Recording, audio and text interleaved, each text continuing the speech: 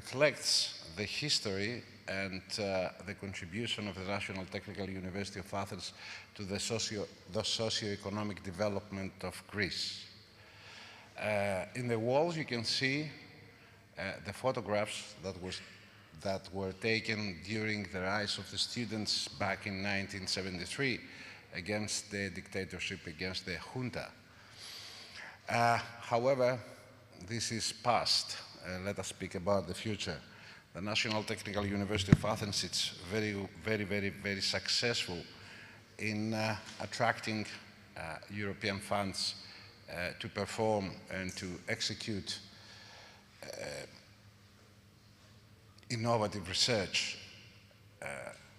One of the main focus nowadays, not only for the NTUA, however, for all Europe, is the exploitation of the marine space. I am, and I'm proud of it, I'm a member of the faculty of the School of Naval Architecture and Marine Engineering, and we see a lot of people here.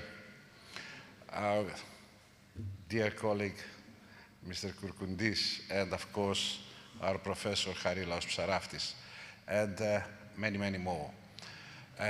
We are doing, as I said before, innovative research, and I'm certain that we will make many contributions in this direction in the future. My friend Nikos is one of the most successful faculty members, not only in the school, however, in the National Technical University of Athens, with many achievements, and I'm certain that GreenMED initiative will be more than a success. And I wish you all fruitful discussions, and stay and enjoy your stay in Athens and in Greece. Thank you so much for inviting me.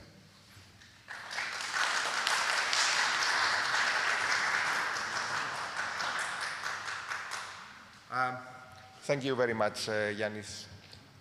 Yeah, we are fortunate enough to have, as a rector, a member of our school, which is very strange because we are a small school in NTUA, so yeah. Anyway, thank you very much. Now, we will continue our agenda. The next person whom I will welcome on the podium will be Mr. Prevezanos, because he will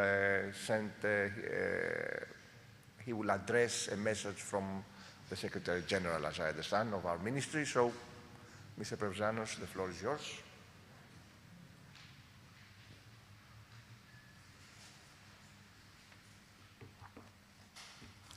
Good morning to everybody. Good morning, distinguished guests and colleagues.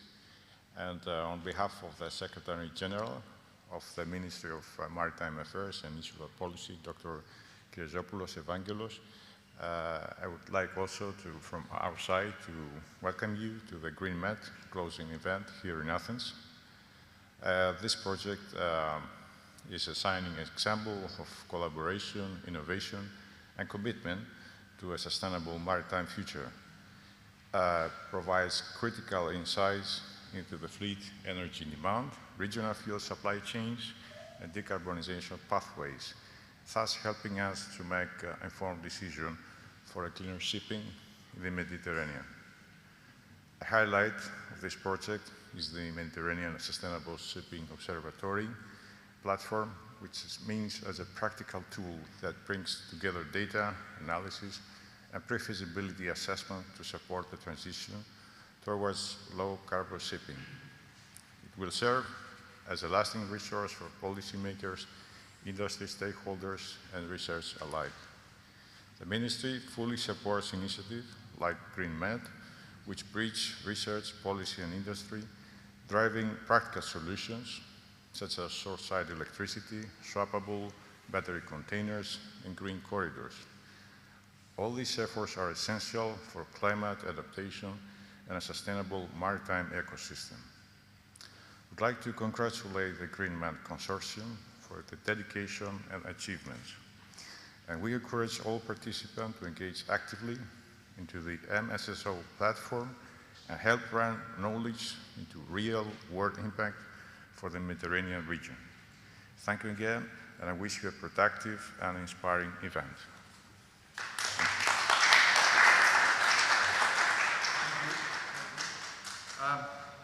Thank you, Mr. Prevzanos, Captain Prevzanos. Thank you. I think that we will hear you again later on about policy issues. As you all understand, we are very keen of having the ministry close to our efforts for obvious reasons and for reasons that we will explain later on during the presentations. Following the agenda now, we have a presentation on GreenMED and on the vision of MSSO and what we are here for. Before doing that, I would like to officially welcome you all. As the rector said, this room belongs to the block of the old rectorate of NTUA. It was built around 1850. It was it went through various phases.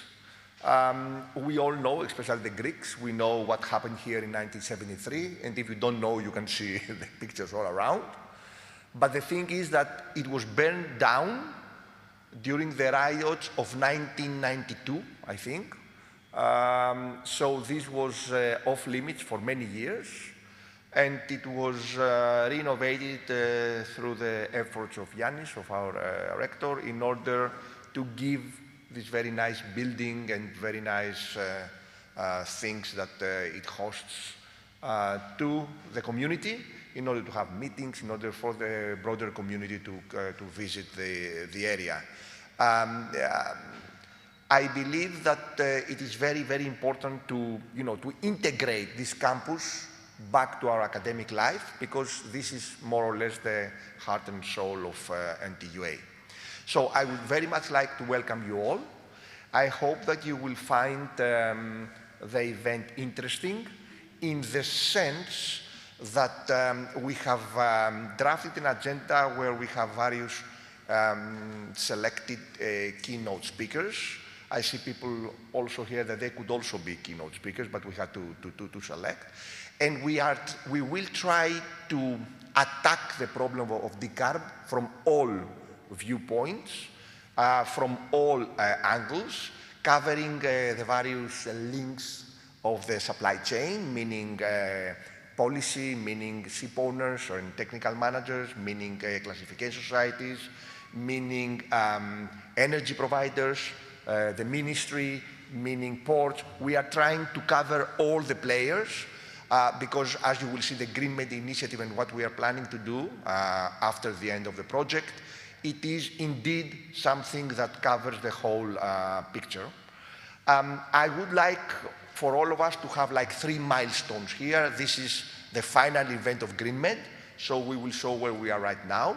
We still have about 1 month to go to the project, into which we foresee the further development of our tools and capabilities. And then, this is the second milestone, and the third milestone is what will happen after, because we are trying to put together a hub for decarbonisation. We are trying to put together at least 3 countries, Greece, Cyprus, and Egypt, because there is a focus towards the Eastern Mediterranean, and I will explain in a little while why. And of course, we would very much welcome the help from the ministry towards this end. I understand that our Cypriot partners are a little bit more progressed into that, and our Egyptian partners, they are there. I mean, they are ready also to do everything that need, but the thing is that we would like to keep that in European ground. So, said all this,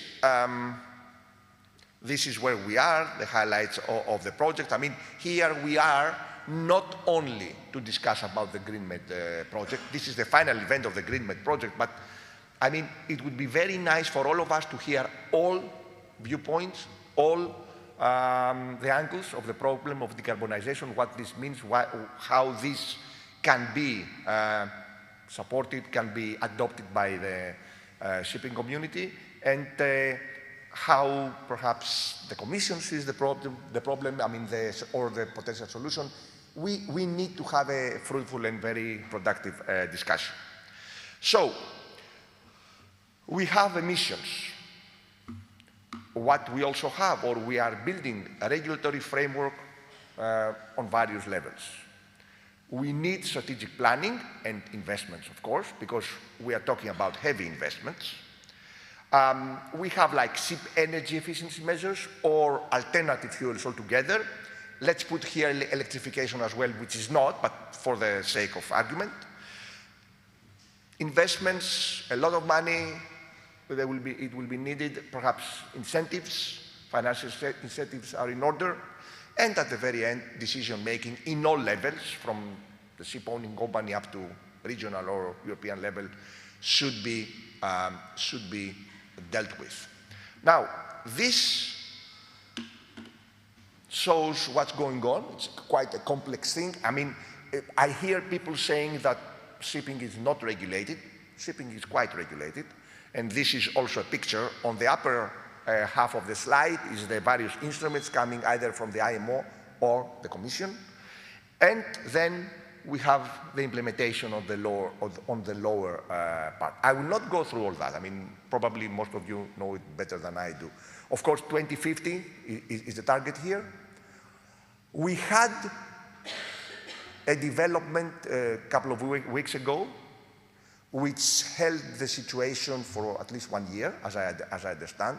Now, it would be interesting to see how things will unfold, because this might mean, and we would like to see whether this will act as an accelerator for the Commission or not, whether we will slow down a little bit, whether we will attack the problem with, from a different point of view, whether we will try to be more prepared. I don't know what to put there, but it is interesting to see how things will unfold.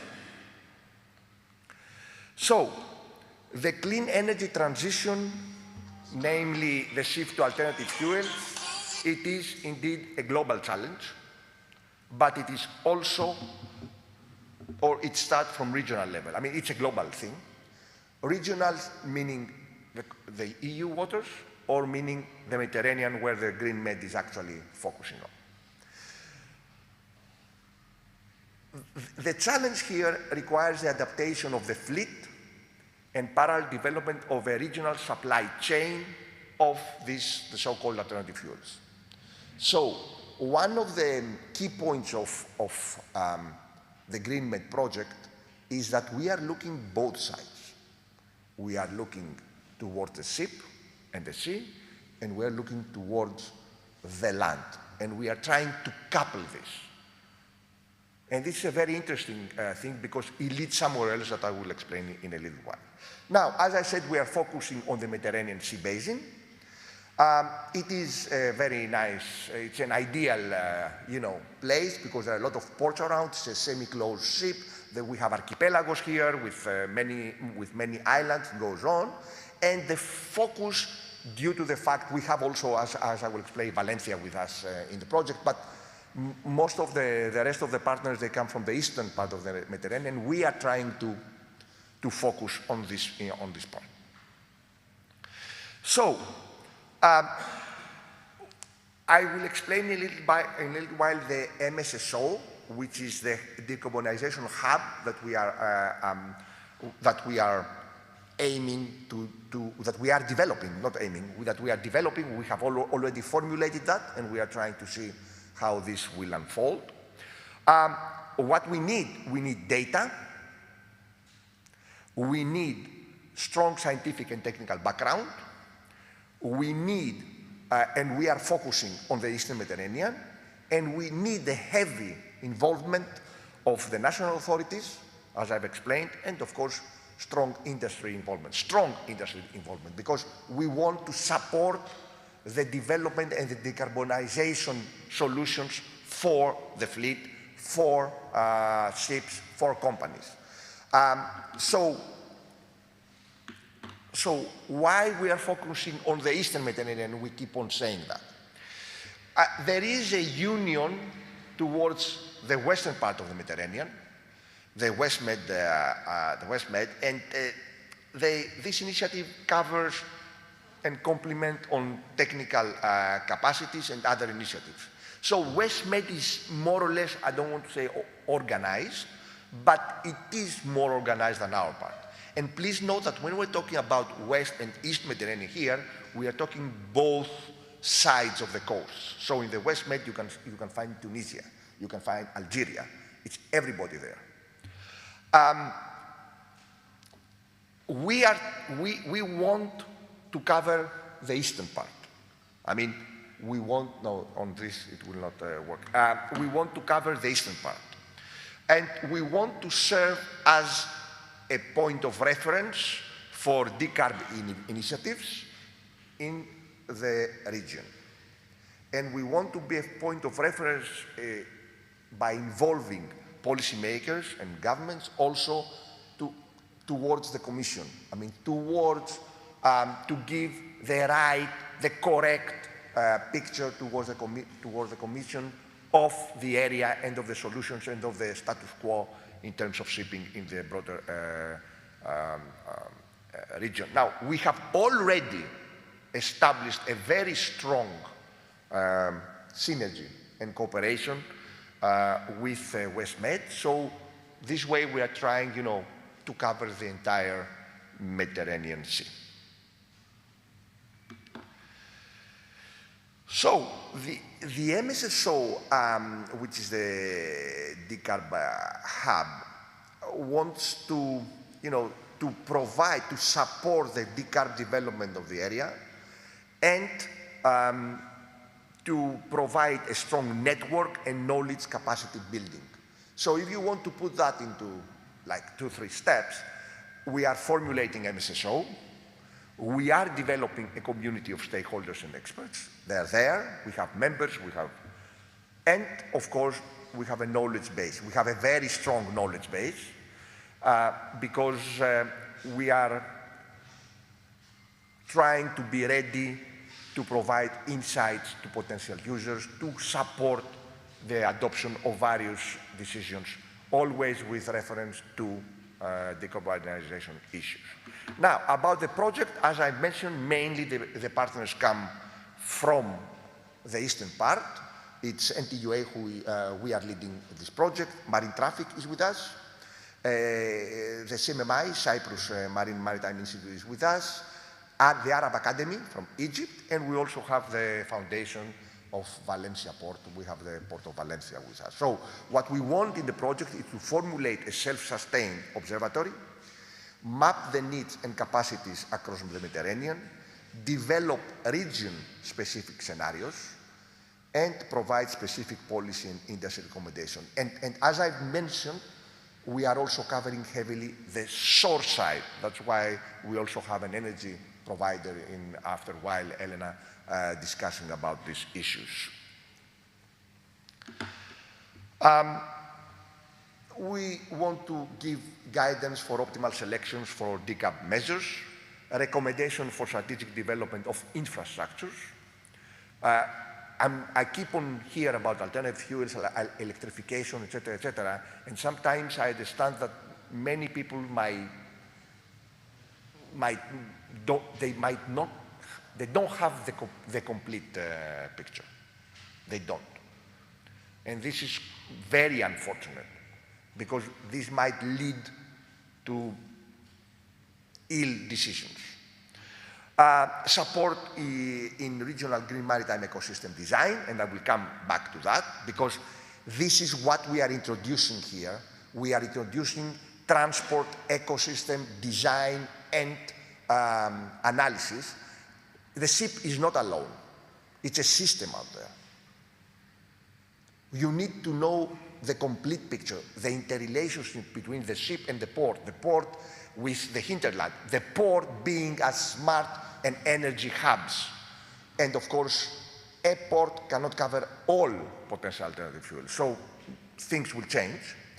And so sustainable fuels supply chains mapping and technology change mapping. I will not go through all that. I mean, it's very... So, as I said, what we are doing is we are using the ports as energy hubs into this project. We are studying per alternative fuel various parameters and features. We are trying to see what's going on right now, and with a model we are trying to predict what will happen in the next years. So we have the mechanism to create multiple scenarios. We have the mechanism to study what the combination will be. And this is for, we have done that with the resources of the project for the Aegean, for the Mediterranean Sea up to a point.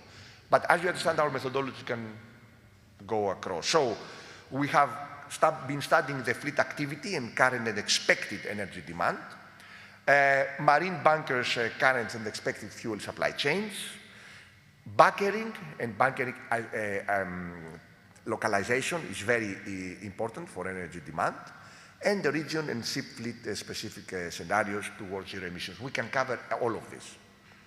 And we are trying to develop something that can be a very nice, addition to MSSO in order to be able to support its potential users. So the MSSO website and platform, it's like a network, it's a database. We can predict the energy demand or create scenarios for the prediction of energy demand. Up to this point, we can be, and we can do some pre-feasibility studies, so somebody can come very quickly and let us know what and where, from where and what he wants or she wants, and we can create scenarios to explain the possibilities and the feasibility of what we are talking about. And of course, we have news and updates all the time. This is a project, so this is a platform, so we all that. The platform is already there. I think there is another presentation later on about the platform. It is an ongoing work. It's an ongoing work.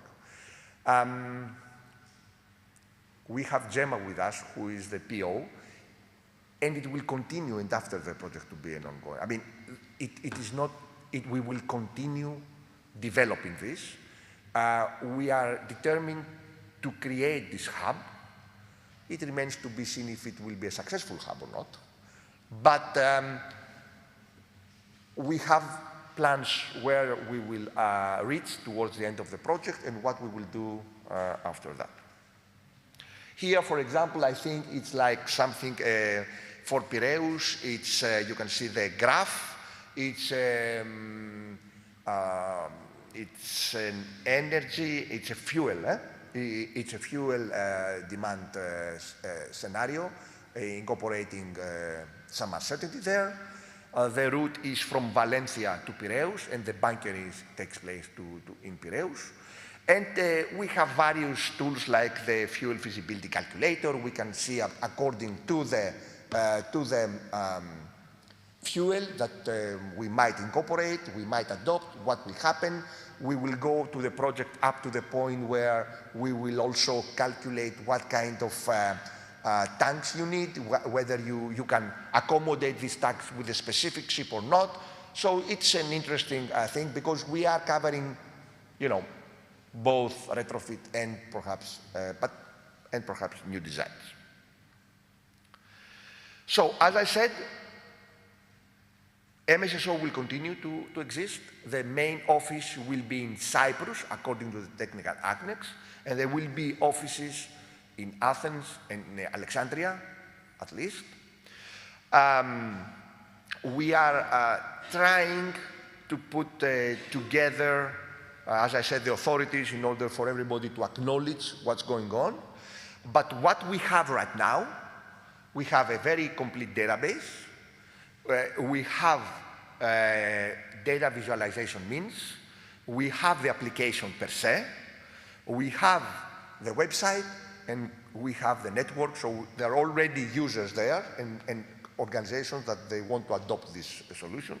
It remains to be seen what's going on. And you can see in each block the various partners involved in the various parts.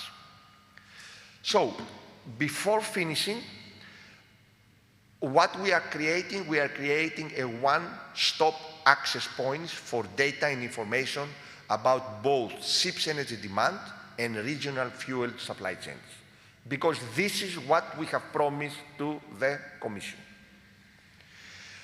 We are developing some optimization tools for minimum cost, high-level scenario exploration and benchmark analysis, always from the side of decarb. And of course, we can be more detailed for a specific user to develop a scenario and see what and what cannot be done. And this will be done after the end of the project. A few slides about us, and why I put these few slides, because I want very much to show, I want very much to show that this is not theory. I mean, we are doing that, not only with GreenMED, but GreenMED was a very good initiative for us to adopt this approach. So for us, we are a rather large group. All members of the group are not here, because otherwise it would be a full house. There are people traveling and going around, but we have a lot of people. We are more than 30 people. Our experience is at least 30 research projects. We are running right now 20 research projects or commercial projects, 17 research and 3 commercial projects. Exactly because we don't want just to be on the research side, we want to implement what we are doing. So we are developing what we call transport ecosystem design and analysis. We are creating networks, which means not only the ship, not only the port, the interaction of the port and the interaction of the port with the hinterland, putting together the energy supply items and topics there. And as you can see, we have various models. You can see on the lower left part, we have models doing that. We can simulate whatever we need. As I said, putting the whole picture together. It is very important for somebody to know that where I want to go, I can find X or Z type of fuel, with which frequency, quantities, etc., so I can design my service in the best possible manner. And we are not doing that only in the research project. We are doing that in, that's why we have various commercial projects, in real life, like the electric ship in Halki, the ship in Skiros, the ship in Astakos. We are trying to involve ports and ships. We are trying to do this transport ecosystem design in order to be able to go on. Before closing, I have another, I have another term in my mind, symbiosis. But we have to understand that it's more like an ecosystem. It might act complementary in some issues, but it's a competitive environment out there. So, the bigger fish eats the smaller fish, something like that. So we need to strengthen our ports towards this direction and towards making them sustainable and strong energy hubs. I think this is all from me. You can see the MSSO website and the MSSO platform there. And I'm very interested. I have seen some of the presentations. They are very impressive. I'm very interested to hear the rest of the event. Thank you very much.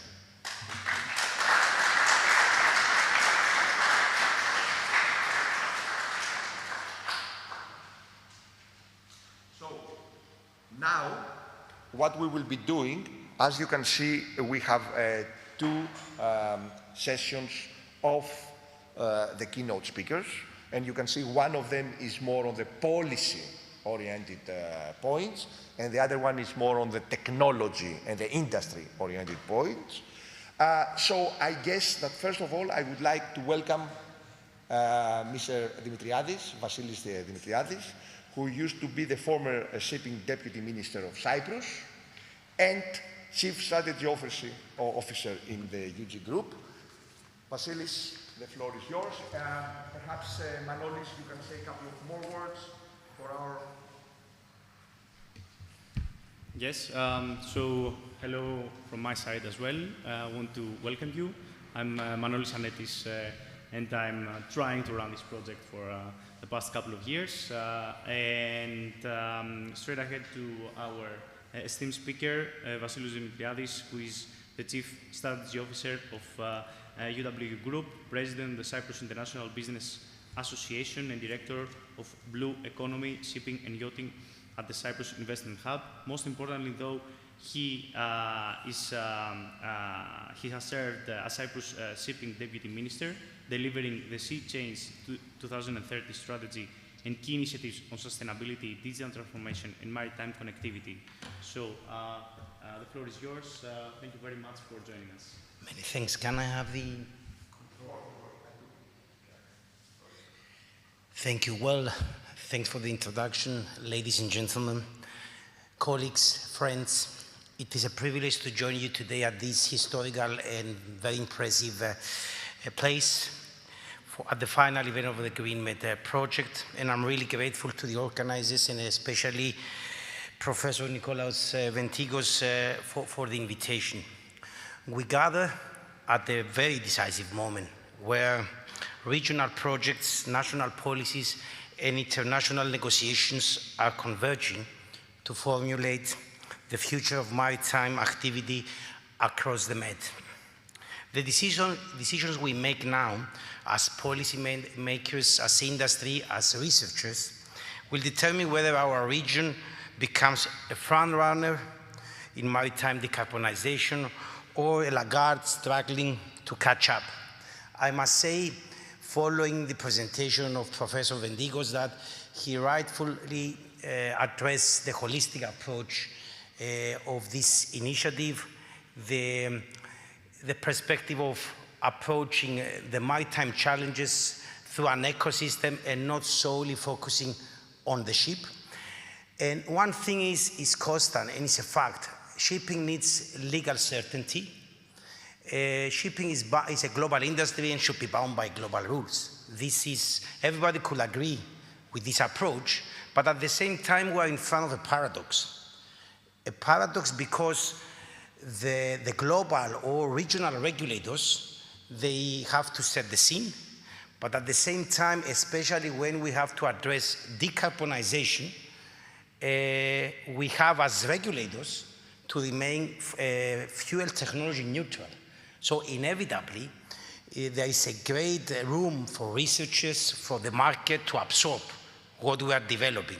And I believe in this project, the GreenMED project, we are not just addressing, it's not just a project to apply and implement certain policy frameworks, but it could be a project that will be able to co-formulate and set the scene for the future policy orientation. And let's dive into this, I must say, policy landscape and framework.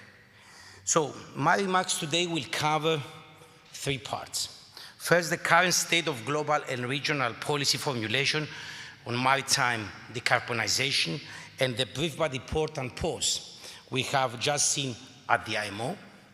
Second, the present and near-term impacts these policy choices are having and will have on the Mediterranean shipping ecosystem. And third, how the GreenMED project can and should support the green transition effectively, practically in the ports and supply chains, and strategically in designing a policy framework that is fit for purpose, durable, and equitable. Let us begin with the policy landscape. Over the last few years, we have seen two complementary but differently paced processes. At the global level, the International Maritime Organization has raised the ambition. The revised IMO greenhouse gas strategy commits the shipping sector to a pathway that aims for net zero emissions by mid-century and sets more stringent interim periods for 2030 and 2040. The IMO's approach is to deliver a package, a basket of measures combining technical and operational standards with an economic instrument that can be applied internationally. However, the IMO is consensual, and consensus is hard, especially if you have to deal with around 170 contracting parties. As you know, negotiations recently postponed adoption of a global market-based measure for 1 year. That postponement is disappointing to many, but is also instructive. It highlights the political and technical complexities of designing a measure that is globally acceptable, technically feasible, and fair across developed and developing countries. It also produces pragmatic window, a single valuable year in which the international community can improve the technical basis for agreement and build political confidence. At the regional level, the European Union has moved decisively, translating ambition into instruments. The EU has brought maritime emissions to the emissions trading system. It introduced Fuel EU Maritime to require progressively lower greenhouse gas intensity of shipping energy and tighten the MRV rules. These measures are not theoretical. They impose real obligations and costs, and they change investment signals across the sector overnight. The MED also has important regional governance. The basin has embraced air quality measures such as the MED-SECA and benefits from targeted regional cooperation through conventions and centers of expertise. But the MED is also a patchwork. EU and non-EU states, developed and developing ports, different fleets and trading partners. That heterogeneity matters greatly for how policy plays out on the water. And I must say, it also reflects the landscape of IMO, which is a very heterogeneous environment there. So the picture is very clear. Europe is leading with concrete regulation. IMO aims for a global framework but moves more slowly, and regional instruments and institutions can bridge the gap if they are fed with the right evidence and designed with equity in mind. These policy developments are not abstract. They are already reshaping incentives, costs, and the operational habits of ship owners, ports, and logistics providers, and they will continue to do so. We are talking about a new mindset, a new business model. First, cost and competitiveness. Carbon pricing and fuel standards raise operational costs for vessels that rely on fossil fuels, ships with modern engines, alternative fuel capacity, or access to green fuels will be advantaged. Conversely, altered tonnage or ships that operate primarily in ports without green bunkering risk becoming uncompetitive. This dynamic will reconfigure trading partners, charter markets, and investment flows. Second, infrastructure and supply chains. Demand for alternative fuels, methanol, ammonia, hydrogen, biofuels, and electricity for short sea and passenger vessels will spike. Ports that have bunkering shortage and safety systems for these fuels will attract traffic. Those that do not will be bypassed or will have to bear higher retrofit costs later. The risk of stranded assets is real, and if investments are uncoordinated. Third, operational, behavioral, and local impacts. Measures such as shore power, slow steaming, or NOx control produce immediate air quality and public health benefits in the MED's densely populated coastal zones. These co-benefits generate local political support for measures that might otherwise be contested purely on economic grounds. Fourth, governance and fragmentation. A two-speed system, strong regional rules in the EU, and a delayed global instrument may generate regulatory fragmentation. Different compliance regimes across the basin will increase administrative burdens on ship operators and could incentivize routing decisions designed to minimize compliance obligations rather than emissions. Finally, equity and capacity. Non-EU Mediterranean states, smaller ports, and local maritime workforces may lack the capital and technical capacity to respond quickly. Without coordination, the transition risks exacerbating regional inequalities. In short, policy is already altering the ecosystem. The challenge now is to steer these impacts so they accelerate decarbonization while preserving connectivity, economic opportunity, and fairness. This is why GreenMED's contributions are essential. Your project sits in the middle of the very gap I have described, between regulatory ambition and practical feasibility. I will describe three independent roles GreenMED can play: as an evidence hub, as a practical enabler, and as a policy partner, and give concrete recommendations for each. First, GreenMED as an evidence hub, the basis for credible global and regional policy. One of the reasons the IMO paused is that negotiations rightly want better regional relevant evidence on fuel life cycle emissions, on cost and availability of alternative fuels, on infrastructure readiness, and on distributional impacts. GreenMED's mapping of alternative fuel supply chains, technology readiness assessments, and scenario modeling is precisely the evidence that a stalled global process needs. My recommendation: use the IMO postponement year to package and share GreenMED's data sets and scenario outputs with IMO delegations, the EU, and the other regional projects. Transparent, peer-reviewed analysis showing the MED's cost curves, fuel availability, timelines, and infrastructure priorities will reduce uncertainty and reboot arguments that the global measure is impractical. In short, evidence lowers political risk. Second, GreenMED as a practical enabler, mobilizing infrastructure and pilots. Regulation creates demand, supply must follow. GreenMED supply chain maps identity which ports are logical early adopters for specific fuels. Your work on pilot projects and technology assessments can be converted into bankable project pipelines. My recommendation: translate GreenMED's maps into investment prospectuses for ports and financiers.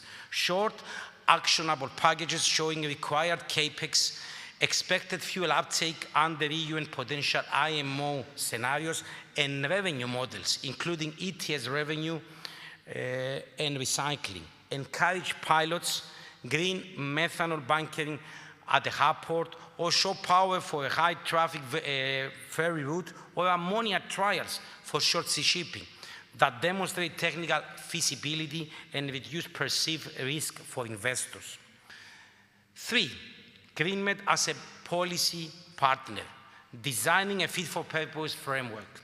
Policy works best when it is iterative and grounded in reality. GreenMED can help governments design or revise regulatory instruments that are both ambitious and implementable. Targeted transitional reliefs, standardized MRV templates, interoperable fuel sustainability criteria, and revenue recycling mechanisms to support infrastructure in less wealthy ports. My recommendation: develop a set of policy toolkits and negotiated templates. For example, model language for MRV interoperability, a template for fuel sustainability certification and methane slip accounting, an option for ETS revenue, recycled earmark for Mediterranean port upgrades. These are precisely the types of products the IMO and the EU need to avoid fragmentation. 4, use GreenMED's network to deliver capacity building and equitable transition. Transition is not only about technologies, it is about people and institutions. GreenMED's Mediterranean Sustainable Shipping Observatory and stakeholder network positioning to coordinate capacity building, training for port staff, safety workshops for new fuel handling, and regulatory support for non-EU partners. My recommendation: propose an EU Mediterranean transition facility backed by a modest pot of recycled ETS revenues and blended finance, targeted at North Africa and Eastern Mediterranean ports. GreenMED can design the eligibility criteria, project pipeline, and monitoring framework for that facility, ensuring funds deliver both decarbonisation and social co-benefits. Let me turn now to the crucial one-year delay at the IMO. A postponement can be a political theatre, or it can be a strategic pause.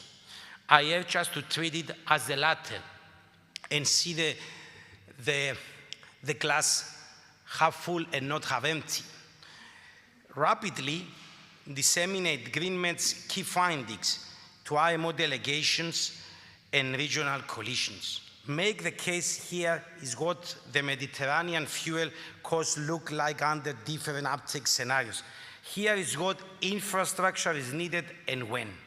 Run targeted pilots that reduce uncertainty. A couple of well-chosen demonstrations, a green fuel corridor between 2 ports, or a shore power rollout for major ferry routes provide tangible proof that policy is workable. Convene cross-border stakeholder dialogues, linking EU, non-EU states and industry to build political trust and flesh out equitable revenue investment models.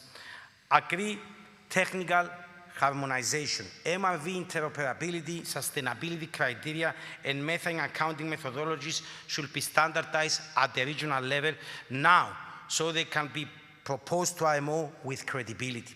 If we use this year to produce evidence, run pilots, and build trust, this probability of a global agreed durable measure rises substantially. Policy is not just a tool, it is a social contract. For maritime decarbonization to be durable, it must be seen as fair, transparent, and manageable. The GreenMED project demonstrates how regional research, practical pilots, and stakeholder engagement can create that legitimacy. We are in a moment of convergence. EU regulation is already changing market signals. The IMO process, though delayed, remains the necessary route to global coherence, and regional actors in the Mediterranean must ensure that this transition is viable at the global level. GreenMED stands between 3 levels. Your work turns policy insights into actionable pathways, helps ports and operators convert regulation into investment decisions, and provides negotiations with the hard data they need to build global consensus. So let us be purposeful. Let us use evidence to reduce political risk, pilots to reduce technical risk, and cooperation to reduce geopolitical friction. If we do this, the Mediterranean can become more than a region adapting to policy. It can become a model of how regional action makes global policies possible. I look forward to our discussion today and to learning how we can move from insight to real equitable impact together. I really believe, and I would like to congratulate all the actors of this project, that you can really make a difference and signal both first to Europe and then at the global scale that certain issues, problems that recently arise in the deliberation of IMO, that through this project you could provide solutions and you could be the problem solver towards reaching a global measure and ensuring legal certainty. Thank you very much.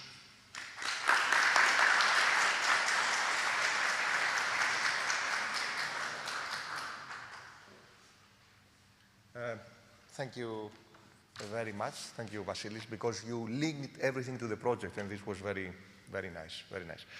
Okay, now I would like to call on the floor Mr. Petros Kokalis. You know, I'm Panathinaikos, and it's a little bit difficult for me to do so, you know that, but okay. We are very, very happy for having you here. Petros is the founder of Climatica, and he's also an ex-member of the European Parliament, so we continue on the policy-making aspect. The floor is yours. Thank you. You can also use this for the... Thank you very much, Professor Verdikos.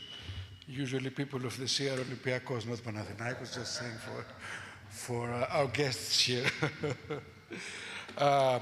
I would like to, first of all, thank you very much for inviting me and congratulating you on what the GreenMED has been doing and what it can do in the future. And speaking of Piraeus, if we look at the port of Piraeus today, we see the lifeblood of the global economy. 80% of everything that we eat, wear, and use travel by sea. But you also see a paradox floating in these waters. Shipping is indispensable to our way of life, yet it is responsible for roughly 3% of global greenhouse gas emissions. So if shipping was a country, it would be the 6th largest polluter in the world. And we are here today at the finish line of the GreenMED project to help solve this paradox. I'm not here just to talk about engineering or chemistry. I'm here to talk about the bridge between the laws that are written in Brussels and the ships that are sailing here in the Mediterranean. I have spent some of my career on both sides of this divide. I have walked the docks of Piraeus as a vice mayor of the city for economic development and climate change, and I have seen the grit and the reality of the industry.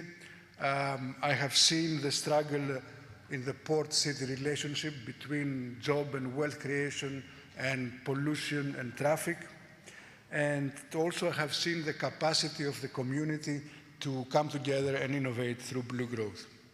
I have also walked the corridors of the European Parliament and was part of drafting the climate laws that are now reshaping our continent and this industry.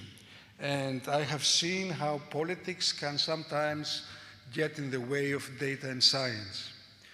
I have learned one thing, that policy alone does not cut emissions, and that a piece of paper will not turn any propeller.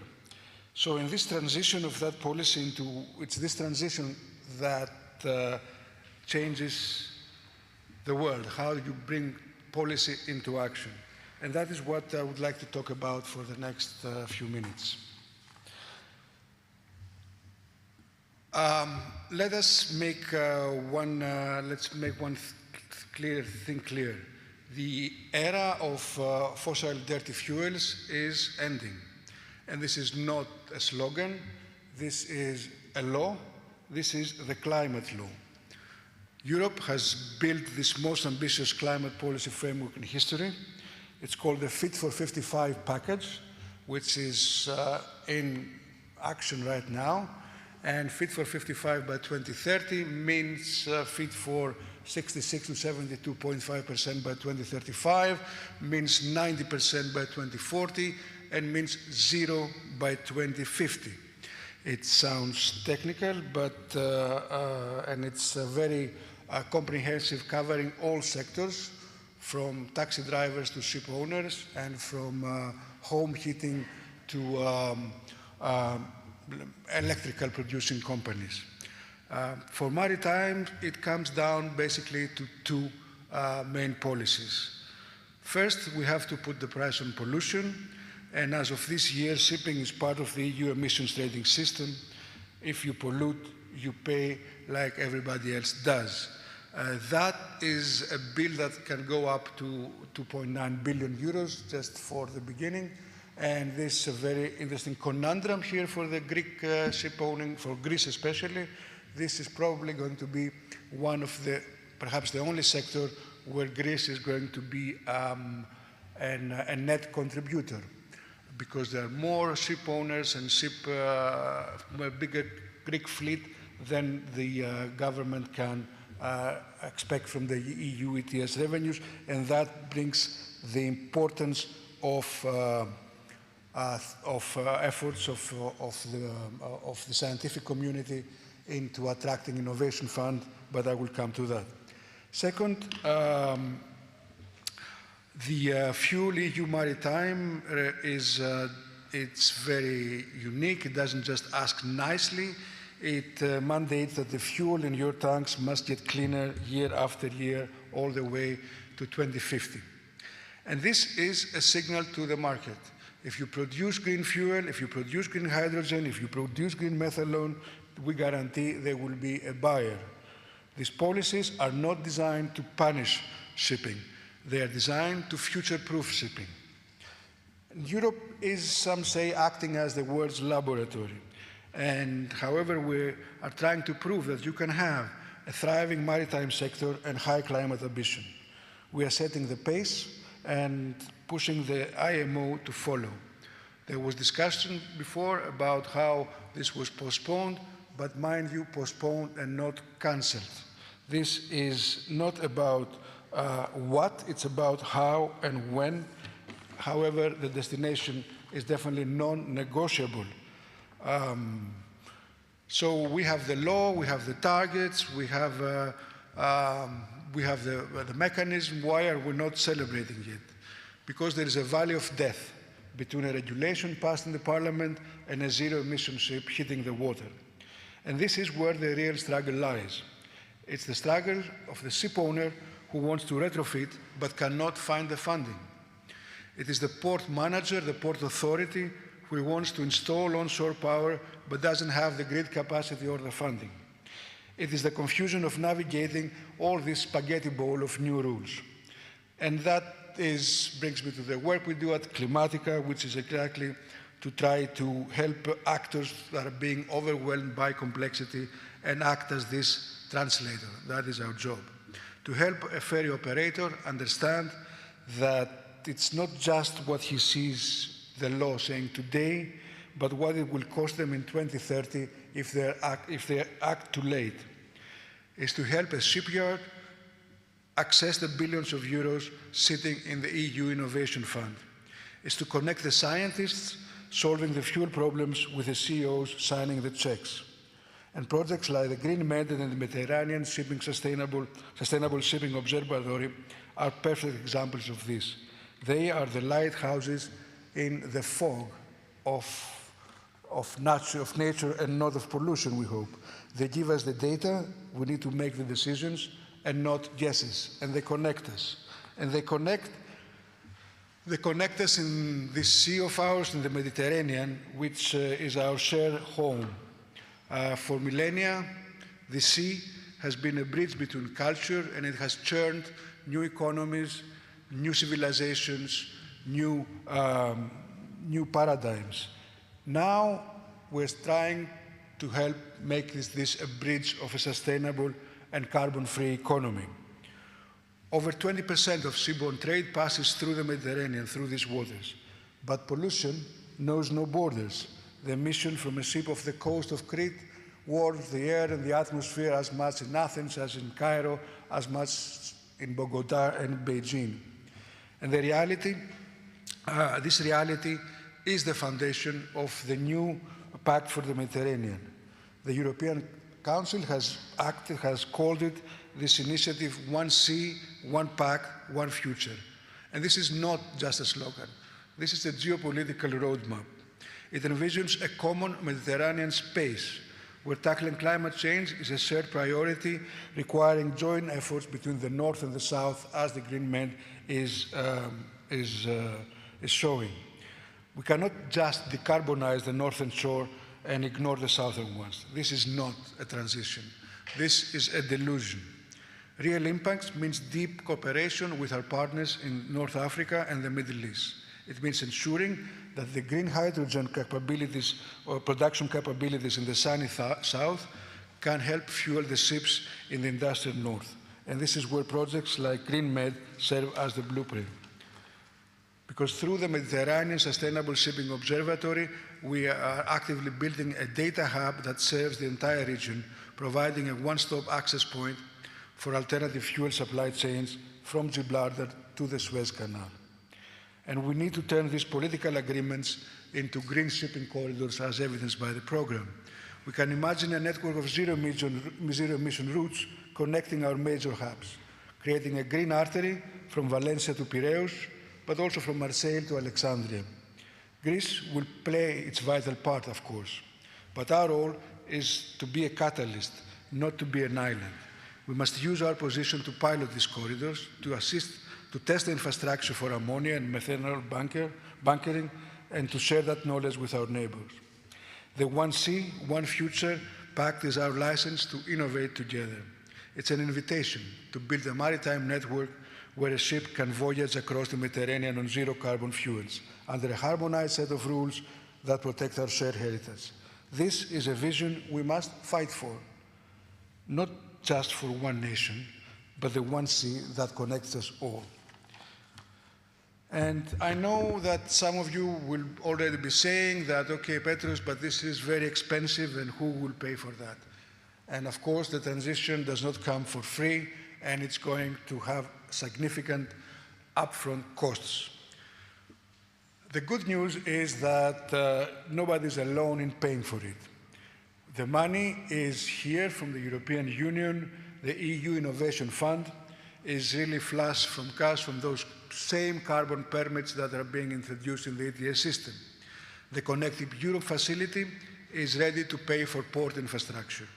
And the banks are also signing the Poseidon principles with aligning the new loans, their loans with climate goals. But money rewards the prepared. It rewards the bold, it rewards the educated. We need to get better at claiming those funds, and we need to stop seeing decarbonization as a cost and start seeing it as an investment portfolio. I hinted before that this is one of the very unique situations where Greece might be a net contributor, and there is a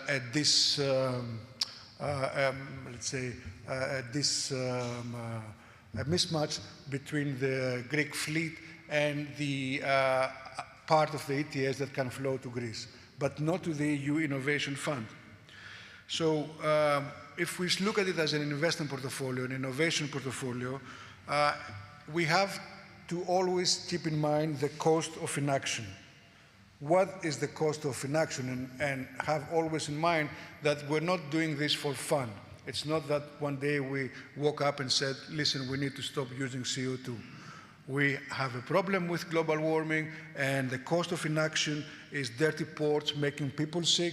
The cost of inaction is increased climate disasters, claiming huge parts of the GDP. Greece alone is projected to lose 700 billion by 2100. And also, of course, I think it's wise to learn from the loss of competitiveness to China in terms of automobile and green tech, and find a way, realize that we cannot afford to lose again our competitive advantage to Asian shipyards and allow them to have these technologies first. The costs are extremely higher. The cost of inactions are much higher than a well-managed and well-designed transition. So in conclusion, I would like to close and to remind you that this transition is definitely a marathon and not a sprint, even if it has to be a record-breaking marathon and not a marathon like I would run. But there will be storms, there will be political mishaps, there will be losers and winners. Like I said, the bold will be rewarded. But today, respecting the sea, respecting this environment means protecting it from ourselves. It means ensuring that the ships that we launch are not the ones that destroy the very waters that we sail on, but also do not destroy our livelihoods. Here, we have to live with a resolve to build those bridges, to bridge the gap between policy and science, between ship and shore, and to bridge the gap between the scientists and the ship owner. We have the insights, as we have seen with the GreenMED, we have the tools, now we have to go and make the impact. Thank you very much, and I'm looking forward to the rest of the conversation.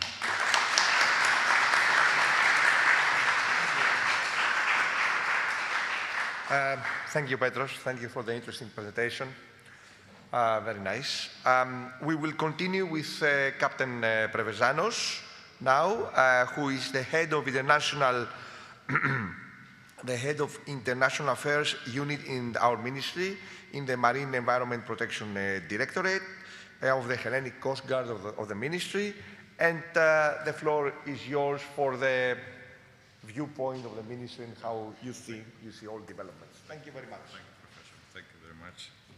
Thank you again. Thank you to everybody. And allow me just some personal comments before I begin, and talking for myself right now, not on behalf of the Secretary General, that I feel moved for being here as having graduated from this historical university, the NTUA. So and thank you for giving us the chance to be here. It's very important. Thanks again for that. As said, Professor, our presentation has to do with how currently are the data and what is going on with the implementation of the FuelEU maritime regulation here in Greece. And but having heard before some comments about what happened in the IMO and the net zero framework, allow me to comment on that, to have some few comments on that. What was there, what was decided in fact was the adjournment of the meeting. That means that what was scheduled there was programmed the adoption of the net zero framework, a framework that at that time was included a technical and economic measure as well, and there was still a lot of work to be done and to be developed further. That means there was around 14 guidelines, implementing guidelines for that. We had actively participated before as Greece and as a part of the EU there, and yes, there are still a lot of issues there that have to be resolved, and perhaps in that respect we can imagine that that would be a delay that will help the global community to reach more balanced decisions as much as is possible. I mean, in that regard. There is a mosaic, a global mosaic, and different countries with different interests there. What I can say is that yet we don't know yet how things will unfold. There's still some level of uncertainty, although we understand that the river cannot change its direction. More in one or way, things will move towards that direction, but some things still need things that have to be regulated. Some of them, and that is a personal prediction, is that we will increase in global level the energy efficiency measures. And that is, for example, that I expect that the CII index somehow will the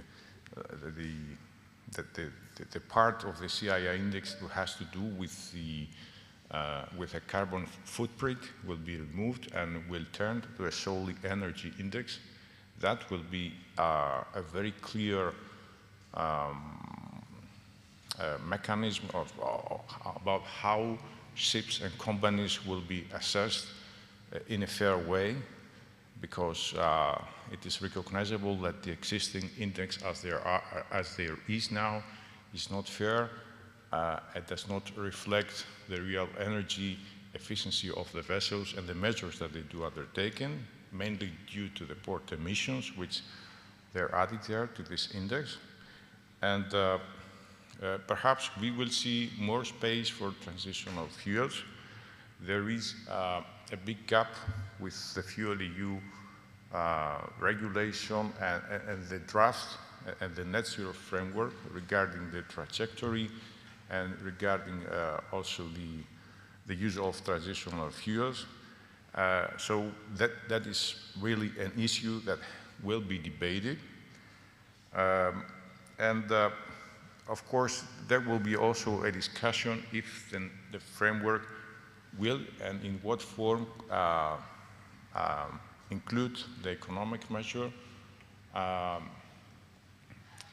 Because I have to be honest on that as well.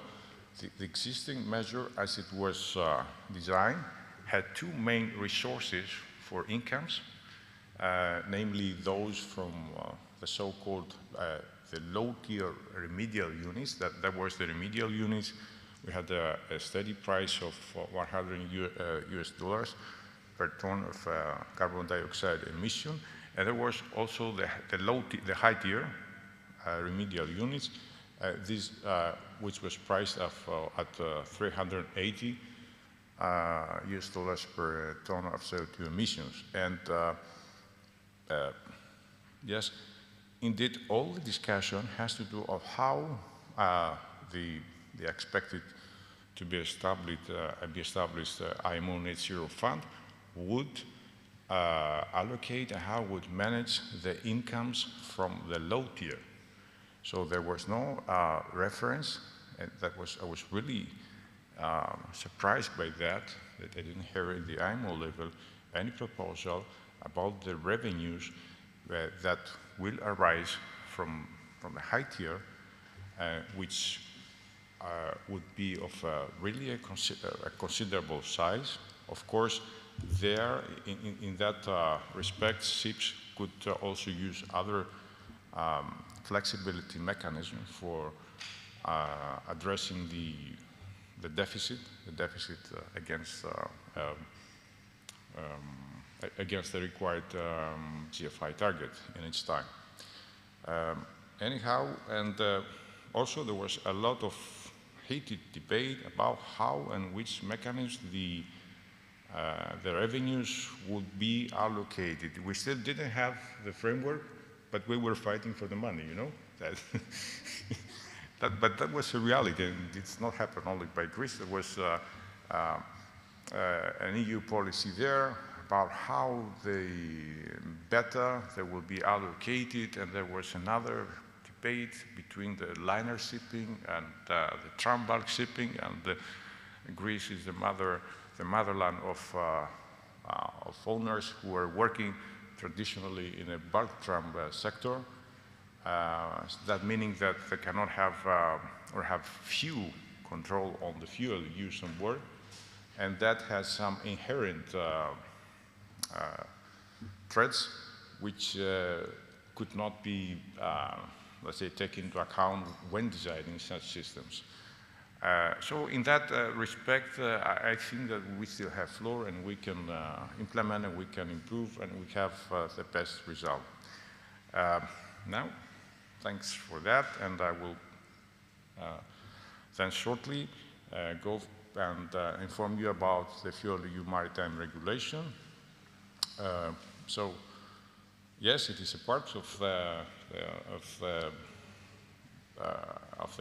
Green Deal, and it is included in the policy measures undertaken by the EU in order to cut the emissions to 55% in relation to the levels of 1990.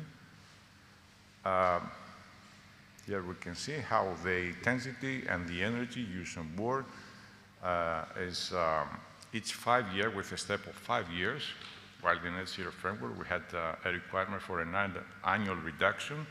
Here we can see how is the level and the carbon footprint reduced of each ship that is applicable, of course, to the fuel EU. Of course, here there's also another very important parameter, and that has to do that from 2030, that the ports, excuse me, the container ships and passenger ships, of all the applicable, when approaching a port, that they have to make use of the onshore power supply and the electric energy for the purpose of the fuel EU maritime regulation is considered to have a zero emission carbon footprint. Here we can see the scope of the regulation. It is the EU countries plus countries included the EEA. And in general, as a general rule, the total of the energy used on during the stay of a vessel in a EU port or within voyages between EU ports, this is all assessed against the regulation, while if it is a third country inside, it is the half of the energy, the 50%. There are foreseen exceptions, of course, because they are heavy measures, and in Greece we have already exercised our right, and especially when an island with less than 2,000 permanent inhabitants and it is connected with the mainland, then the ship connecting that is exempting from the obligation of the Fuel EU Maritime Regulation. Analogous exception is already occurred from the ETS directive. This is a list of already the legislation and the implementing acts already adopted regarding the regulation, and quite technical, and what we're expecting in the near future is about how ships will communicate and when they have to connect with the onshore power supply. That's a protocol there, quite technical. How the Fuel EU database and the assignment of the roles and so on will work. How somebody would define the criteria for a technology to be accepted and deemed as a zero emission, there is still a gap, and we still have a lot to do with that. It's a very important aspect. Still there is some delay there. And an act about how that has to do with the competitiveness, how to ensure, how to take into account the risk that ships will not provide, they will not make their business in ports, in transshipment ports close to Europe, and thus resulting in the loss of competitiveness of EU ports. That is how how these ports are listed, how they are defined, how ports will be excluded from counting the carbon footprint.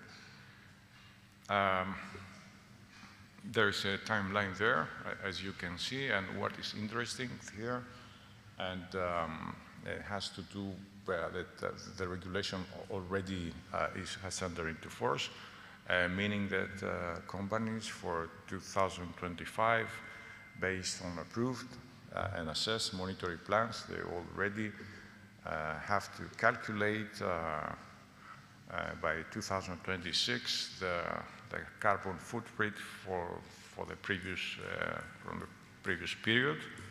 And some key dates there, as we can see, is that by the end of January they have to submit the emission report, the Fuel EU report, excuse me, to the verifier, and the verifier has to do all the verification activity up to the end of March, and then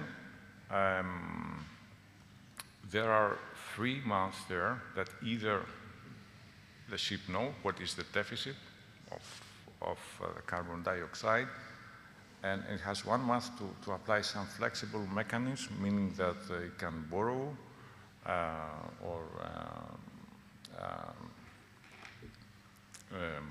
or use banked units and so on. And then is the final period, which is very crucial for the member states.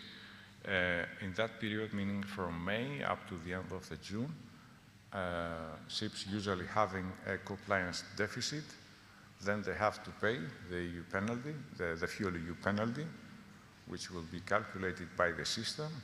And in that case, after they receive the proof of payment, then the corresponding document of compliance for the regulation has to be issued by each member state, acting as an administering state there.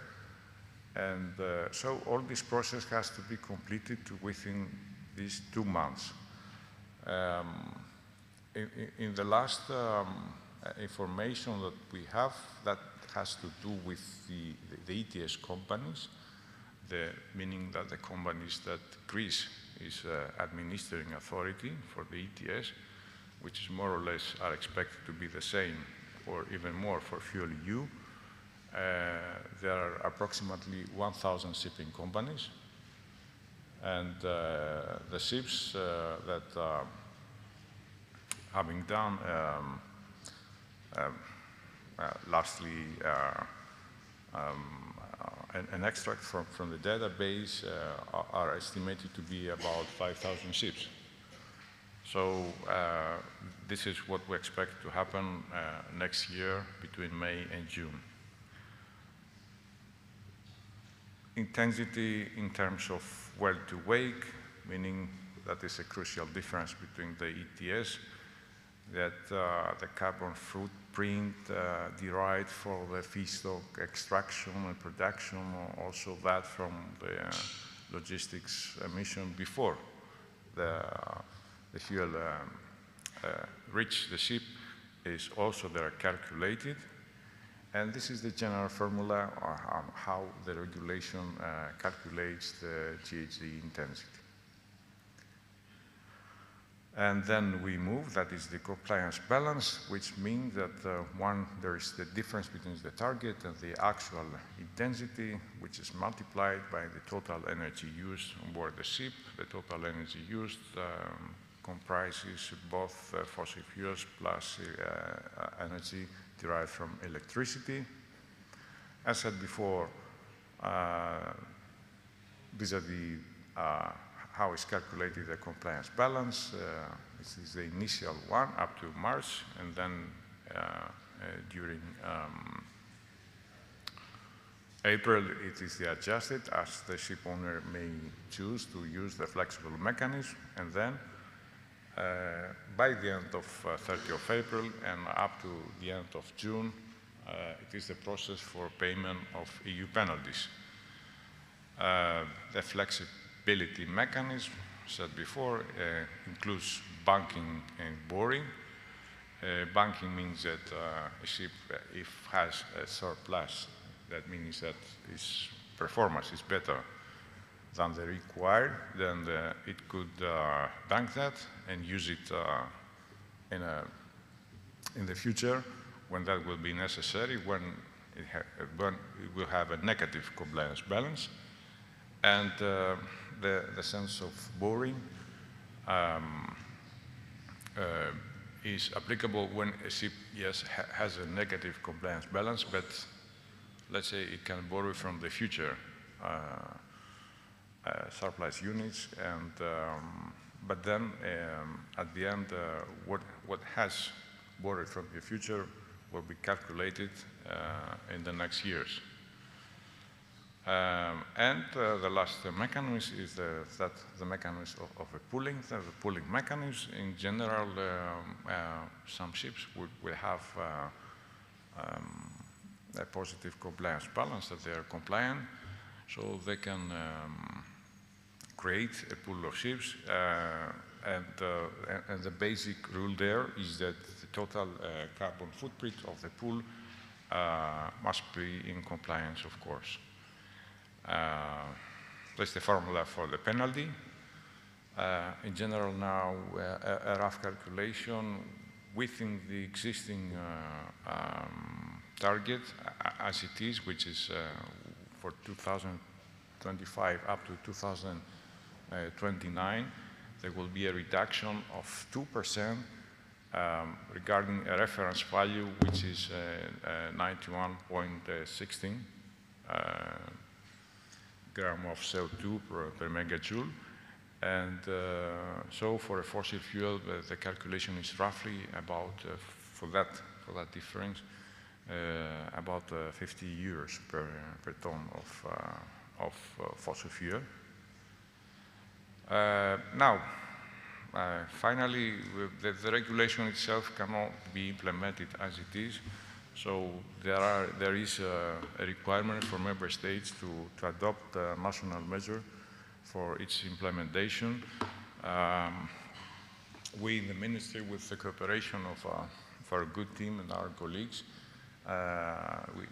we can say that there is a fully drafted a national act, a law that has to be, of course, voted with a parliamentary procedure. And what are the key elements of the national law, of the draft? Permit me just to say that this is a draft, although there is very good work there and all the necessary documents are prepared. Still, the process has to be followed now, the parliamentary process. So there is a small prejudice about the final outcome. I wish that you permit me to say that. But, so we designate the competent authority, and of course, in general, it is the Ministry of Insular Policy and Maritime Affairs and Insular Policy. We also foresee the creation of a dedicated administrative structure, which has to do with the implementation of the FuelEU, but dealing also with the green transition of the shipping, so to have a dedicated structure for that. And up to that happens, for the completeness of and the legal certainty, we say that the current Directorate of Marine Environment Protection Division is charged to deliver these tasks up to the creation of these entities. What we also foresee is to establish the framework, the legal and administrative one, who has to do with how the FuelEU penalties are imposed, how they are paid, and how they are collected. And the purpose there is to create and have a dedicated fund where these revenues will be collected there, so that we will ensure that they will not be lost somehow, and that they will be used at the end for the purpose of the regulation, which in another case, what serves it is the decarbonisation of the sector. And so for that, there's a clear provision that the competent authority and the ministry then has to do and has the duty to create and to draft funding programs, again, for funding projects with having a scope and objectives fulfilling that of the regulation. So it's very important that there is legal certainty there and we can do the job. And at the end, last but not least, there is a need there from the Article 25 of the regulation also to create a national measure of how sanctions and so on will be implemented, so in case of non-conformities. And that's the last one, sorry, yeah, okay. And so the use of revenues, we have the three key pillars of the regulation as they are. That means the support and the use of renewable fuels for the maritime sectors. The ports are also included there, mainly for electricity, for onshore power supply, and but also for alternative fuels infrastructures. And of course, on how to use the innovative technologies on board ships. If the act is adopted, then the good plan and the good scenario is that these programs will be drafted and published in 2026, and we have the aim to be able to run in 2027. Thank you. Sorry for your time. Okay.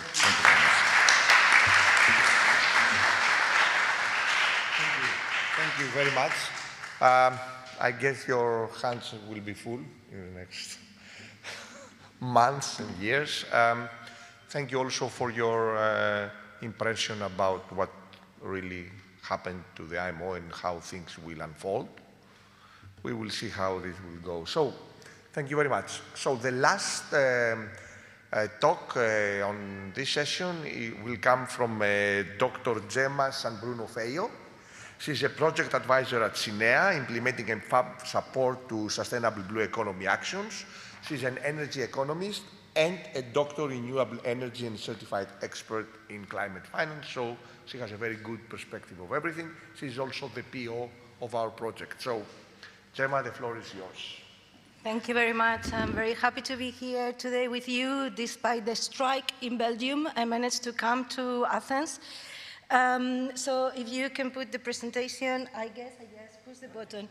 Okay, I prepared like 23 slides, but this is for you. So I wanted that you have the 23 slides with all the information, but I'm gonna go super quick, okay? So I'm not gonna spend much time. Just to tell you, because there is a little bit of confusion, I'm coming from CINEA. This is an executive agency from the Commission. So we have been delegated by the Commission all the funding, all the implementation of the main EU programs, and we are the ones with the money, and we are the ones that follow the projects and all the initiatives, okay? As you can see, in the agency, we manage all these programs and all these funding instruments.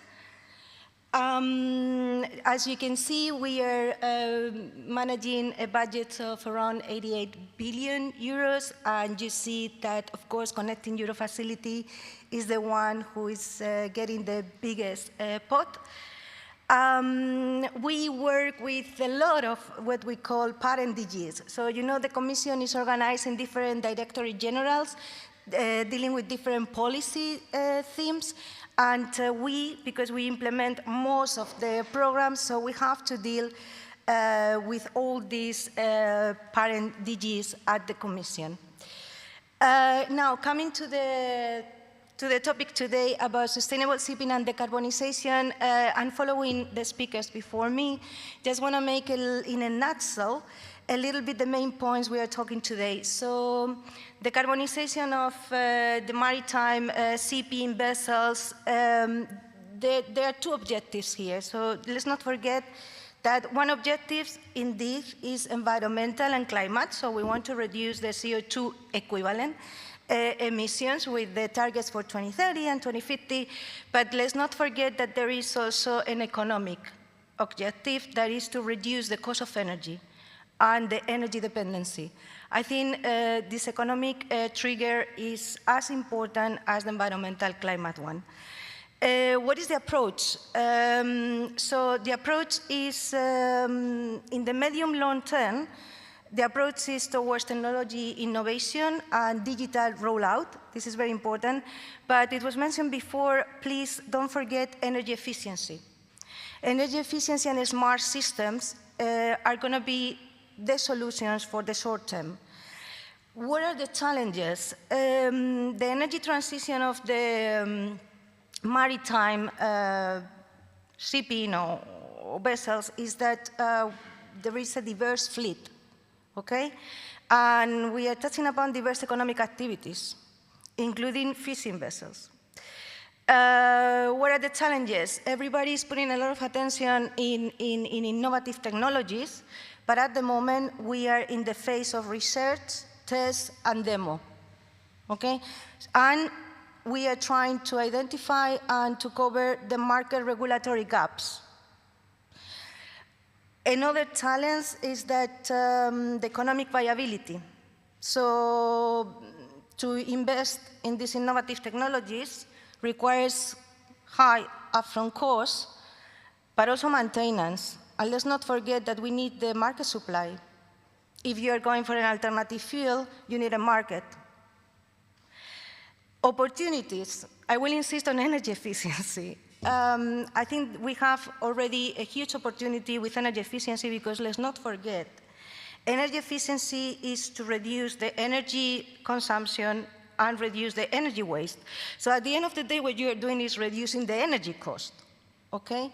Upgrades, retrofitting with energy efficiency equipment and smart appliances in terms of technology, but also, as it was mentioned before, behavioral measures, including energy audits. And the IMO is developing a specific, very detailed way to how to calculate and do energy audits. GreenMED. Now we are with the project GreenMED in the context of the decarbonisation. So GreenMED is focusing on offering decarbonization pathways and options, and with the target of having a decarbonisation hub. That is the implementation and the rollout of the Mediterranean Sustainable Shipping Observatory. So what happened now? First of all, I'm working with the European Maritime Fund. So I'm coming from MFAF, and I'm working with DG Mare. So first of all, GreenMED was a flagship project, okay? GreenMED came because of the sea basin strategies. We have the sea basin strategy for the West Med, where in the West Med there is a technical expert group on green shipping and green ports, and here is where GreenMED came, through all the work done in the sea basin strategy for the West Med. What are the good news? Things happen. When people come together and they work together, also bottom-up things happen. What happened particularly now, and I'm happy to announce you, is that with the Ocean Pact, there was a concrete reference to an Ocean Pact for the East Med. So we're going to see in the future East Med coverage, okay? So this is first good news. Then GreenMED, of course, can also inspire all the work that is being done in the Energy Transition Partnership for Fisheries and Agriculture. Of course, GreenMED can raise the results in the framework of the Blue Economy Observatory and EMONET, but very important in the waterborne technology platform. I think GreenMED will become a very active actor in the waterborne technology platform. And when we're talking about the green corridors, this is the European maritime space. The European maritime space is managed by DG Move, okay, and it's about maritime transport. And there are Mediterranean corridors, but these are the people who are developing the green corridors. So it's not DG Mare, it's DG Move, through the European maritime space that is not maritime spatial planning. Okay, I know it's very confusing. And of course, all the digital twins, data sharing, this is very important, your project. Now, news, upcoming news. We are still waiting, it's coming, we are still waiting for the EU port strategy and the maritime industrial strategy. This is coming soon. But what is already there, from this month, I think from the beginning of this month, we have the EU Sustainable Transport Investment Plan. This is new. This is just fresh out of the beginning of November. So this is a strategic approach to boost renewable and low carbon fuels for aviation, but also for waterborne transport. So it's important for you. Of course, it's to serve the implementation of the Fuel EU Maritime. But this investment plan is expected to mobilize at least 2.9 billion of euros, okay? You have the information there, I'm just going. Another new is that you have has been launched the SIP financing portal, okay? So you also have the SIP financing portal. It's an inventory of financing products supporting investment in shipping sector and the wider maritime industry. So you will have access through this portal to access to finance. So this is important for you. The info in the link. Now, let's come back to SINEA, where I work and what is the EU-funded support to decarbonization. Well, the support to decarbonization is distributed across different programs, particularly MFAF, Horizon, Innovation Fund, Safe Transport, and LIFE. MFAF is the program I work with. In MFAF, we finance scientific advice, international governance, maritime policy. We also have grants, assistance mechanisms, studies, and initiatives, like we found GreenMED, so GreenMED is funded by MFAF. Be attentive because the new work program for 26-27 will be launched very soon. And in the program, you have everything, all the calls that we are going to do, all the tenders, so you have all the information there.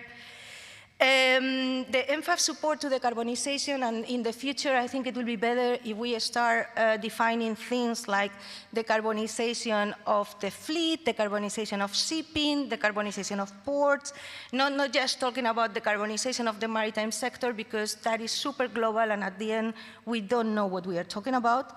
So in our program, we support decarbonization through the Energy Transition Partnership, where we have the High to Fees project, we have a guide for funding opportunities, and we have a techno-economic study on the different alternatives for decarbonization here for fishing vessels. But some of the technologies and some of the approach is also applicable to other vessels. I mean, we are talking about vessels at the end of the day. We have the Sea Basin Assistance Mechanism, what we have the WestMed, as it was mentioned, with a technical expert group on green ports and transport, and through this Sea Basin Assistance Mechanism, we publish flagship calls. And as I say, in the new Ocean Pact, the Commissioner put a special attention to have an EastMed Pact. So this is coming. Of course, Blue Invest access to finance, to particularly SMEs.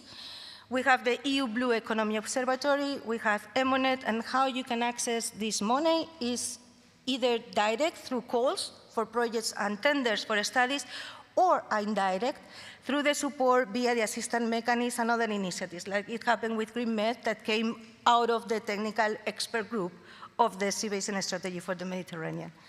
Some examples of decarbonization of vessels that we have now running a Decarbonity, that is decarbonizing the fishing fleet in the Mediterranean, particularly.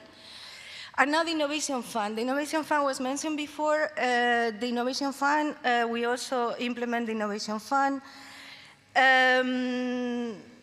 If you want to apply to the Innovation Fund, national contact point. I put you here for Greece. So you have the link here, where is your national contact point for Greece for the Innovation Fund. This is for highly innovative clean technologies, and it is true, since the last ETS revision, now the emissions from shipping are also part of the ETS, so the sector can also benefit to use that money to be invested in low carbon technologies. Innovation Fund is about CO2. Okay, it's about reducing the emissions. So for the time being, we have 40 billion euros, because this always depends on the carbon price in the market. For now, it's 75 euros per ton. 12 billion in EU funding, around 200 projects already awarded. Here I put you some interesting examples for your information that might be, I think, interesting for you. But the most interesting is that the 16th of December, we have the Innovation Fund 2025 Net Zero Technologies call. So this might be something for you, and we have an info day. So all the information is there, 16th of December. The other program, of course, that is very important for research and innovation and demonstration is Horizon Europe. Because Horizon Europe is huge, so not to be lost, your cluster is Cluster 5, that touches upon climate, energy, and mobility. 2 research areas, climate action and transport, but also the EU missions. Please don't forget the EU missions, specifically the ocean mission, the adaptation to climate change, and the climate neutral and smart cities. We were talking before about communities and what is the symbiosis between offshore, onshore, port, and the communities at the coastal level. For example, in the oceans mission, we have the Mediterranean Lighthouse that is called Blue Mission MED. Here I put you the link to the mission portal. So far, the mission has focused on decarbonizing the fishing vessels. So we have 3 projects on that. And again, another date for you important is the Digital Ocean Forum on 2025 on 27th of November. So the Digital Ocean Forum Day, Thursday, 27 November, in the link you have all the information. Within Horizon, we also have the waterborne transport research and innovation. And this is about zero-emission solutions, energy system efficiency, and digital. Again, it's research mainly, but also demonstration. We have different examples here to tell you that it's not only technology, but it goes more than that. And for example, right now there is an Horizon call open about real-time monitoring because digital is coming, and it's coming very strong. So the future calls are going to be all around digital or smart of things. Important for you, very important for GreenMED, and for the shipping is the partnership on zero-emission waterborne transport. I put you the link of the waterborne, but again, waterborne is financed by the Commission through Horizon calls as well. So you can apply. This is a little bit of a summary of Horizon. So again, climate, energy, and mobility. I put here all the interesting links for you. So a little bit what are the priorities now for Horizon Europe. The international cooperation in the program, because now Egypt is eligible for funding, so this is an advancement, so we are progressing. Put you as well the strategic plan, the Horizon Europe Work Program for this year, also all the links on the missions, the European partnerships also is a way, European partnership is a way not only to get money, but to make things happen. As we have seen now with this project and other movements, we are going through the EastMed, so we progress. And the framework program, there is a proposal, because you know, as of 2027, there is a new financial framework, and everything is going to change, and things are going to be very different. So here, just for your information, for a little warm-up, I put you the proposal. So this is the link to the proposal for the next framework program for Horizon.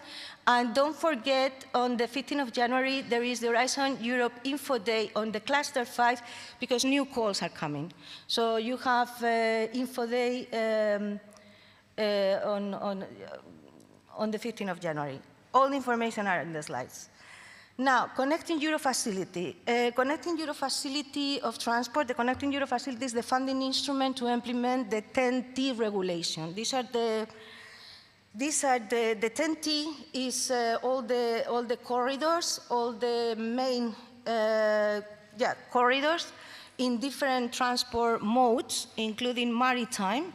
So the European transport corridors for maritime, you see we have the Mediterranean corridor, but we have the Mediterranean and Western Balkans, Eastern Mediterranean corridor, we have also in the 10T regulation now, and the North Sea Rhine Mediterranean corridor. So there are a lot of things happening around the Mediterranean with the 10T regulation.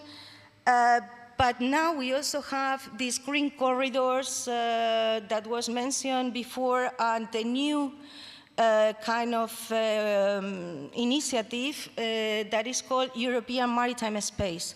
I put you there at the link because I think this might be very interesting for you. As the European Maritime Space, you have the correspondence from each of the regions, And this is about maritime transport infrastructure, sustainable and resilient short sea shipping links. Again, 10T regulation is about port infrastructure, it's about corridors, but very important within the CEF, also in the window of funding for CEF, not part of the 10T, we have the alternative fuels infrastructure facility. These are funds to develop infrastructure at the port level to have the delivery and the feasibility of access to alternative fuels. And right now, there is a call for proposal open. So I put you the link, and in the link you have also information about the call for proposal. So there is the 10T with the CEF, and then we have European Maritime Space, also 10T DG Move, and then we have Alternative Fuels Infrastructure Facility. Okay, this is a facility. As you can see, Connecting Europe facility is the one who has most of the money because it's infrastructure. Several examples. So you see, you have works at the ports, also delivery of fuels, and again, very important, the safe transport national contact points. You want to put something together, national contact point.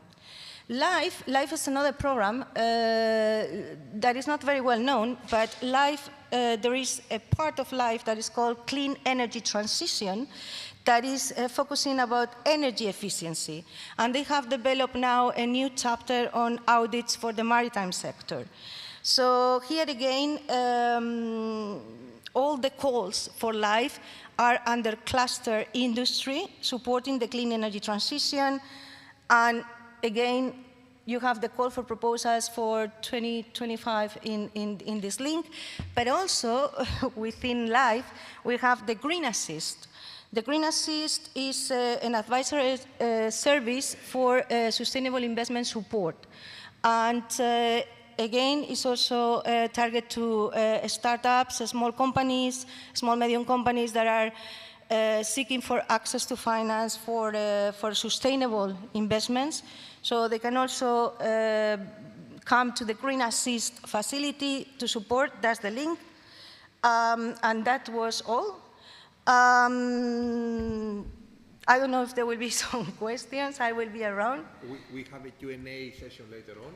Many links. Thank you very much. Yes, I think it's important. Instead of I talk a lot, that's, you know. Yeah. No, thank you. Thank you. Thank Okay. you very much. Thank you. Thank you.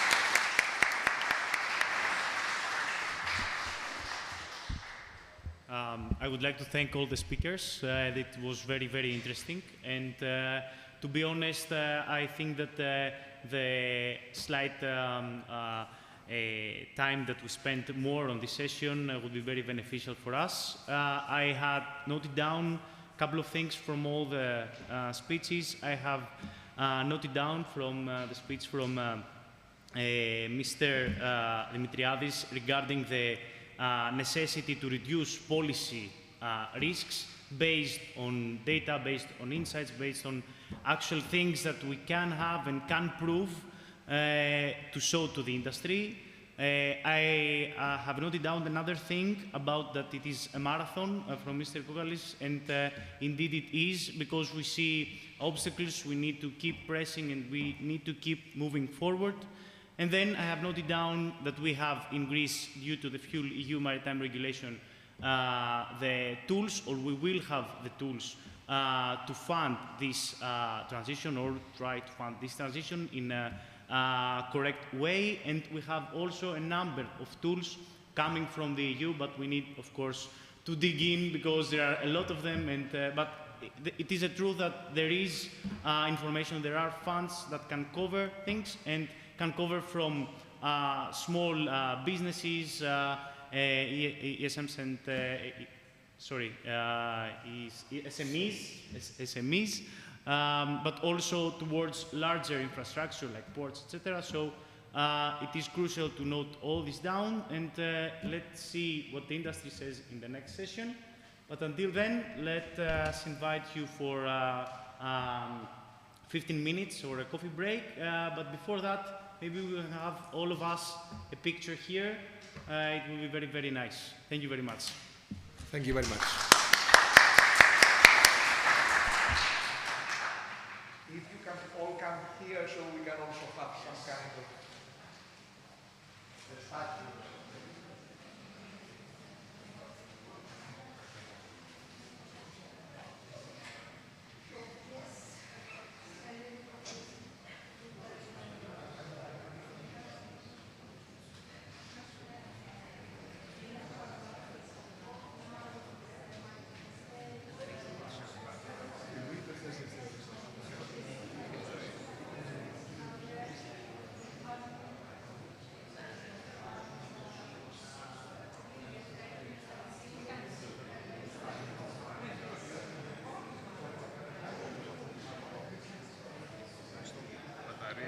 Ελάτε όλοι να καθίσουμε έτσι ώστε να μπορέσουμε να είναι κάπως...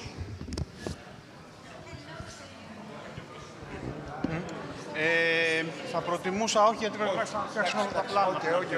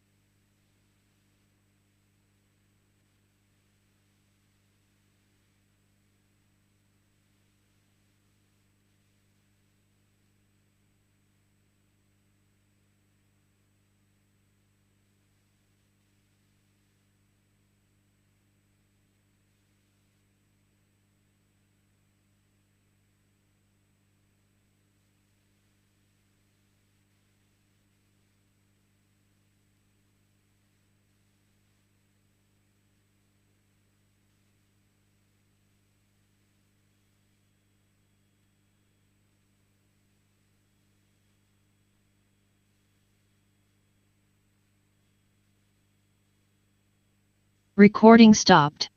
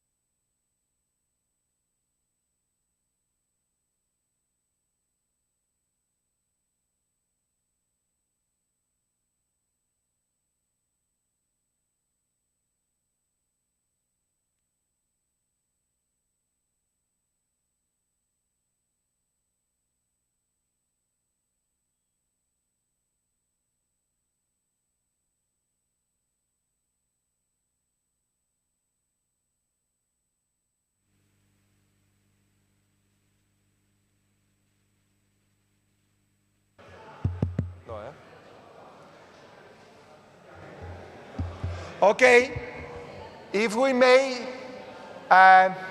Manolis,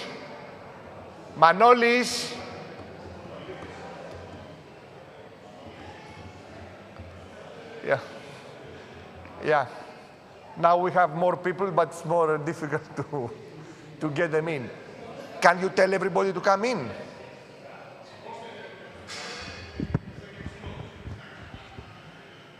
Ανεβοκατεβαίνουν αυτά. Okay. If we can continue. Now. Recording in progress. Okay, thank you very much. If we can continue, and if we can all sit down. Slowly but steadily. Very nice. Now we are starting the second session of this event, of the GreenMED final event. The second session focuses more on the industry and the viewpoint of the industry on the topics that we have discussed. So about decarb, energy efficiency, environmental footprint, the environmental side of shipping. And we have a set of very interesting presentations and talks. And it is interesting because I think that it will show another angle of what we have been discussing. And it would be interesting to see how this can be combined with what we have heard. So I would like first to call to the podium, to the floor, Panos Kourkoutis, who is the Technical Director of Sea Traders SA, and he's also here under his hat as a chairman of Martecma, of the Technical Managers Association. So, Panos, the floor is yours, and I'm going in out to flock everybody in, okay? Yeah.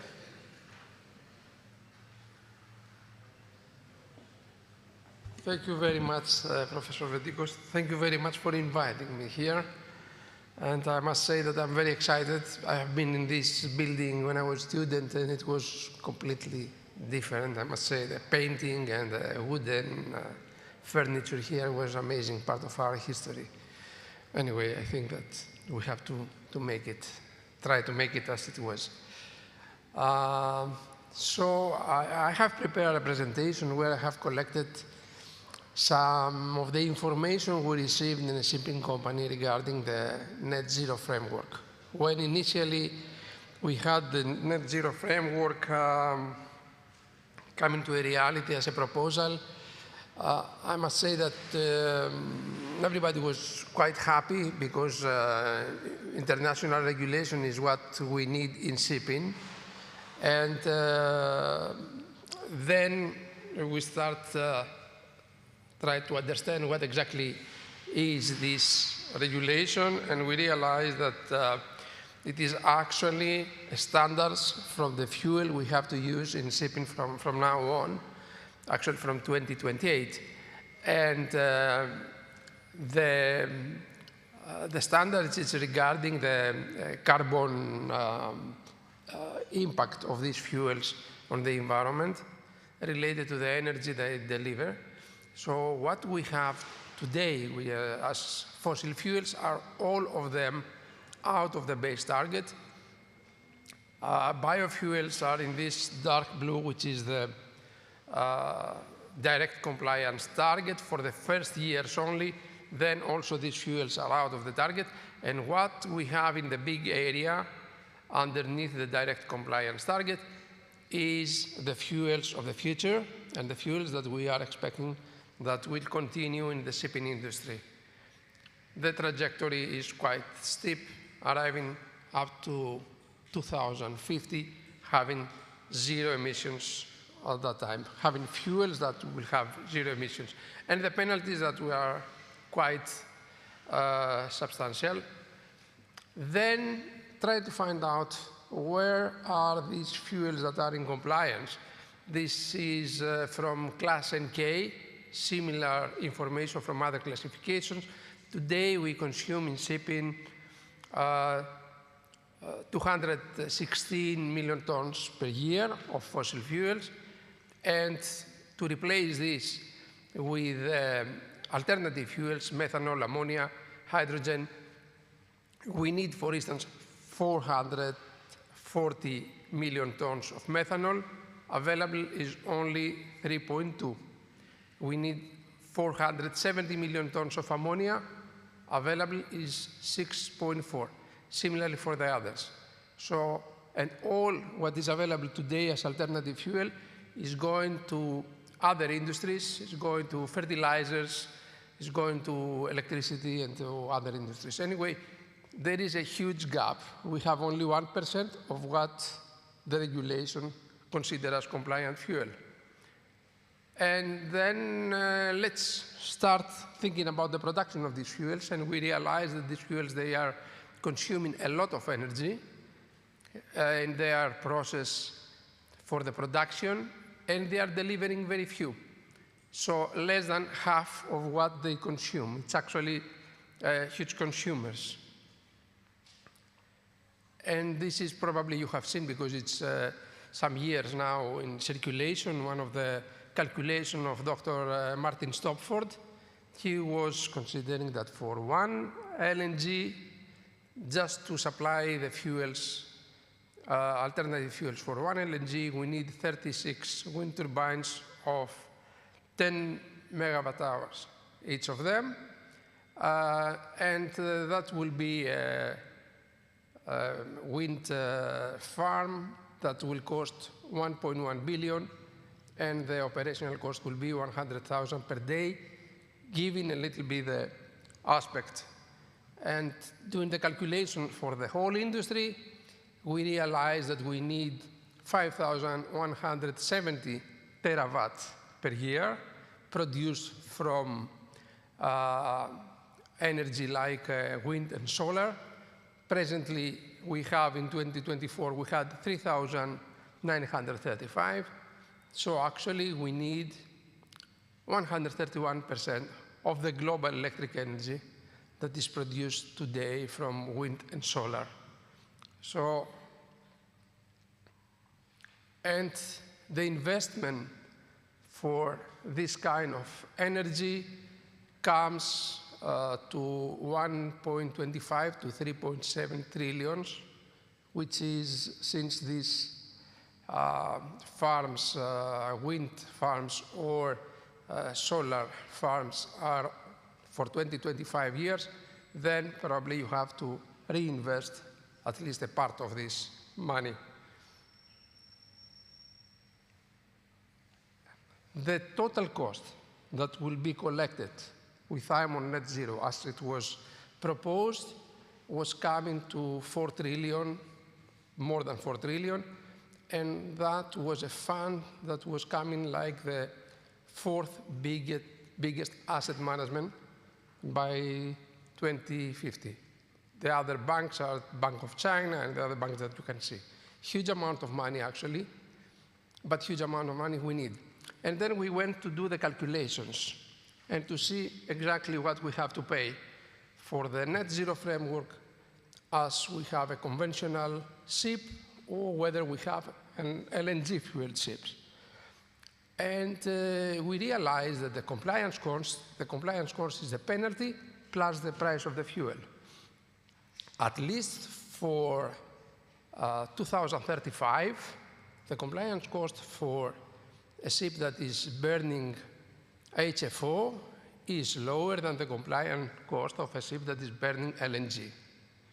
Then this will be changed if we check 2040 and 2045, and then the LNG becoming cheaper in the comparison with the HFO, but the capital cost of the investment that you have to do in order to have a ship able to burn LNG will never come back. So at the end, the calculation is going to show you that the best option financially is to go with the heavy fuel. And even if you compare heavy fuel oil with very low sulfur fuel oil, still we have also a price difference of $150. Now it is less. It is probably $100 only. But the penalty is lower when you have HFO, and the price of the fuel is lower. So it is clear. And you have also an indication of the cost, of the penalty cost. If we go for VLSFO, the fuel and the penalty cost is 65 million. And actually, in the life of the ship, for a ship that you spend something like 70 million to build it, the penalty will be 3.5 times more for a conventional ship. If we're talking about an LNG, it's a little bit less than 3 times. But actually, the investment that you will do, you have in mind that then the penalty will come. And similarly, I don't have here, because it will be very complicated, the full details of the calculations, is the comparison of the fossil fuels, like HFO and LNG, with the alternative fuels. And we consider the fuel cost and the regulatory compliance cost. We don't have here the capital cost. If you add the capital cost, comes clearly again that fossil fuel and biofuel is the best financial option of investment, while the e-fuel, ammonia or methanol, will be always more expensive and you will never have your money back. And this is with regulations like Fuel EU included and the net zero framework. Then we have also information about the reduction potential as CO2, what this kind of energy is transformed is in terms of CO2. As also Mario Draghi pointed out in his study, aviation and shipping is the most difficult industries to decarbonize. And this because actually, when you are moving to alternative fuels, a lot of energy going to be lost. It's the energy that you start with the electric energy, then you will make it in the chemical energy with the production of these alternative fuels, the transportation on board. You have to be stored in the frozen condition, still energy required, and at the end the potential is very low. While you go for a car, the electric energy that you produce will be 100% go to the car and will go to the road. So you have a huge reduction of emissions. And furthermore, we have other information. We make things even more complicated. So there are this kind of information coming, maintaining that for ammonia, for example, it is not only the toxicity and safety aspect of the fuel, but we have also a very negative environmental aspect, because ammonia has, in the various stages, the ammonia which is sleeping, and then will be converted to nitrous oxide, which is a greenhouse gas itself. And then this is the full picture that we have in a shipping company when we try to investigate whether the investment is better to go to conventional fuels, to LNG, or to other forms of energy. What we have to do. This is from the World Bank report. It's a very nice report issued just a few weeks ago, where they maintain that 40% of the emissions can be cut by energy efficiency alone. That 250 million tons of emission can be cut at no cost, just by improving efficiency. And there is also a huge saving. For those who are familiar the way the ship is operated and what is the impact of the speed, this is something that we have understood very, very often. when we have a ship and the charterers request to do the voyage, to perform the voyage at a speed of 14 knots, we're going to burn 4 times more fuel than when we do the same voyage with a speed of 8. So there is a huge difference of the energy required between the high-speed operation and the low-speed operation.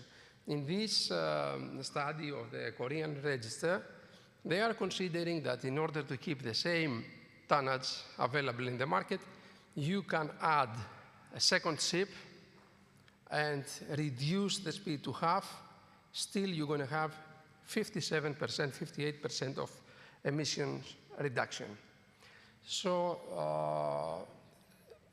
the question is now, why proven measures, despite their cost efficient and emission potential, remain unused? Why we don't implement these measures now that we found these difficulties with the alternative fuels, and actually we do not have another energy like batteries or something other that we can make us move forward?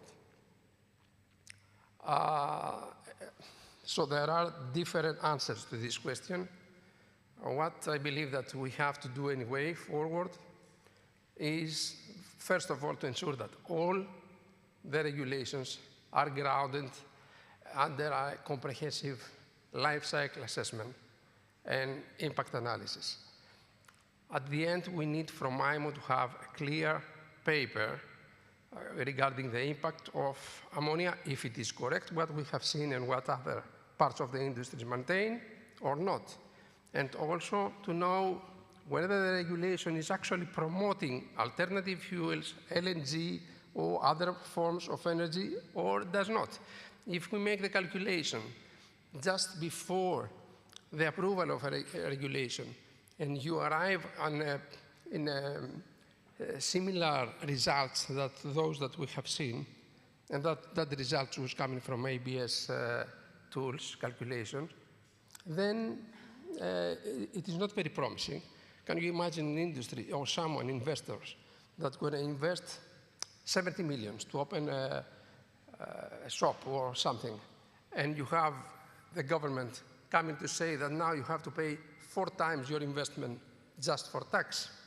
Of course, we'll have a reaction, and we'll say, but that will not be sustainable. Then, enhance vessel performance, optimizing existing technology, and also operational practice. There is a huge potential on ships' arrival at the correct time in the port.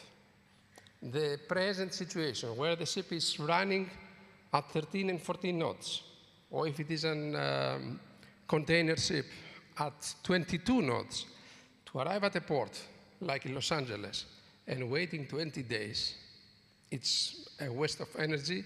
And whatever calculation we're doing, even if we're considering alternative or other forms of energy, this energy should not be wasted. We don't have the right to waste the energy. Then digital solutions. There are so many digital solutions today. So instead of leaving decisions to experienced people, there are today tools to give you exactly what is the best way of operating a ship, the best way of doing your job, and we have to implement them. Then define the standards for the next generation of ships. This is also very important. We know that ships have to have a better efficiency index, but we don't want to create the ship that we will have the better efficiency index. Creating a ship with better efficiency index meaning less energy requirement, bigger size, slower speed. This is something that has to be implemented today in order the whole industry have the picture. The ports should know that the ships will come with deeper draft and bigger size. The shipyards should know that the ship will not be operated any longer in 22 knots, will be operated at 18. Doesn't make big difference, this, but we have to decide now, so we have in front of us less energy requirement. So invest in port infrastructure and facilities. This is also important. So we could have, by tomorrow, the ships with installation which is not cheap to perform the cold ironing, to go on the port and to stop the generators. But we need the port infrastructures. Then, for the whole transition, we have to have everybody in the pictures. We cannot do something just by ship owners, without the charterers, without the yards, without the cargo interest, because then the only thing that we are doing is complaining one to the other, who's going to pay for this and who's going to pay for the other, who will pay ETS, who will pay fuel EU. So something has to be clearly defined in the regulation to have a shared responsibility for all. And finally, and this is, I think that this is the most important, is to safeguard that the environmental objectives have to be different from geopolitical and financial interference. Because we have seen that finally we have part of the world moving toward that direction and some other part of the world to different direction. While we're talking about the same environment, it is clear that the incentives are not environmental. Thank you very much for your attention.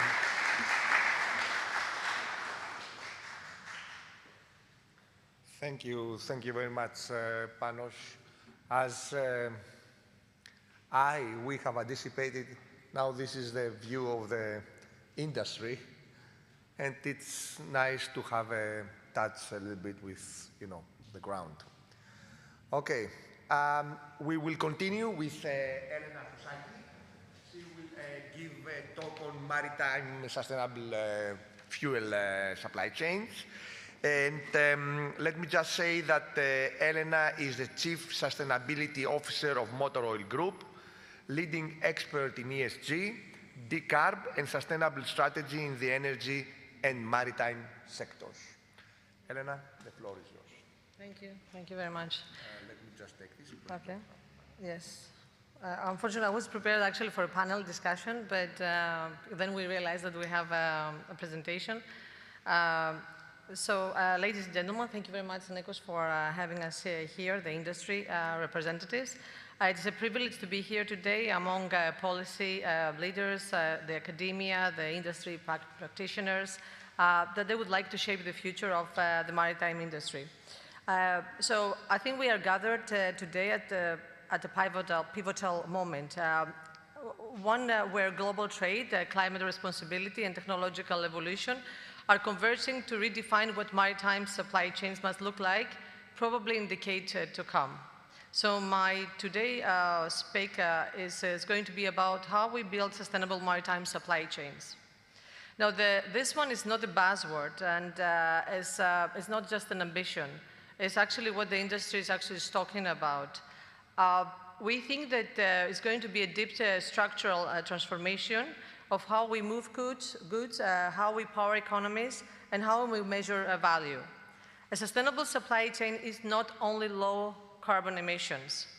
It's actually more than that. It's more about resilience, it's more about transparency, it's more about digital enabled, financial sound and inclusive of the people who make the system run, from engineers and officers to cargo planners and port operators. So let's start to put the landscape. Shipping contributes, as people said before, approximately 3% of global greenhouse gas emissions. That might sound modest for many years now, and I've heard many times, but the industry is responsible for over 80% of global trade by volume, which means basically that every product actually includes scope 3, which means that it's a part of the shipping. So decarbonization does matter enormously. According to the IMO, we do have some ambitious targets to reach. And it is correct to say that until now, we have this amazing target of net zero by 2050. However, we have the NZF, the net zero framework, to be postponed for 1 year. So what do? Since the regulation is completely uncertain, and while many from the industry are quite frustrated, I think it's a great opportunity, this delay of 1 year, because here is where we can actually prepare. We can start investing, we can start reading again and redesign again. So we may have the time to actually, align the whole ecosystem with within this 1 year. Let's try to see how we can create this sustainable maritime supply chain. There are 6 interconnected pathways. First of all is the alternative fuels and bunkering infrastructure that Panos actually mentioned before. It is true that as we speak right now, the transitional and the conventional fuels are the ones that are in favor. However, we have only 1% of the global fleet that runs on zero-emission fuels, like methanol, ammonia, hydrogen, biofuels. And we see that there are other fuels are emerging. We even start discussing about nuclear in the next decade. But of course, there are so many issues with regards to the safety, the availability, the life cycle challenges. Now, here is where we have always this chicken and egg situation. We had it in past years within IMO, where the fuel suppliers expecting the demand to pick up, and where basically the shipping industry is expecting the fuel suppliers to be ready.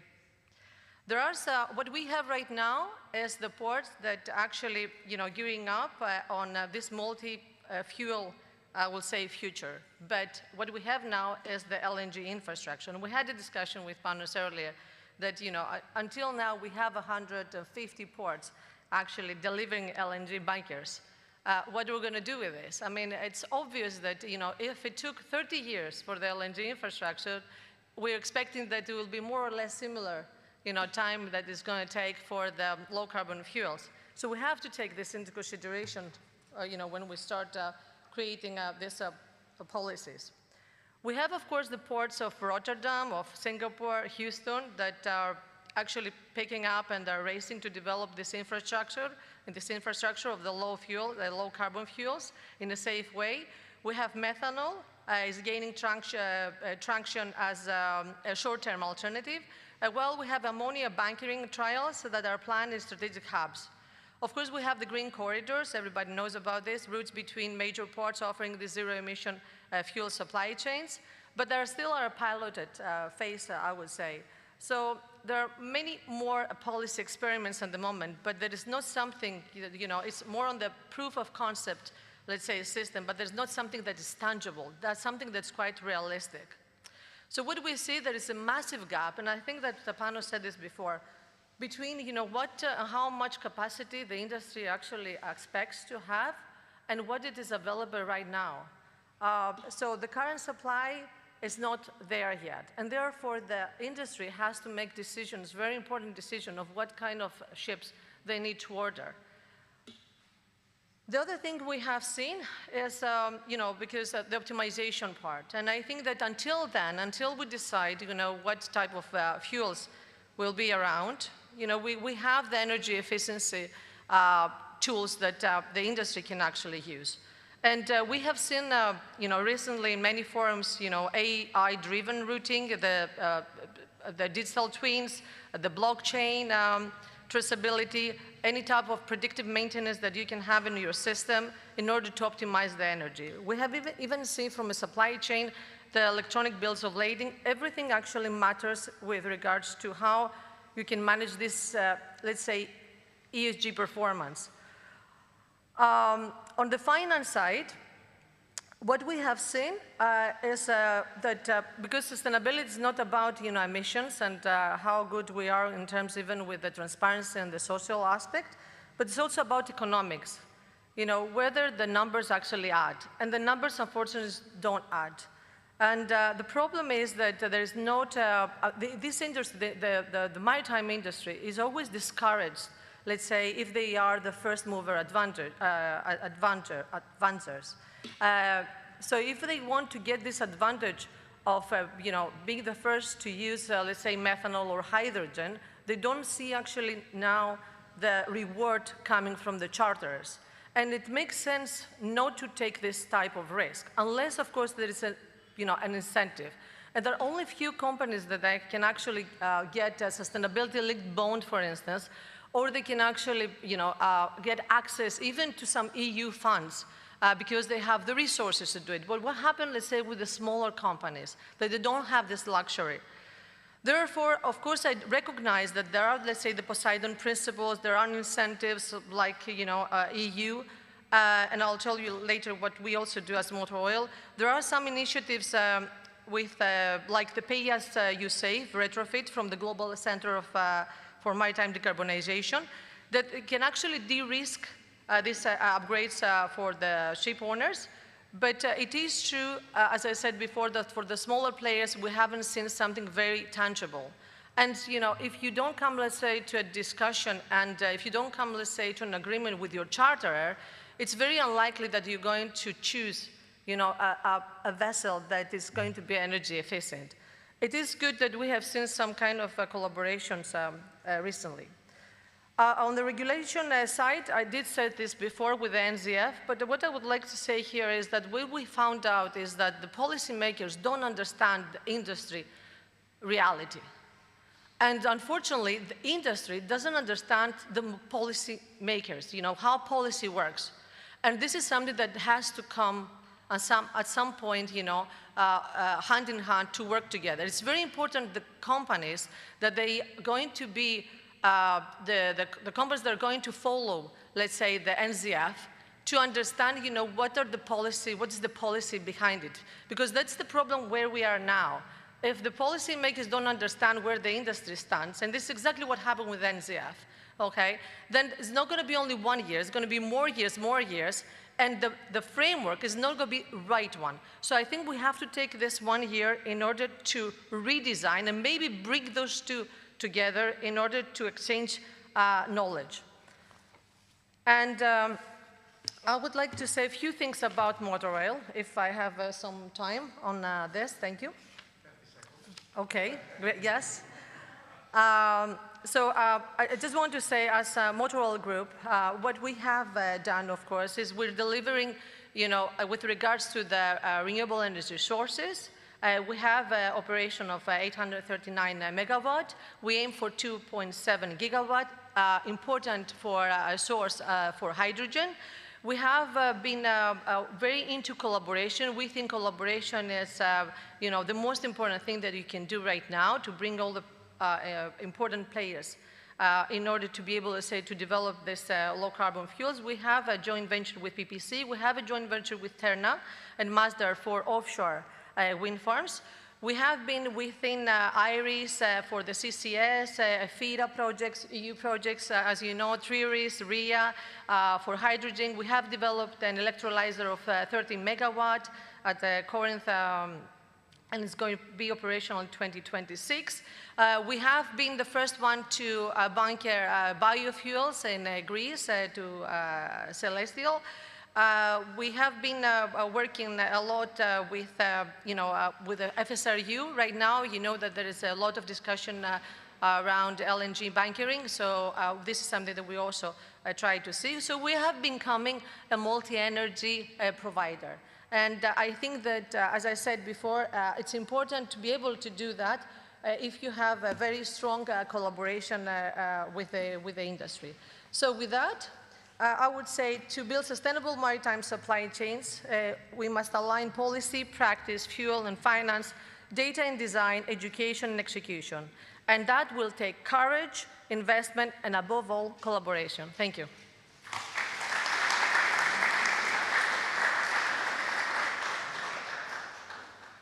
Thank you, Elena. Thank you very much. Sorry for the mix-up with the panel. I didn't realize that. Thank you very much. As I said, it's very interesting how, the industry is seeing from a different angle the whole situation. But I truly believe that this osmosis between, the various players, it's very, very important. Now, Adonis is coming up. Adonis Trakakis, who is the Energy Transition Solution Technical Director at ARENA. And he will be talking about the reduction of greenhouse gas emissions. So, Antonis, the floor is all yours. Thank you very much. Dear Professor Vendikos, thank you very much for the honor of this invitation. Congratulations for the work you have done on GreenMED. And I'm very happy to see this historical building being maintained and renovated. Ladies and gentlemen, kalimera. Very happy to see you all today. The word decarbonization entered in our life several years ago. I think it is very important to go back to basics and understand what are the key pillars of what we're trying to do. There are three very important words in the whole strategy. One is to start as soon as possible the progressive reduction of emissions. What is the meaning of each of them? Why to start as soon as possible?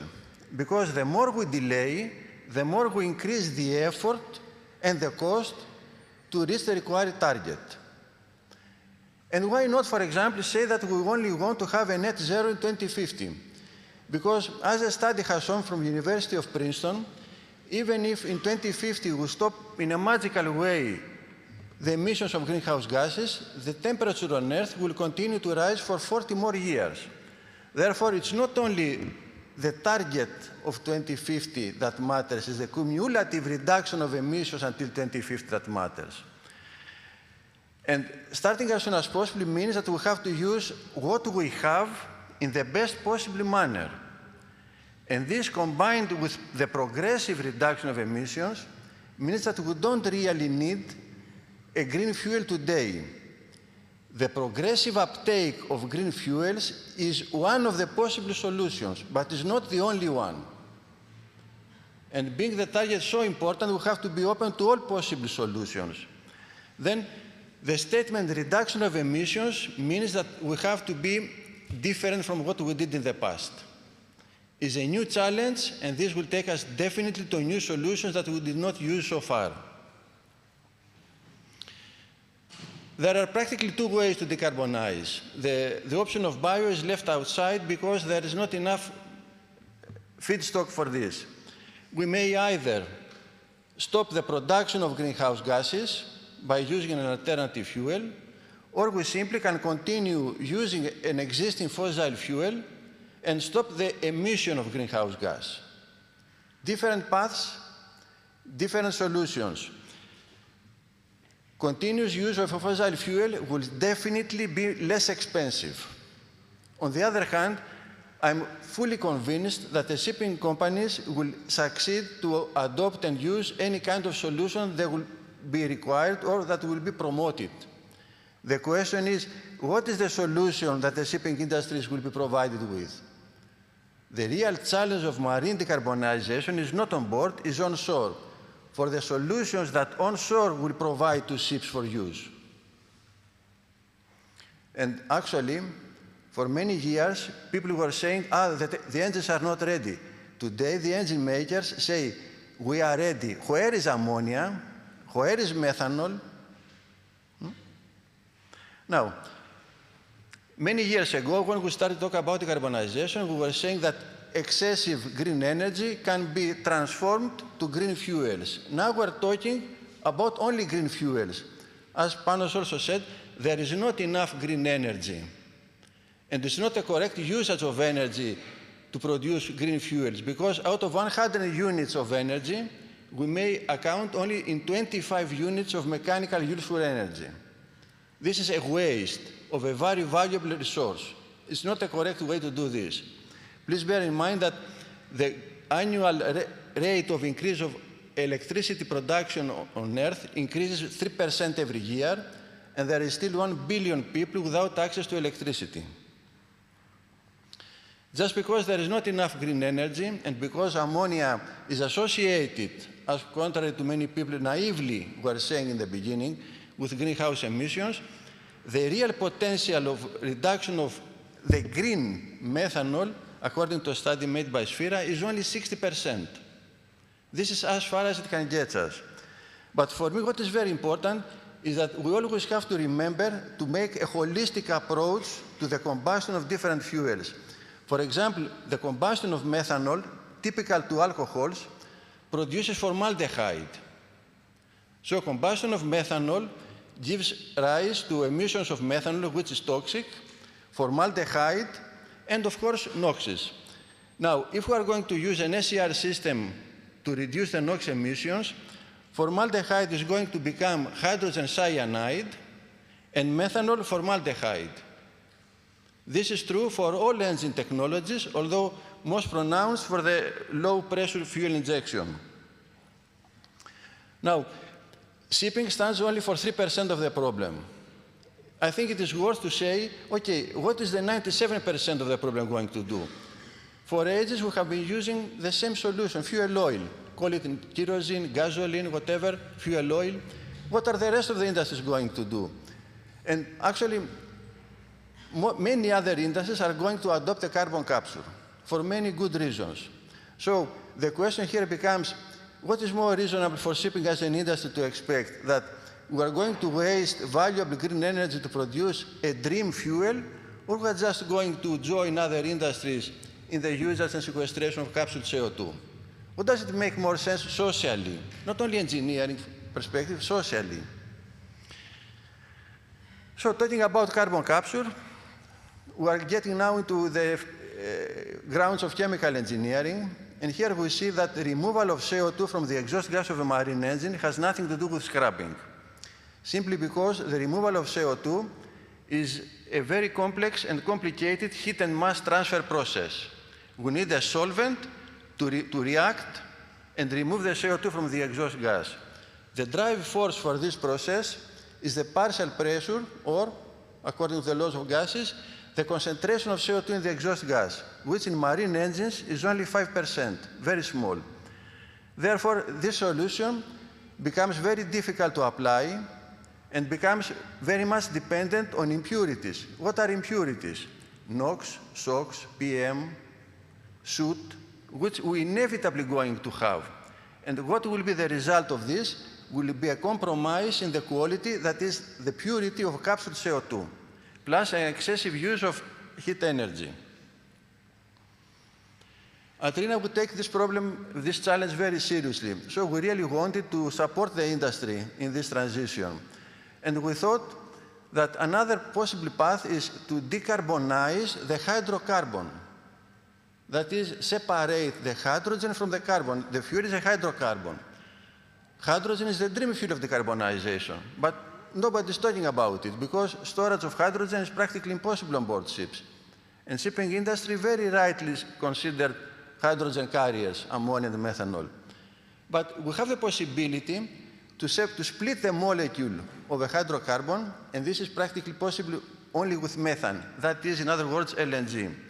We can split the molecule, convert the atom of carbon to CO2, or carbon in the process of pyrolysis, and use the hydrogen as fuel. The captured CO2 can be liquefied from the cryogenic temperature that LNG is stored in the tank. And very importantly, out of the reformer, which is the hydrogen generator technology, the separation of CO2 and hydrogen, because it takes place at elevated pressures, not at the ambient pressure of the exhaust gas, can be done in a physical manner. You don't need chemicals here to separate CO2 from hydrogen. It's a physical process, much easier. By doing this, what actually happens is that we convert LNG from a transitional fuel to a fuel in transition. The vessel will be able to bunker at all times only LNG and dispose ashore CO2. Hydrogen is a very reactive gas. It's not that explosive as we think. It's extremely flammable. It can only be ignited with a heat source. Without a heat source, the ignition energy is very high, but the ignition temperature is very low. It strongly promotes the combustion of LNG and reduces very much the emissions of unburned methane. RINA was a pioneer, together with Liberia, when we submitted the proposal at IMO, so that carbon capture is considered as a means for the reduction of emissions. The good news is that the two-stroke engine, which has been the Swiss knife of shipping, today is capable to burn fully hydrogen. You still need a small quantity of pilot fuel because otherwise hydrogen will not ignite by itself, but it is proven that the engine, without excessive pressure, that is, without affecting the internal stresses of the bearings, can go up to 100 usage of hydrogen, and of course, even fuel shares with LNG and hydrogen. This is a slide which somehow simulates and describes how this solution can possibly cope with FuelEU, the only today live regulation about the reduction. We see that the progressive introduction of hydrogen in the fuel share with the LNG takes us very close to the targets of FuelEU in the future. And another very important topic that we have failed to appreciate is not only that the methane slip matters. What is very important and involved in the overall emissions of LNG is the well-to-tank emissions. And the biggest contributor in these emissions is the energy required for the liquefaction of LNG, which today takes place with compressors that use a lot of energy. If we decide instead to use green energy for the liquefaction of LNG, and together with the possible reductions of methane slip that we have achieved today, then LNG becomes an extremely friendly fuel, and in a share of only 50% with natural gas, with hydrogen, can take us well close to 2050. And for us, we have to recall that 10 years ago, nobody was talking about LNG. What makes you believe that 10 years from now, a fuel that today is dominant will still be relevant? We consider that it is very risky today to make a selection for an owner and commit on a fuel solution that there is no future. What we see very important is to use the resources we have in the best possible manner and give time to technologies to develop that will take us to net zero and beyond. Thank you very much for your attention.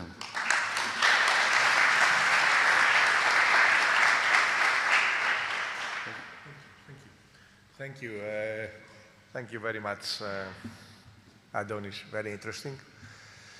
Yeah, I guess that we all heard various things. I mean, sometimes policy making and the industry can be far away. We need to bring them closer. On the other hand side, you know, as one of the speakers said, this is a river, and the river is already there. Water cannot be retracted, so we have to see how we will do that. Professor Psaftis is you now. Professor Psaftis, he is an ex-professor at MIT and NTU, and an emeritus professor from DTU, and he will have a critical approaching of things. Okay, the floor is all yours. Thank you very much, Nico, and thank you for inviting me, and congratulations for GreenMED. How do I start this? It will be started automatically. It's already there. It's not really a critical review. I mean, I don't have too much time. It's going to be a very short intervention. Really, my 10 cents on some aspects of the problem.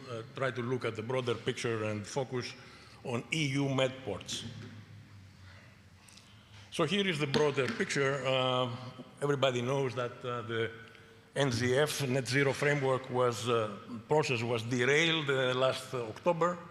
It was adjourned for a year. It's unclear how it's going to proceed, and in my opinion, the prospects do not look very good. Why was the failure? I'll give you my opinion. My opinion is that there are two reasons. One is the measure itself. It's too complex, does not collect too much money, and no clear path. And Mr. Kourkountis gave a very nice presentation of the NZF. That's the first reason. The second reason is the stance of the United States. I'm not a supporter of President Trump, but I think this outcome was a big win for President Trump. Let's look at EU. I'm not going to talk about FuelEU Maritime. You gave a very nice presentation. I will focus on the inclusion of shipping on the EU ETS. So EU ETS, emissions trading system, this is the scheme. The inclusion monitors and charges 100% of CO2 emissions from all intra-EU trips, 100% of the port emissions, CO2 emissions, and 50% of emissions from trips between non-EU and EU ports. The standard rules apply. There is a phase-in period from 2024. 2024 was the first year to 2026, and then you extend to other greenhouse gases as of 2026. This is the latest newsletter of Freeport. Do you know Freeport? The Federation of European Private Port Operators, Port Companies and Terminals. It says in the October newsletter, ETS for maritime should not become ETS against EU ports. And I have this picture, which is, they say that is part of an academic article. The academic article is a paper that me and my PhD student, Sodiria Lagovardo, published about 3 years ago, in March of 2022, where we alerted about the risk of carbon leakage if a ship transships, that is transshipping in an EU port, goes and transships outside the EU port, there is a risk of carbon leakage, loss of ETS revenue and loss of EU port revenue. The original directive did not foresee this risk. It was kind of oblivious, no provisions to mitigate this risk, but the final version of the directive in 2023 explicitly acknowledged the risk of transshipment and had language to mitigate it. There is this 300 nautical miles exclusion zone and a list of relevant non-EU ports. So this is the 300 miles exclusion zone. If you are a non-EU port and you are in that area, it's like, and there is transshipment there, it's like you are an EU port, essentially. The list right now has 2 ports, Tangier-Med and Port Said. I don't know if there's anybody from Morocco or Egypt in this room. Anybody? You said that you have an Egyptian partner? Yeah? Okay. What does it mean? If the ship comes from Singapore, transships in Morocco, and goes to Rotterdam, the entire trip counts for ETS purposes. And the question is whether it plugs the loophole. It doesn't really plug the loophole. The original directive said there was a big loophole because there was no tax between Singapore and Tangier-Med. The final directive, there is a 50% tax, but it's still cheaper than going through Algeciras. So there is still a smaller loophole, maybe. And I have made some calculations and tried to estimate what is the lost ETS revenue. I calculated it at about 40,000 euros per trip. And the port revenue is much larger, actually. It's about 200,000 euros per trip. And you have many trips per year. Huh? There is another example here, which is in Greece. The Piraeus Crete is ordinarily charged the full ETS price because it's an intra-EU trip. But if you add Milos as an intermediate stop, you are fully exempted. And not CO2 is charged. So recently, even though we are in a transition year, we have seen ships stopping to Milos, and actually many ships stop at Milos. Why do they stop at Milos? I mean, they say, well, you can sleep more, 1 hour sleep. The reason they stop at Milos is to avoid paying into the EU ETS. There has been a report of the Commission last March about the effects of ETS. Actually have been to a meeting of the so-called European Economic and Social Committee last June that investigated the impact of ETS for 2024. Of course, 2024 was a transition year. Not the full ETS price is charged. They charge 40%, and the report covers until the 2nd or 3rd quarter of 2024. And also, you also have the Red Sea crisis, which in a sense can mask a possible evasion. The report says that basically there's no problem, but there are some caveats there. So the EU port sector is concerned, and you have this, and Freeport is not the only organization that has concerned. The ESPO is also concerned, and et cetera. So what can be done, in my opinion, continue monitoring the situation. Maybe, and I don't know whether this is legal, charge 100%, not 50% of the greenhouse gas emissions for trips between the EU and non-EU ports. There is a 65% minimum requirement for these ports that can be put in this list. Now, the list, as I told you before, has only 2 ports, so I think this list should be expanded. The directive only covers container trades, but a similar thing can happen to ro-ro carriers. I mean, you can have a ship coming to Montenegro, for example, and have a transshipment there. It's not covered right now. And reduce the exemptions and derogations. And as far as conclusions are concerned, certainly the EU med ports have a big role to play in decarbonizing shipping, and I'm sure that there's a lot of progress being done, but you need some kind of policy intervention to avoid evasion, carbon leakage, and loss of port revenue. I mean, you have a very green port in the Mediterranean, but if the traffic goes somewhere else, then there's a problem. And maybe we can discuss this at the discussion segment.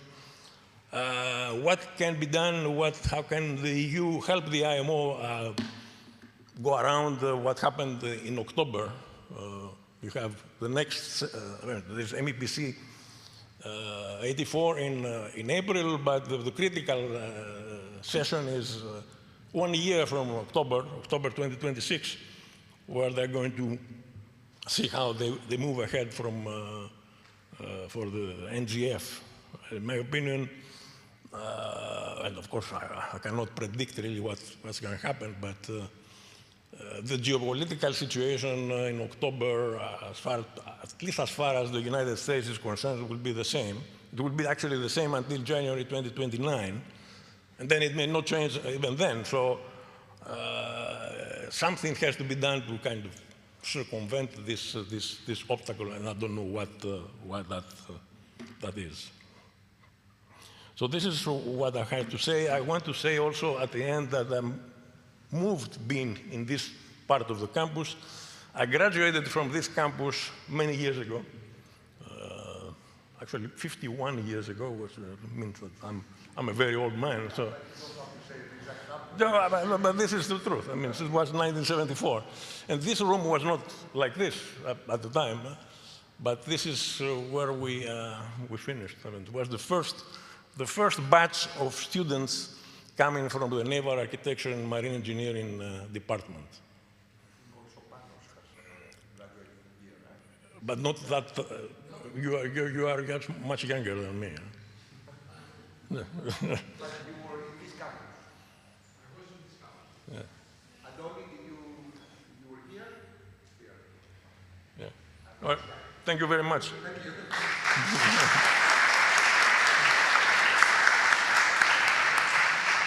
Okay, thank you very much. With this interesting intervention by Professor Safdis, we conclude this part of the event, the industrial-driven part. Now we have like a QA and a coffee break, and we are a little bit behind schedule, but I think we have 5-10 minutes to discuss a little bit. And yeah, go ahead. You have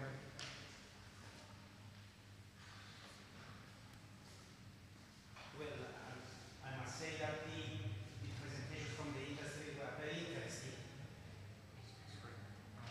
Yeah, I must say that the presentations from the industry were very interesting.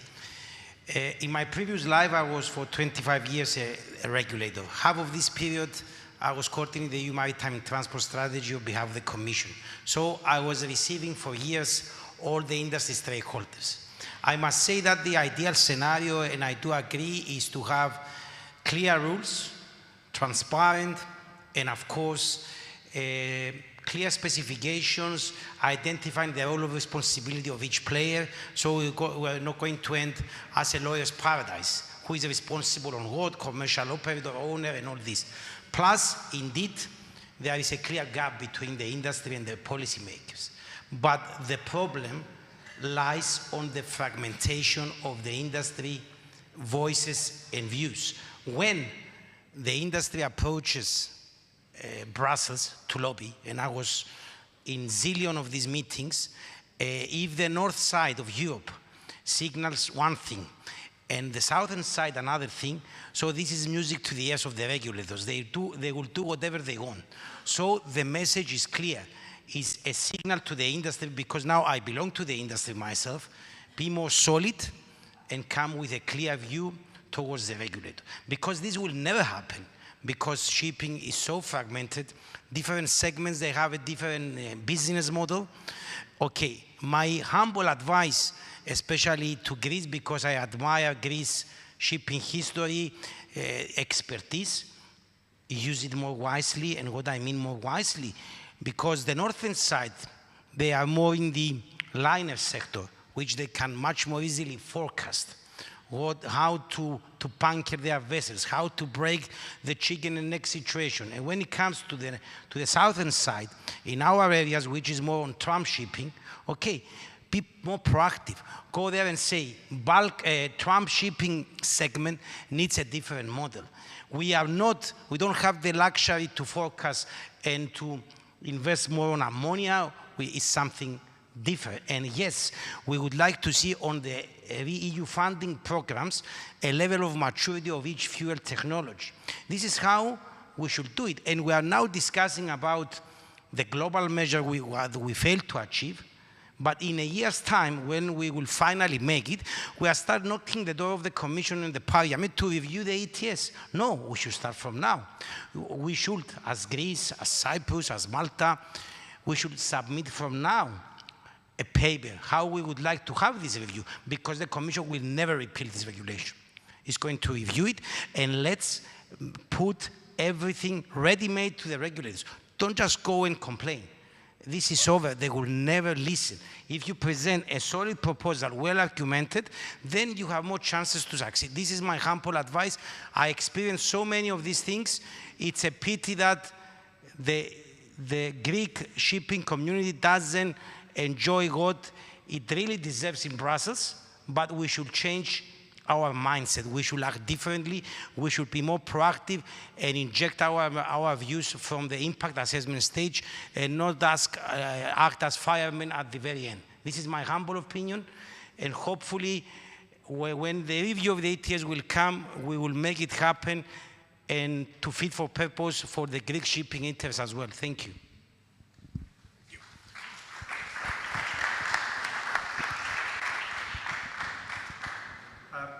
Thank you very much for your intervention. I mean, Professor Psaftis has put on his presentation, his last slide, a question, an extra or a similar or a relevant question would be, I mean, we heard about, you know, the October 2025, what happened at IMO. What are we expecting to change in 1 year? I mean, it's 1 year. I don't know. How can we be more prepared? How can we be more ready for what it is coming? What are we expecting to change? Because we're talking about 1 year here. It might be a second year. I don't know, but right now we're talking about 1 year. Are we expecting something to happen? And I'm talking from all sides. Something will change in the framework. Something will change at the industry. Something will change in the various sectors of the industry. Can we have like a 5-minute discussion on that? I mean, do we? Elena. I think we need to expect many things to happen within this year. I mean, aside, you know, whether Trump is going to be around or not. Some people say this. But in practical terms, I think that there were many questions coming from the industry for this NZF. For instance, you know, the governance of all these billions of dollars, how those are going to be distributed. So this is valid questions that have been around, and I think this is within this year, this is what they will try to solve out. The other thing is they will take into consideration for sure, you know, the LNG and the role of the LNG, you know, whether they're going to have it as a transition fuel and everybody will accept it. And we'll give a little bit more time until the low carbon fuels are ready. So I think what we're going to see is that a rapid response towards those questions. And I think that everybody's trying to see and lobby right now.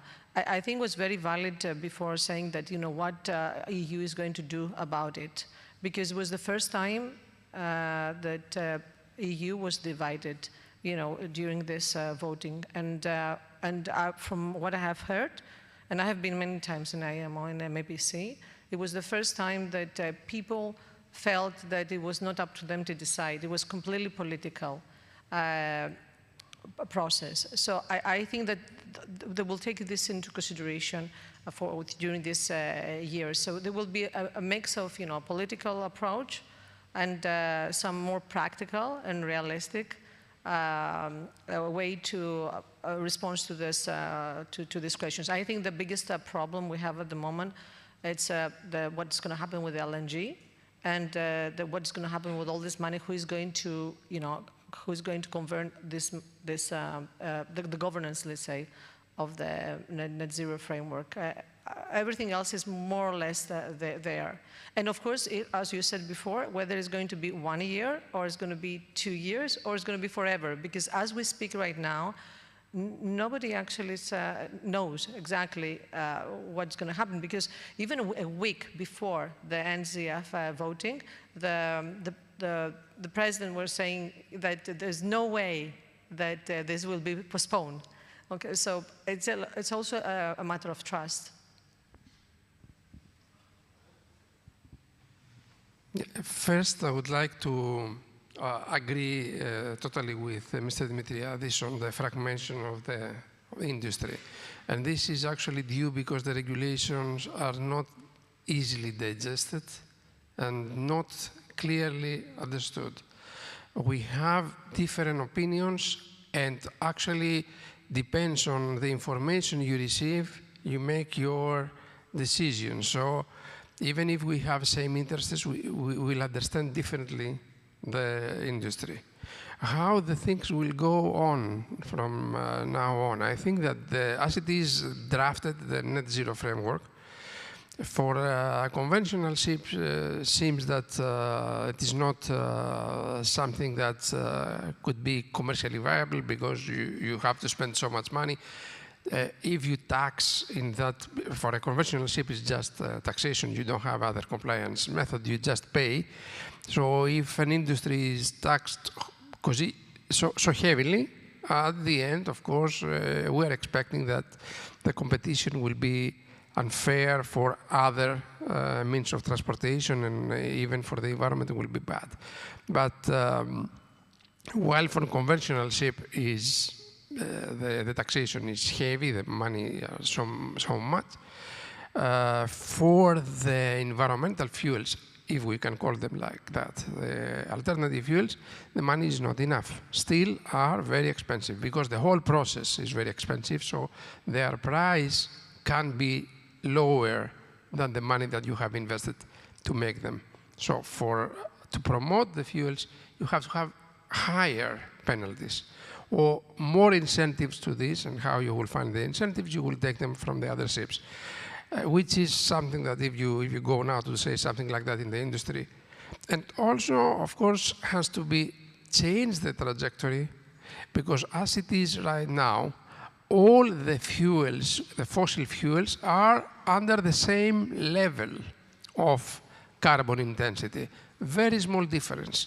If you put something to compare with zero, 80 or 85% GFI doesn't have a big difference with zero. If you make the target at 70, 80 or 85 will make a difference. And also the penalty will make a difference, and that will be 8, will have a promotion. So LNG can be also a viable solution.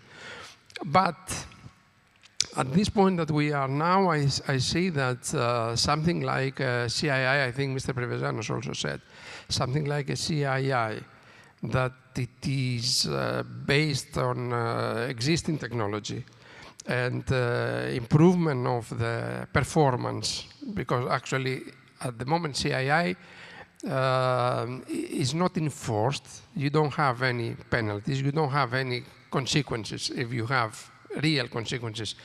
if you are out of the target. So putting this one will definitely help until 2030, 2035. Then we have to have in mind that from that day forward, we need totally different technology. We need either alternative fuel or batteries or whatever. The present technology cannot go further, cannot give any more benefit.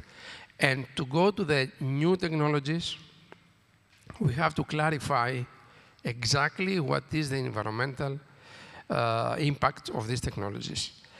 100 years ago, when we had 150 years ago, when we had the first internal combustion engine, nobody was thinking the emission is going to be a problem. Emission was something that's completely irrelevant, and we have the trees that will absorb the CO2, and now we have thousands and millions of internal combustion engines. We realized that that was a real problem.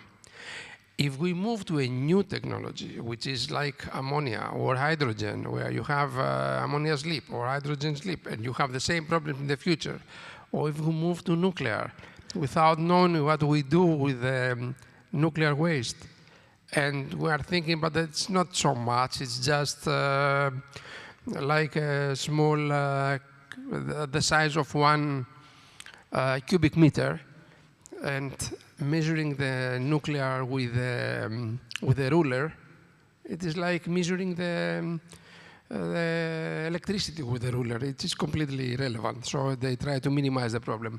So we must decide properly which of these technologies can go us to the next centuries without environmental impact, and then to implement the rules as necessary. Then we have these 5–10 years in front of us for this. I think Gemma has... okay, Dionysius and then Gemma. Yeah, thank you for giving me the floor. Yeah, I said before, I think that how things will move forward, that we will have some kind of indication up to the next MEPC 84, meaning up to the April of 2026. It is critical to identify how the United States will move forward, what will be their position, if they will accept somehow, let's say, a trajectory, less ambition that would left the transitional fuels like LNG to have space in this process. This is not something that is yet identified, so I think that's a very critical factor to this process. Don't forget that during the last MEPC, the extraordinary session, it was also China who voted in favor of the adjournment of the meeting, and if we consider which were the main supporters of the net zero framework, we can see there was the EU, one block, plus the Pacific country, and then it was there China. And there in the geopolitics, there's a clear competition now between the United States and China, and that has to do, they have said that very clearly in their statements about the electrolyzers. China is in favor in that. EU also is taking, when designing the funding programs, and I think that a parameter there is that how comes the electrolyzer, what is the state of origin. That is also for United States a big problem there. And this is how clean hydrogen will be produced.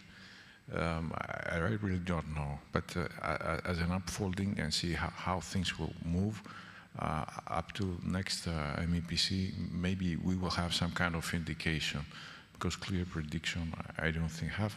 But let's also don't forget that in that previous MEPC, it was the first one that the US was expressed themselves openly, while before they were limited to have some statements. only statements, and there was a completely silent in the whole meetings or MEPC or the greenhouse intersessional working meetings. So yes, there will be a lot of diplomacy behind up to the next, and we may have some indication. I don't think that anybody can give any clear prediction now at this stage. Thank you, Dionysius. Gemma?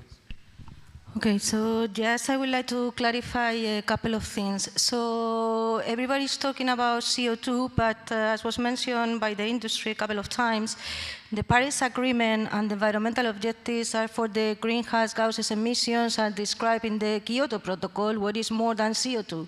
So whenever we talk about CO2, we should talk about CO2 equivalent and include other gases that some people forget. But they are part of the protocol and part of the Paris Agreement, first. Then there was saying the nuclear energy is about the waste. Well, carbon capture and storage is about waste as well, because you capture the carbon and you store, and then what? You continue storing until the storage place is full, and then you find another one, so it's like nuclear waste. It's a waste at the end of the day. Third, there are a lot of problems for international shipping to comply with international regulation and European regulation. What the professor just explained, this is reality. This is happening, and it's even worse. There are new ghost ports created. So actually, yep, there is a gap there between the European compliance and international compliance, because some shipping is working in both. It's not only European waters.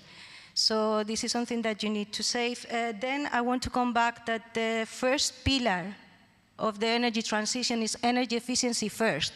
It's like Trump. We say energy efficiency first, but we forget. So first, energy efficiency. Energy efficiency is not only about the smart, digitalization, optimization of processes. There is a lot of behavioral changes that go through training and skills.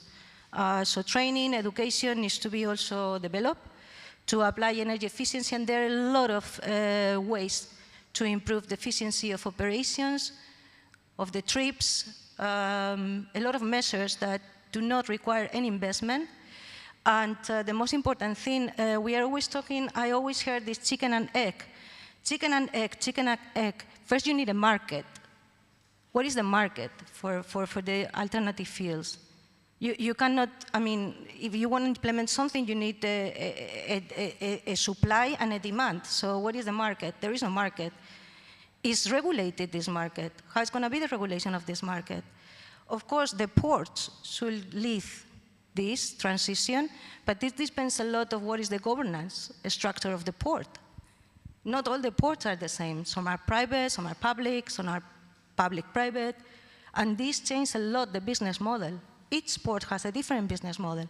And let's not forget that industry is business. We are talking about economics and economic activities and growth and wealth, competitiveness. This is all business. Regulations is politics, and it's not always business. So there has to be more dialogue. But what we need in the next year is more bottom-up.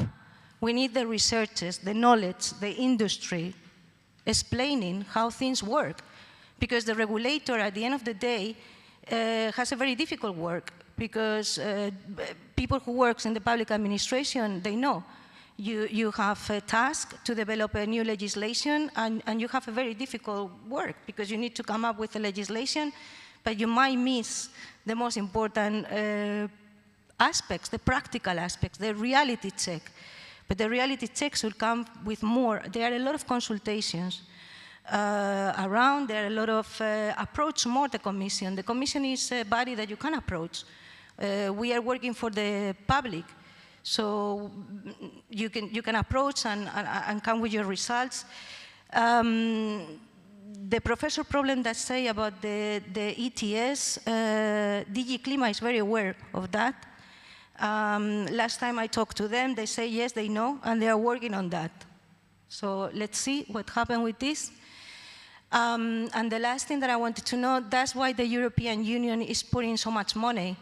But we are in the testing. We are still in testing and demonstration. We are in pilots. We are not in reality. And that's why we put the money, because we take the risk. So we don't want to take the risk. We take the risk. So that's why we put the money. And then we need more knowledge. We need more research, more knowledge, and more appropriateness when we talk.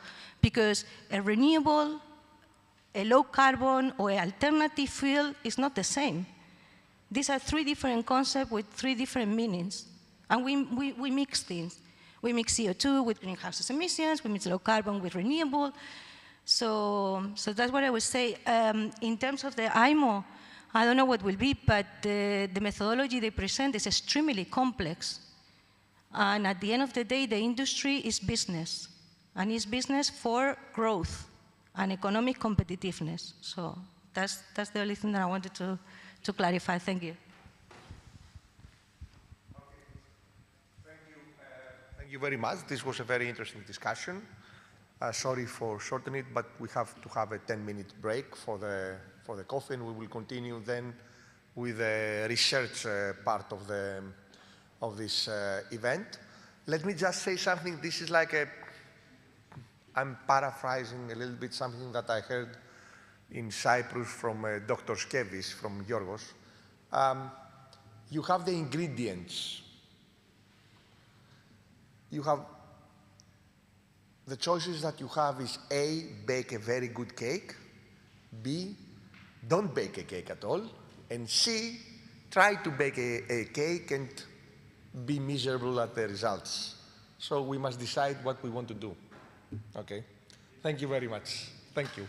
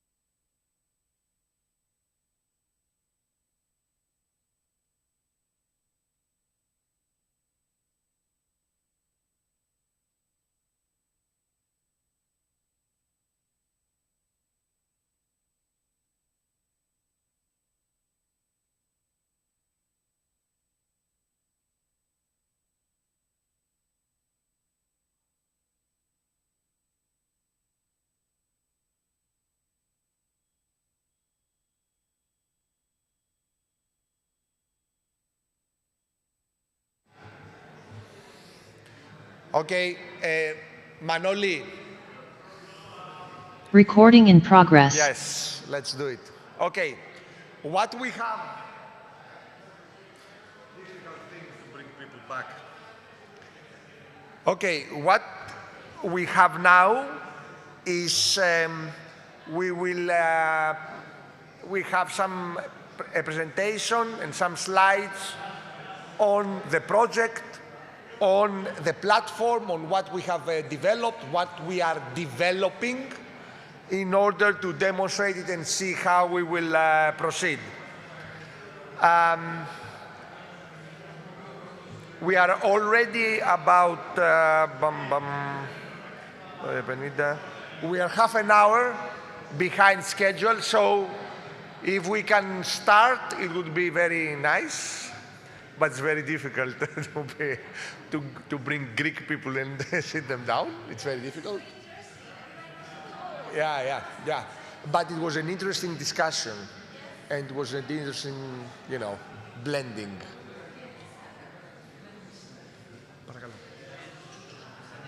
Μπράβο, τι κάνετε, καλά είστε? Όχι, είστε καλά.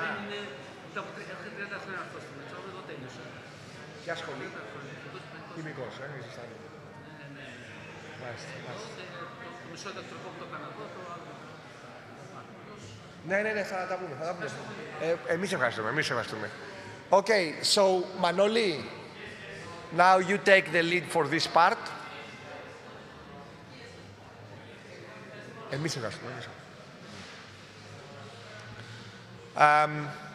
We will have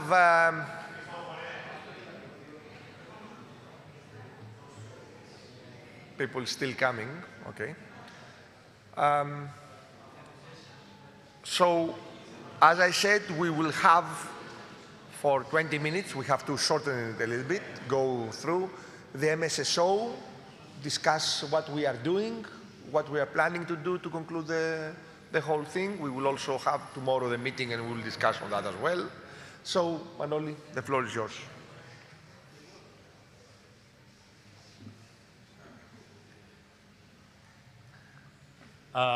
I will be presenting together with a colleague of ours, Aurelio. He will be with us in a minute. Let me present myself to you. One more. Here you are. Okay, sorry. You switched seats, so I didn't show you.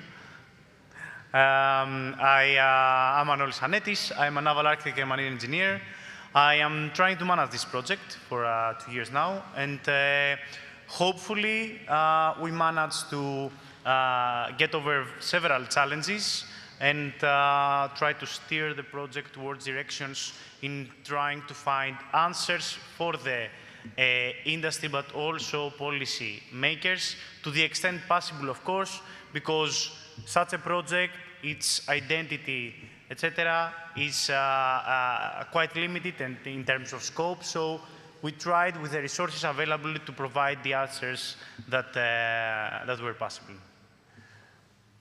So what I'm going to present is what was presented shortly by Professor Vedikos, this MSSO platform, this observatory, and its platform which, for us, its tools and its content will provide several answers to a number of questions regarding the decarbonisation and the clean energy transition in the Mediterranean, as is its focus as a project.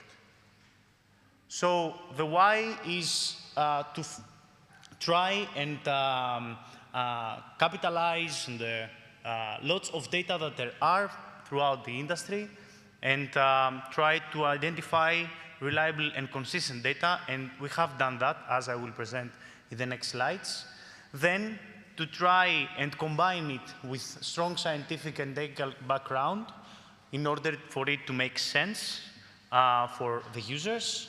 Of course, try and have the feedback from the industry and the feedback from national authorities, from people from maritime administrations, and then, as explained, to focus on the Eastern Mediterranean in terms of initiatives and projects or pilot or demos that could in the future capitalize on what the platform includes at the moment.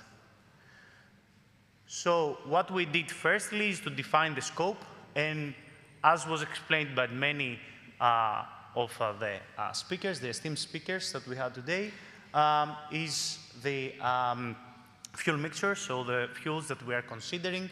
And we are considering, of course, biofuels as drop-in to existing conventional solutions. We are considering methanol, of course, from multiple origins. We can consider methane, biomethane, that can be CNG or LNG. We can consider electricity, which is not a fuel, of course, but can be the solution either in terms of hybrid solutions or pure electric ships in the future. Ammonia and hydrogen, as it was explained. The fleet of scope that we tried to focus was, of course, the Mediterranean fleet. And what is the Mediterranean fleet? Is a fleet, of course, that has run a course for at least 24 hours within the region. For that, we capitalized on the data from marine traffic. We have Yannis Karadaidis, a partner here with us. So they analyzed the fleet through AIS data and found out that we have this total of ships under each ship category. We crossed out all the vessels that was below 500 gross tonnage in order to align with IMO greenhouse gas study that was our basis. And finally, identify the number of data. I won't get into the details of that. I will purely remain only on the higher level of this figure, which are the marine bunkers. So what were the sales of bunkers across the region? AIS data that we used through marine traffic in order to calculate the energy consumption of vessels. STS bunkering was identified through specific databases. Infrastructure data for ports and wider port areas. Also production sites. Of course, many of them are in concept level, feasibility study, or under development of producing alternative fuels, clean, low carbon fuels, and port calls in order to be included in our database. And for all of that, and under various models that we used, our aim is to identify the energy demand in terms of fuels per port/hub and try to combine it with the infrastructure that are in the ports and the infrastructure that are in each country in terms of fuel production.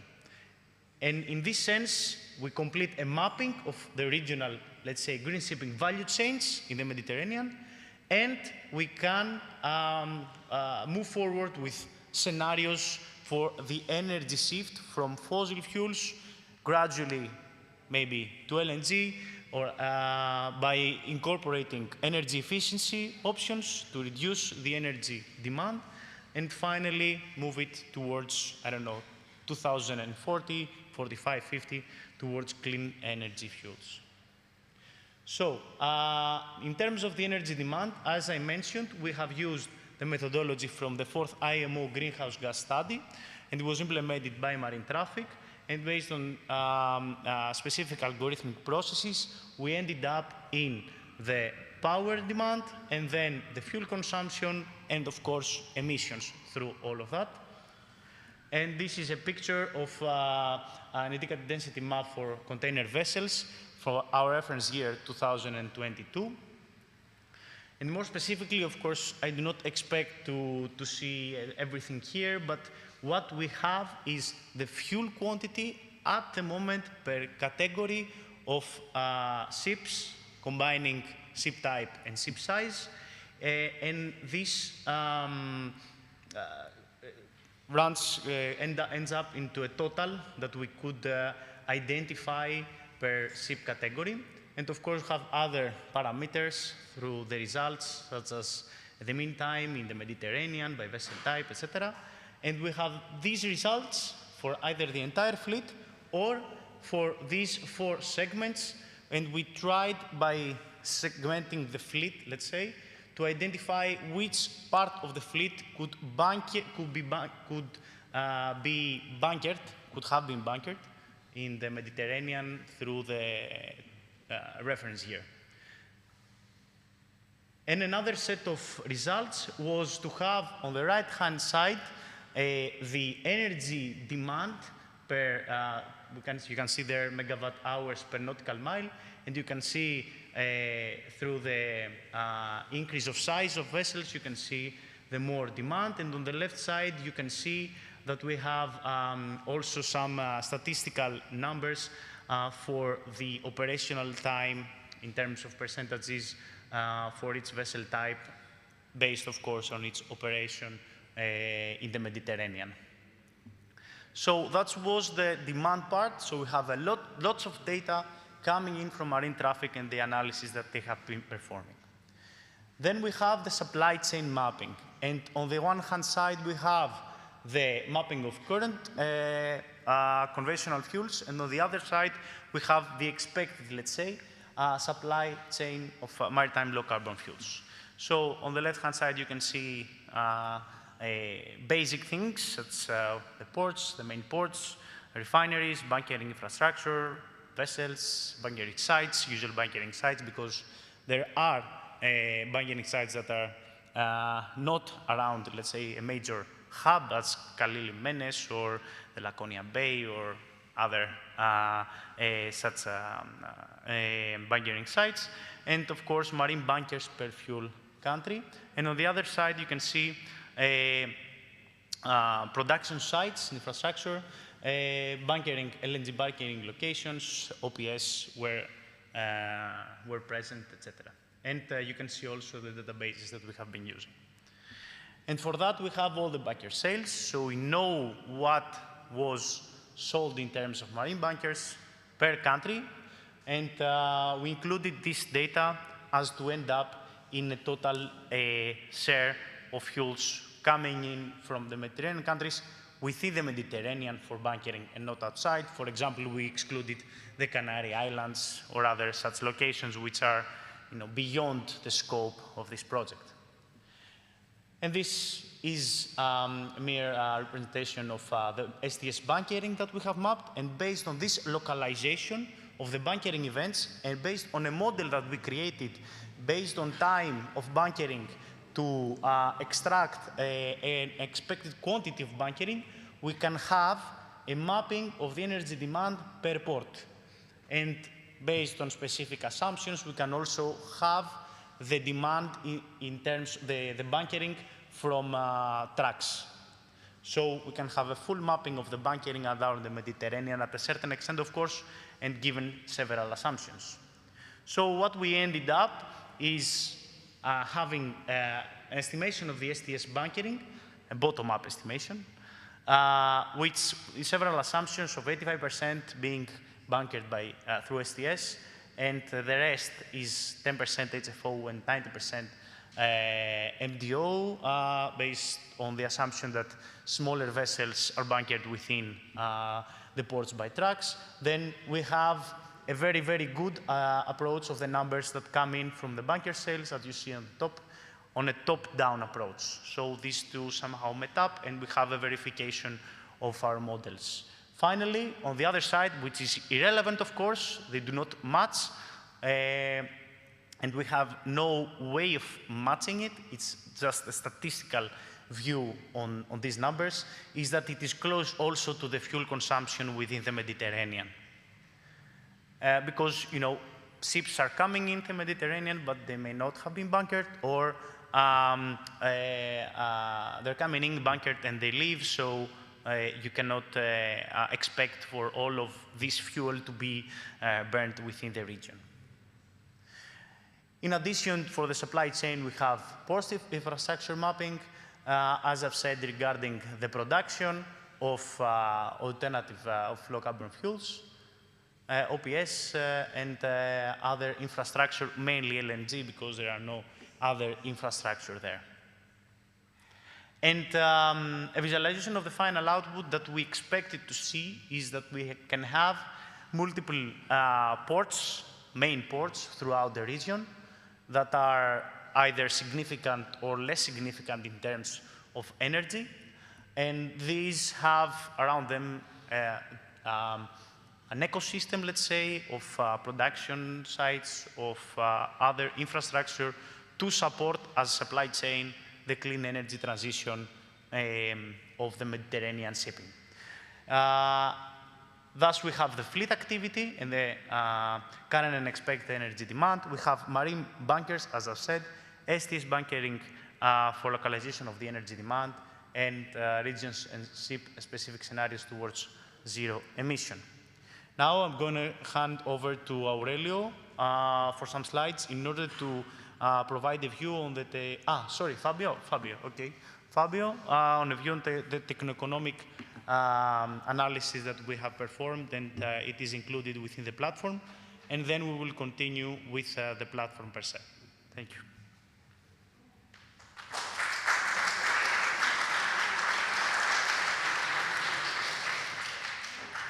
Thank you. Hello, everybody. My name is Fabio Gutierrez from Fundación Valencia Port, and I will briefly explain about techno-economic aspects that we're considering in the study of the MSSO.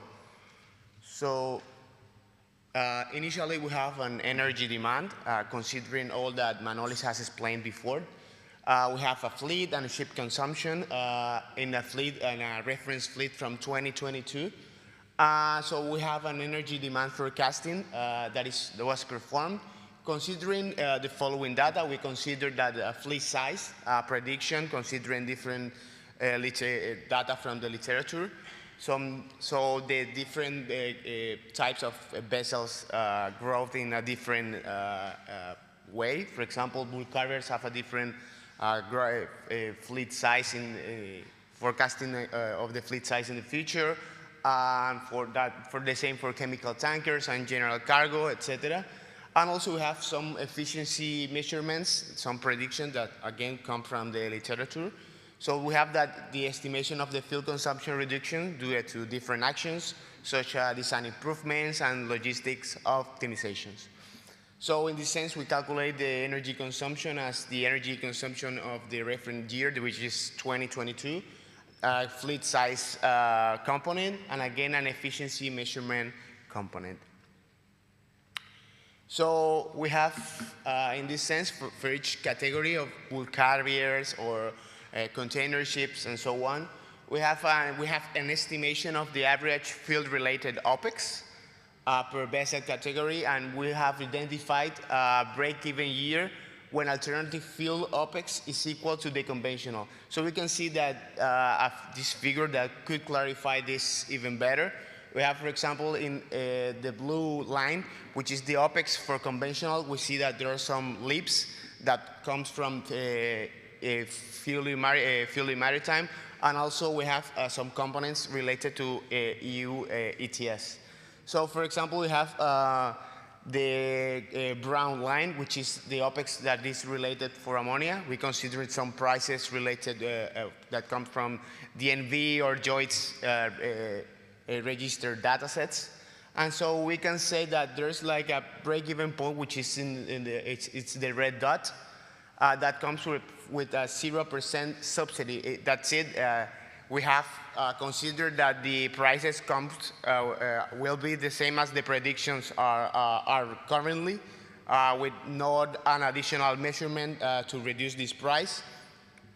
And as an example, we can say that we have an additional measurements that comes from subsidize the energy transition with improving the technologies, and also improvement in helping the final consumer to reduce the prices. And we represent this cost reduction with a subsidy, let's say 15%, as the example said. So this will bring a break-even point that is when there's a change in the trend of the alternative fuel, in this case ammonia, but that could be done for methanol or hydrogen. And so the OPEX the break-even point will be bring even earlier with this subsidy. For example, in this case, 50%. We can see that this break-even point could be bring earlier, like in 5 years, just as an example for bulk carriers in this category. So another thing that also we consider is the fossil fuel tax revenue. That's an example for a particular vessel or an average vessel in this category.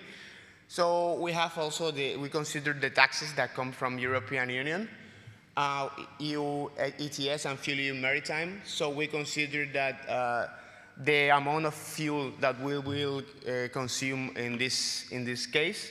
So we consider the revenue that is calculated considering the energy that it comes from fossil fuels, multiplied by the ETS and FuelEU Maritime in an energy base. So that's, for example, we can see that in this figure, where this percentage of the OPEX related to these regulations will increase as the times goes on. So we can see, for example, that right now will represent less than 20%, and then this revenue, if we continue using these fossil fuels, will be over or around 80%, according to our estimations. And after that, we have that fuel demand forecasting per country. So right now we have seen that the fuel demand or the energy demand of the Mediterranean countries over the past around 5 years, there's no significant variation in the participation per each country. So we consider that this value will remain the same, and so we consider that the share of the alternative fuels will be similar as this energy or this fuel demand forecasting or this fuel demand trend, has been in the last 5 years. So considering this is how we just take this fuel demand and not only have a forecasting for the whole fleet that we just saw in the future, but also how to put this fuel demand per each country, Spain or Italy, considering this share, this trend in the last 5 years in the fuel demand in the Mediterranean. So that's like the methodology that we follow.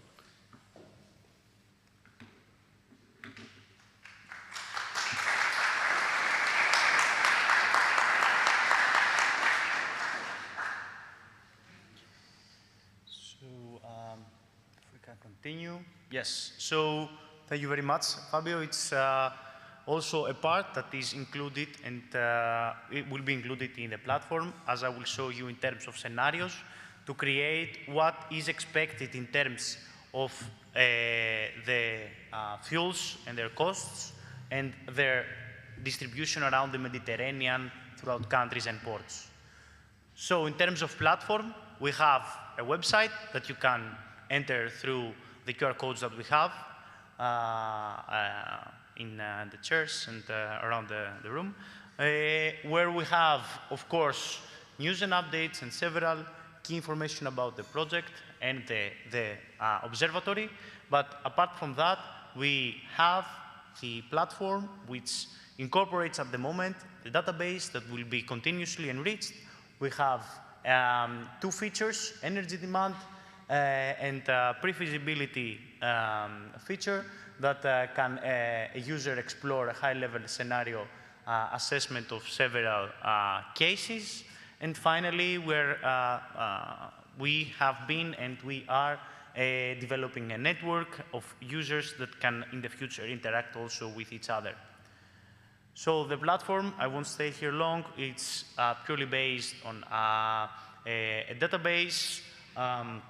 We have a Power BI feature, we have an application, GeoJago application, in order to map everything on an interactive map, and we have the website. A user can go in, create, sign up, create a profile, sign up, and move forward with login. And on the back end of the platform, you would see this database, where we have, of course, it's not visible, but we have ship database, we have a port database, we have STS bunkering events, we have refineries, we have marine bunkers in terms of fuel sales across the region, we have production sites, we have bunkering and storage infrastructure that I have shown you previously as well. And all of this, and of course, the results from marine traffic. And all of these are combined in order to support the platform. As I've said, all of these are, or part of these, but more and more will be available, are shown through Power BI feature within the platform. Two, actually, the one focuses on the data and the other one focuses on the projections that Fabio has explained.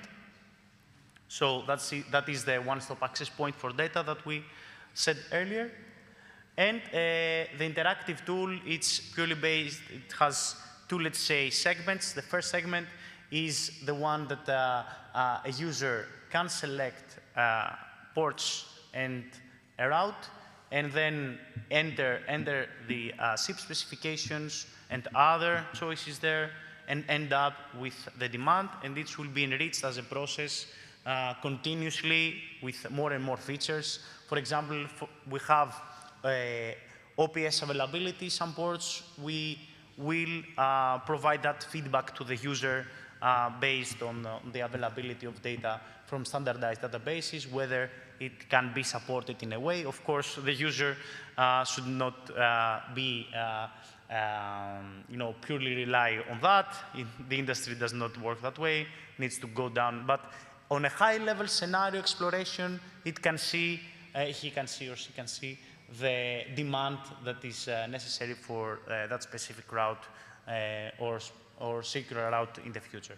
And the other part is to have a gap identification of infrastructure in ports and and countries in general around ports, in order to see whether there are bunker infrastructure at the one hand or other storage infrastructure in ports, and on the other hand, if there is the capacity, the production of quantities in terms of fuels in order to support a vessel. And this, based on the projected demand of the fuel, for example, in the port of Piraeus for ammonia, the user will have as a feedback that there is such a gap and it needs to be filled by the industry. So this is just a news and events update. And one final thing before moving to some slides regarding screenshots from the platform, I wanted to say that we are near the end. First version is online at the moment and can be explored. But we have a number of updates that we need to incorporate until the end of December, where the project concludes, and where we will have a first complete version of the platform. But we plan to go beyond that, Gemma, with more and more things coming in from our research and our partners' research, based on a common understanding that we will have. That's the part of our platform architecture, let's say.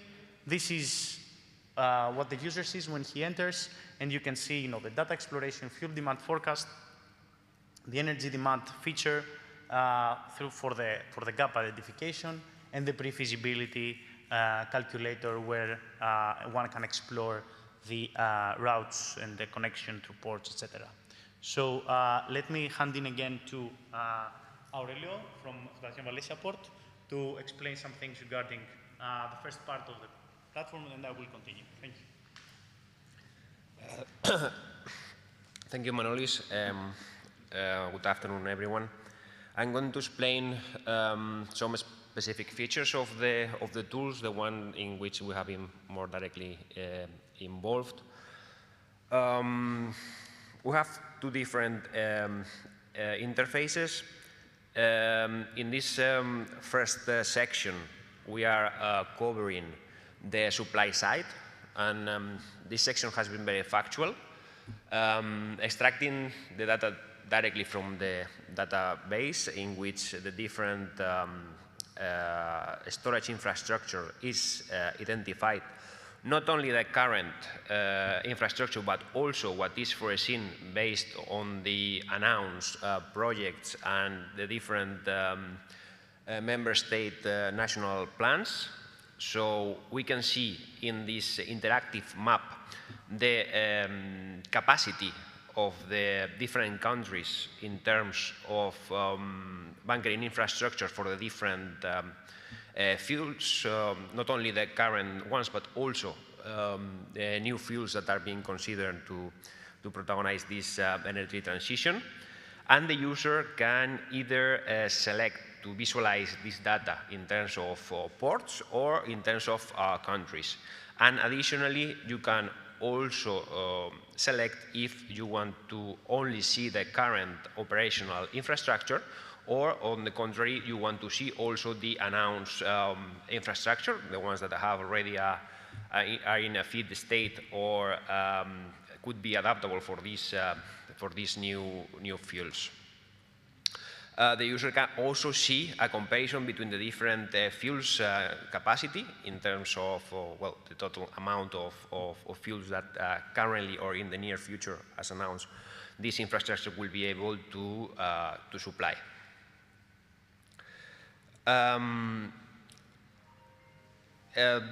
Additionally, we have also analyzed, again coming from the database, the current production capacity, again for the different countries in the Mediterranean region. We can see in this section the total production capacity of the different fuels, ammonia, methane, hydrogen, methanol, as again operational, announced to be constructed in a feed state. And you can have a first overview of what is currently available and planned in terms of production capacity. Additionally, the section of the tool allows you to see how the ship-to-ship bunkering is currently handled in the Mediterranean area. Again, in direct connection with this database that is updated lively, we are able to see each of the bunkering events that are identified in this database, and the platform adds together all the bunkering supply that has been done in those events and classifies into the different country of origin. So for instance, we can see here the amount of HVO that has been provided in ship-to-ship bunkering events related with Spain, related with Gibraltar, with different countries. So we have an overview of the market share of the different countries regarding ship-to-ship bunkering that could be useful for the following analysis. Now we change into the demand side. And for the demand side, we have followed a scenario-based approach.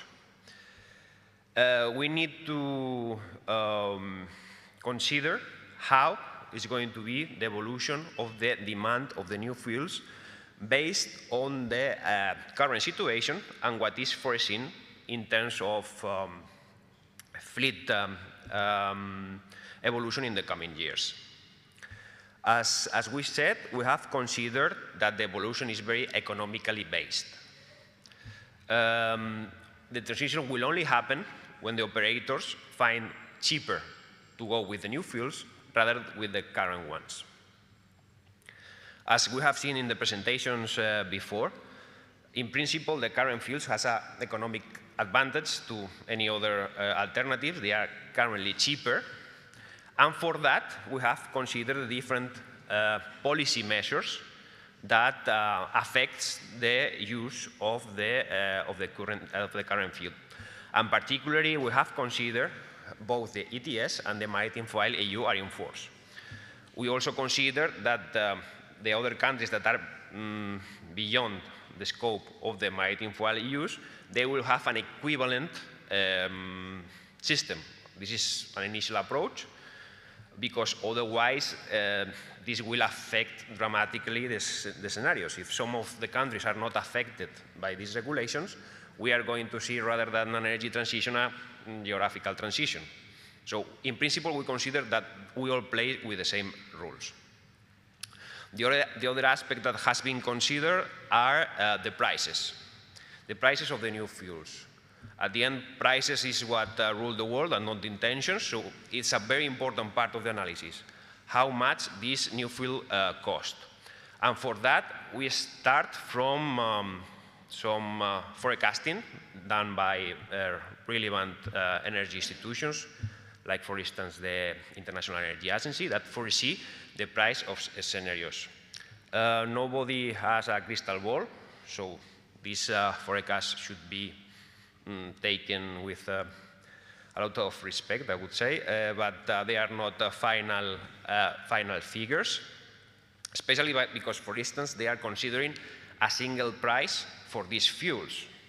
So they are considering a very matured market in which in the whole area we are having the same fuels, and we are very far from that. Currently there is no a common price, even not in the same country. But okay, this is a first approach. And this tool allows you to define a user-based scenario in which you can reduce the prices of the alternative fuels. In principle, this can come from a subsidy. This would say that in case that the prices follow what is expected for them, these price reductions may come from a subsidy. And the user can play a bit with the prices, so they can reduce the price of the different fuels and see the immediate the effect that will have in the evolution of the demand from now to 2050.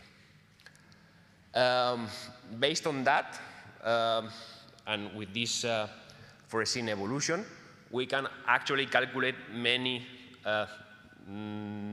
other aspects that are very relevant for the different users that this platform may have. For instance, we can calculate the associated tax revenues, let's say, that this scenario will generate, the amount of subsidies that will be needed for the different fuels in order to achieve this scenario. And we can actually assign to the different countries the share of the total cake, let's say, considering, for instance, that more or less the shares will remain stable with the time. So we can actually calculate what the amount of demand that the different countries will see, and we can actually compare with the actual infrastructure and the foreseen infrastructure. So we can see if there is a misalignment between what can be expected and which is currently announced, and see if there is a big difference. Of course, this difference will generate, for instance, effects on prices.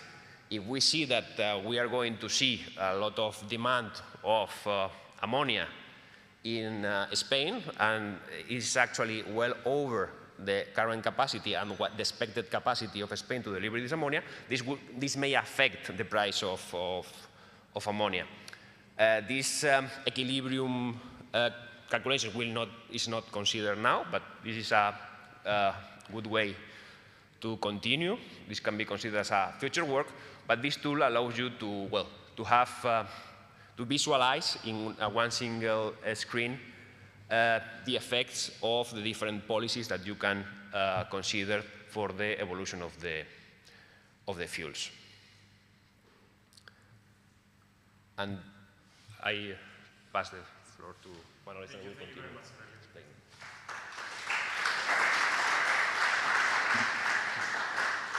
So bear with me a couple of minutes more, and I will conclude. I would only like to show you a couple of features more. Okay, this is the energy demand, so mostly fuel demand. So what is expected from the platform, which is now not on the specific thing, it's not online, but it will be in the coming days. The user will have the option of going through the years, so for a certain period of time or a single year. And based on our model of projecting and allocating the energy demand and then the fuel demand across the Mediterranean, the user will have a picture of the fuel that will be asked in the port of Piraeus, for example, in 2040.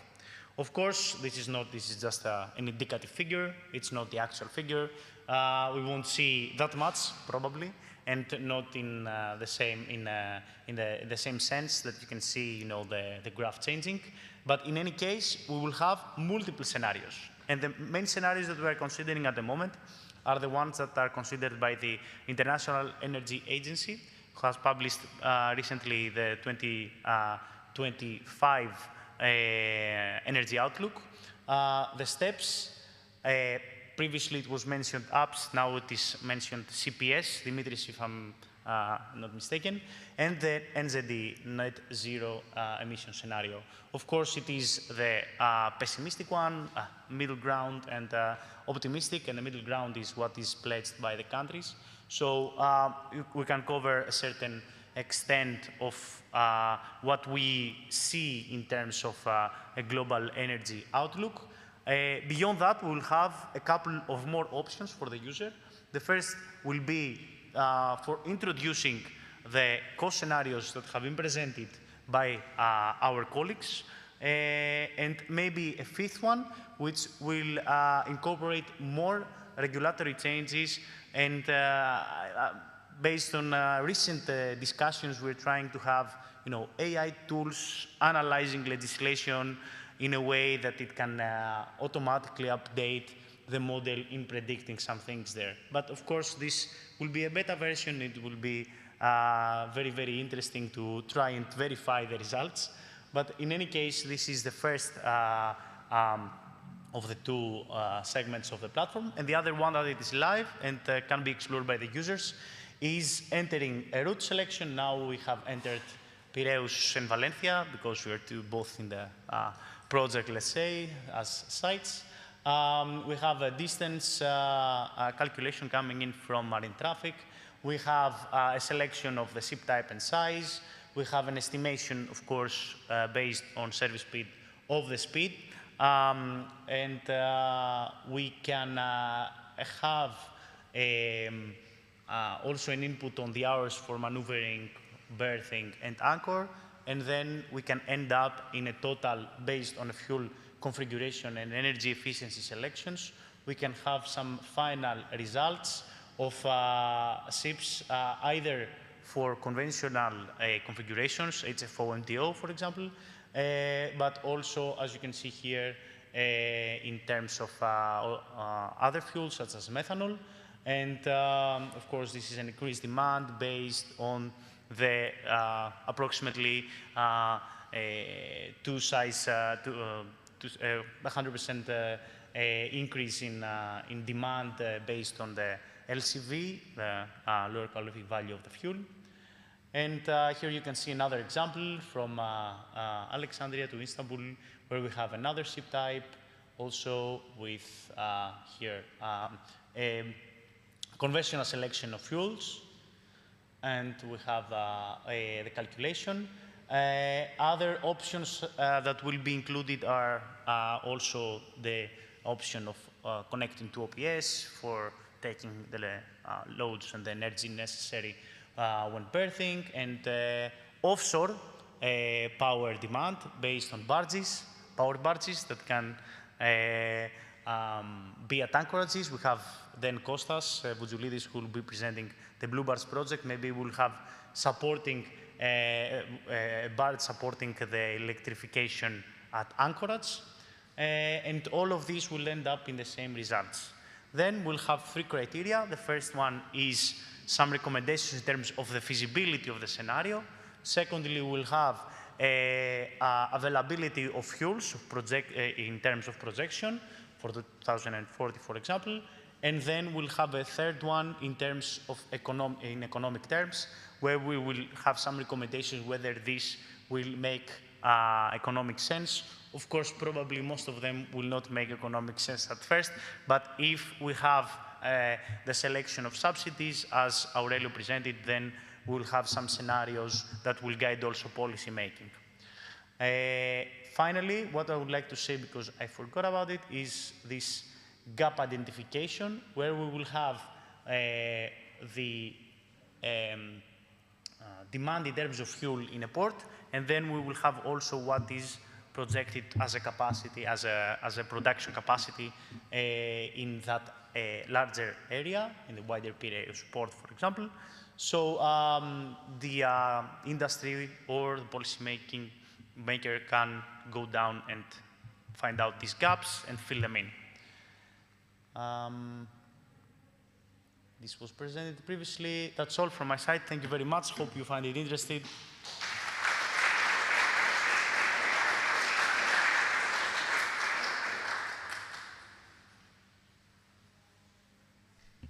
And now I would like to call Kostas to take the floor in order to present the Blue Bars project as I mentioned it previously. So the floor is yours. Let me bring up your presentation real quickly.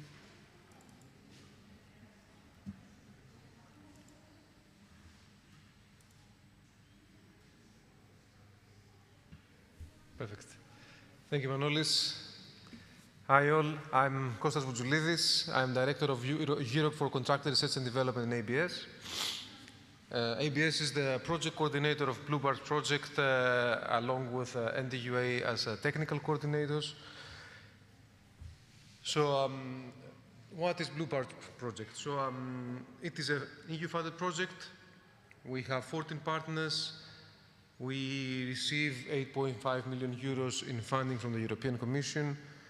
It is a 3-year project, started last year and ends at the end of next year. We have partners from 10 different countries, and it is an innovation action, meaning that it is a co-funded project. We've heard earlier Mr. Kourkountis discussing about just-in-time arrivals and vessels staying currently in port areas for 20 days or more. Port electrification and offshore electrification near port limits is actually a low-hanging fruit in the pathway to decarbonization. You provide green electricity using alternative fuels near port limits to vessels so they do not use their diesel generators while they're waiting at the anchorage to get in the port. So this is what we try to achieve through Blue Bars. It is a solution. It's a barge. We have different modules, primarily batteries, different type of batteries though, like lithium-ion batteries and vanadium redox flow batteries.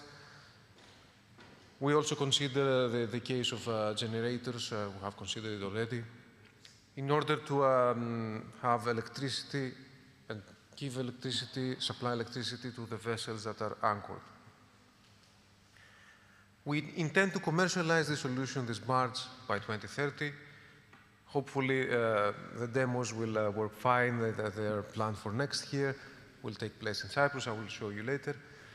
So through that, we intend to decarbonize the anchorage side of the consumption and currently carbon emissions of the worldwide fleet. The barge is modular, so we can have different configurations depending on the location and the needs of the port or the area that we want to deploy the barge. And we will have these options customized to the needs of the interested potential investors or buyers. So this is our mission, to provide this barge. We have different use cases that we intend to deploy the barge for. It is a modular, scalable, adaptable, and flexible approach. And we want to have everything containerized.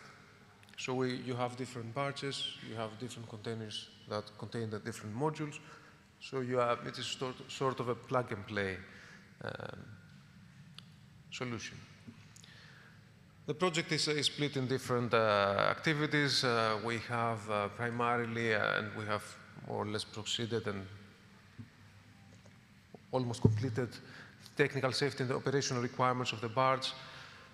We started the development of the power modules. We are now heavily progressing on that.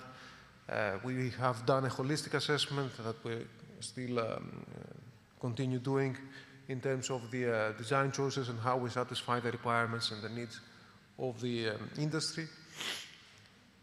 We are in the progress of the design process, designing the barge solution in total, but also in work package 6 we have the development, the actual demo barge.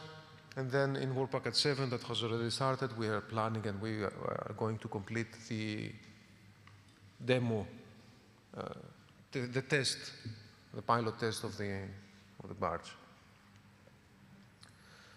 So you can see here a schematic of what the barge is. So you can see the blue barge in the middle of this sketch that is providing power to the different vessel types. The main intent is to provide power and electricity to container ships and cruise ships, which is the actual demand that comes into play right now, more or less. But actually the demo will take place in a bunkering vessel, a tanker ship. So we consider other vessel types as well. It's not only container ships and cruise ships that have this need. So we do this interfacing to ships. We have done environmental assessments, how efficient this will be, how will affect the the industry. A very critical part for us as well as a class society is the safety assessment, how safe this solution will be. So these are the parts that we are trying to achieve in the project. And beyond the anchored vessels and moored vessels, we have a number of use cases we intend to deploy the solution for. So we have isolated inhabited areas. So we have areas that have limited power supply onshore. So we can use the barge to provide electricity back to the grid and support the network in case of small islands that may face challenges. So using the barge, you can support that. Environmentally critical areas. We've considered the case of different areas that have strict limitations, for example, the fjords in Norway. Charging of small vessels. So you can use the barge, deploy the barge near the operation of small vessels and that use batteries for power propulsion and charge them. Also powering leisure boats along the coast. Offshore platforms, oil rigs. And then how you can use the barge, since we also have battery modules to provide electricity, use power plants, offshore power plants to charge the barges. And then what happens in case of a natural disaster? This was actually a use case we considered during the proposal even, because we had this huge earthquake in Turkey that you had huge areas without electricity for weeks. So we can deploy the barge in these locations and provide a solution in this case of extreme events. And then how we can use anchored vessels that have already decarbonized their power production on board and use this electricity, the excess electricity they may have, and sell their electricity to charge the barge. So this is the list of the partners. It's ABS, ourselves as project coordinators, Aalborg University from Denmark, Cellcube from Austria, Columbia Ship Management from Cyprus, Corvus Energy from Norway, Danaos from Cyprus and Greece, Elcon from Turkey, Fundación Valencia Port from Spain, Hydrus from Greece, Magellan Circle from Italy and Portugal, Multimarine from Cyprus. They are also supporting with that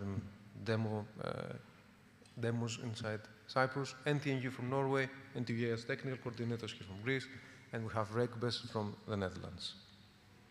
I hope I was short. Thank you.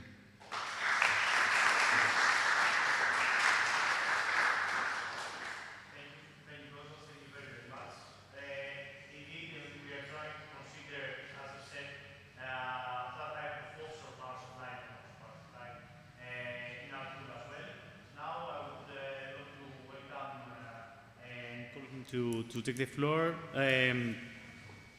Dimitris Kotosferis, who's co-founder and head of Maritime Atroi, a very active company in the maritime sector in terms of electrification and other initiatives and projects. So he's here to present mainly the current Direct project that is very, very linked to shipping electrification. So give me a second to...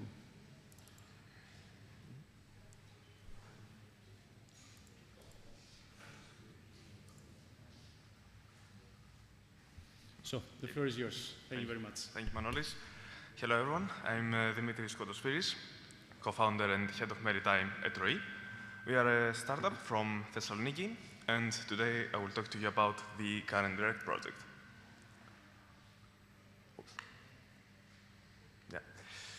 So, Current Direct is a research and innovation project which is funded by the European Commission's Horizon 2020. And its goal is to develop swappable containerized batteries and shore-side infrastructure integrated into an energy-as-a-service platform.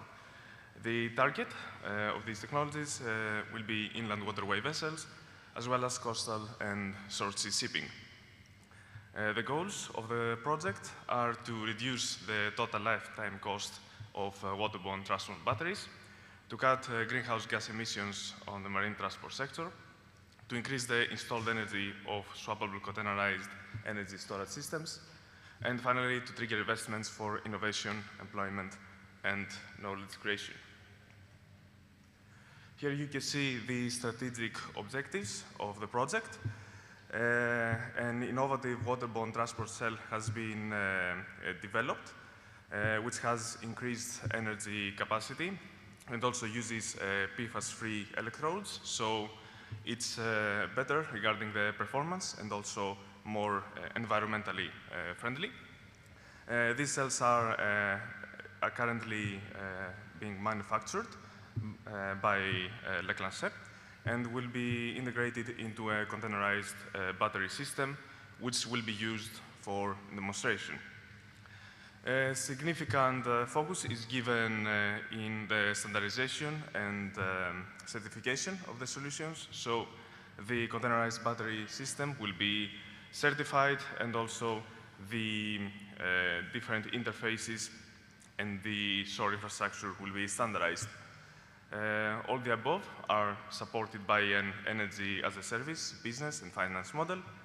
And of course, finally, the project tries to disseminate the results and engage relevant stakeholders. Here is the consortium.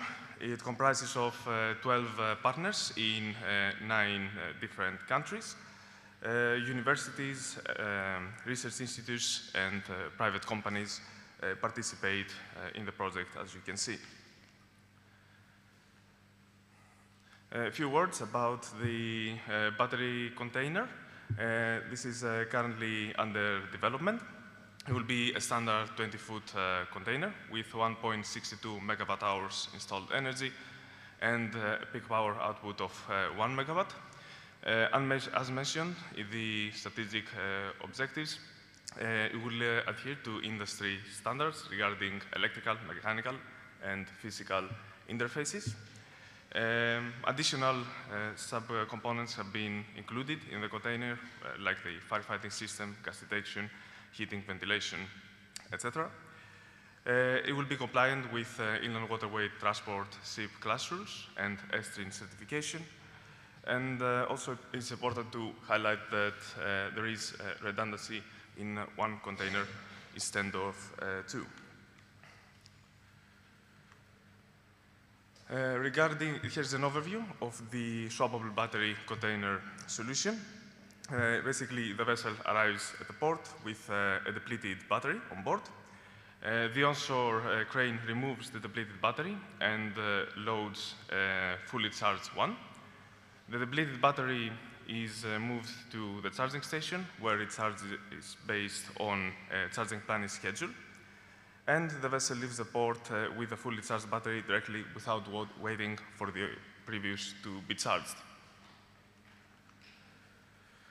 Regarding the standardized interfaces, as I said, significant effort has been given in this site. Regarding the source side charging infrastructure, it's important to adhere to national grid standards and also on safety and regulatory aspects. Regarding the swapping infrastructure that will be used initially for the demonstration and later for the deployment of the solution, it's important that the equipment is able to move, lift, and reach the battery container to take into account mechanical and structural considerations, and of course the training that the people operating the machines will need. And finally, regarding the interaction of the battery container with the vessel, it's important to have standardized electrical and machinery interfaces and also take into consideration safety and regulatory aspects to ensure that the container can operate with different vessel types. Regarding the energy as a service, it's a sharing economy business model which operates in a cloud-based platform. And its aim is to ensure that the end users have the energy needed when and where they need it and at a competitive price. Regarding its value proposition, it comprises of a sharing economy platform for battery containers. This means that the end users don't need to purchase the batteries as they currently do with electric vessels with fixed onboard batteries. Instead, the batteries belong to a separate entity, and they provide these battery containers to the end users through a pay-per-use scheme. This is the core focus of the project, but in later stages in the future, additional services can be provided, for example, B2G operations when the demand from the vessels is low. A port infrastructure study has been performed in the project. We researched the ports with the highest throughput on important inland waterways. We focused our efforts in the Rhine and the Danube. The existing infrastructure has been assessed regarding the equipment and the electrical infrastructure. Port investment priorities from the ports have been taken into consideration, and of course the traffic regarding the vessels and the cargo. Here on the map you can see the ports that are considered in the main Rhine corridor to be added in an energy as a service network. Finally, regarding the demonstration, we will have a 3-month demonstration in the port of Amsterdam this spring, actually. A knee pusher will be used for the demo. It will be the one that you see in the picture. It has already a normal battery, and by adding the current direct battery, we will be able to demonstrate the battery swapping and prove the increased operations through the battery swapping concept that will be used. That's all from my side, and thank you very much.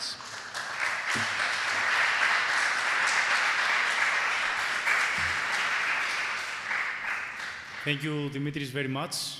Now I understand that the time is very, very limited, so last but not least, I would like to invite Professor Theocharis Tsoutsos to present the Blueboards project. I understand, and all the activity, I understand that we talked about a bit about training and skills and how important this is in order to secure the energy transition from this perspective. So the floor is yours to present us the project and your activity regarding that. Thank you very much for being here with us. No, it's okay. Okay, good afternoon from me. My name is Theocharis Tsoutsos. I'm professor. It's a very special day for me to be here. I have finished here as a chemical engineer. I have finished my PhD here. Half of my PhD was done here. I'm back after 20 years in this place. So it's very, very strange. So I will try not to spend all your time and to be useful. Before,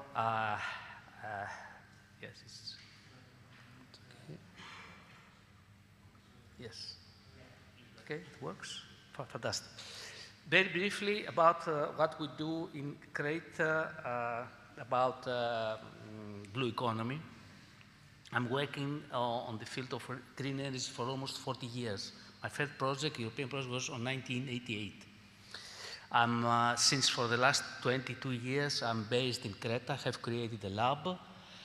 We have finished already nine PhDs finished and 130 diploma theses, very relevant to green energy and sustainability. And for the last 10 years, we work on projects relevant to blue economy. In this cycle, you can see projects not finished. This is somehow some indication of projects we have coordinated at the level of EU or institution. These are the ongoing projects we have. Two of them we coordinate, three of them very close to the topic of this meeting. One of these is about sustainable siting of wind parks. This is a project we finished this month. The new thing is not sustainability and the planning, the sustainable planning, but is mainly what we have seen new elements. One is things about the corridors of birds and also what is happening in depth around 100 meters in depth. We have seen this, we have done this analysis, this selection. We publish some things. We're very careful when we publish because behind this there is also investment interest. And we, on this topic, have finished already 2 PhDs from our lab. The other issue very relevant to blue economy is this iCultures and Horizon project, we're partners, is about how to produce high-value products from macroalgae. Our role is to see the full process, the full chain, and understand how green it is, how risky, etc., etc. The third one is, the next one is about how to make green, how to decarbonize islands. We have not the coordinators from the University of Siena. We create new tools. You can go and see what we do, and working also with real people on this tool. This is very important for islands. This is not the topic of this meeting, but it's a project coordinate. It's an Horizon project. We coordinate at Wintera. I would like to encourage all of you to participate in this kind of projects because we are very good as Greece, but also we have the privilege because we have the opportunities to work, take into account the less innovation level of our country. At the level of innovation, we're low, officially. So we can exploit this potential, especially very good groups like the group of Professor Ventikos and Manuel Sanetis, and it's very good. What we do is to see sustainable assessment, big data assessment. We work as demo sites at the level of ports, at the level of the islands, small islands, big islands, Chalki, Paros, or Creta, or Rethymno, or Chania, Heraklion, or ports. You know, in ports, in islands, it must be more easy as concerns the commitment of the local people. We're happy for this because we organize meetings with 20 persons, or every institution of the island participates on what we do. Let's focus on this issue. We have more than 1,200 ports. It's an idea, it's a potential. We talk about the green transition. I have seen fantastic projects before, very good projects, and I will be very lucky, happy to say more. And also, I will try to exploit even the Observatory tool you have created to see how we can connect and support the training of people under blue ports. Connect, we use your, and also the other experience from battery or from integrated ports. We have done a lot of work also on ports, how to make it net zero. And a lot of jobs. Which is what's the issue behind these blue ports? Because it's a soft. We talk about energy transition, elements, batteries. I have seen this fantastic battery before. Who will operate? Who will support this operation? Have you discussed with people working in ports, real people? No. For me, because I'm on the island, it was more easy to discuss with local people who have done some technical work in the past with them. We have seen that they're afraid, they're not happy to participate in this energy transition, because for them it's very complicated to participate. So the idea behind this is to see for things like circularity, okay, digitalization, sustainability, climate change, which is number one. But we talk about ports, we need to see people, how can work. Okay, this is a picture. You can go to the website and see what have created different operations of the ports, working with fuels, working for to produce energy, to provide energy to the local, to work as energy communities, or different roles, okay?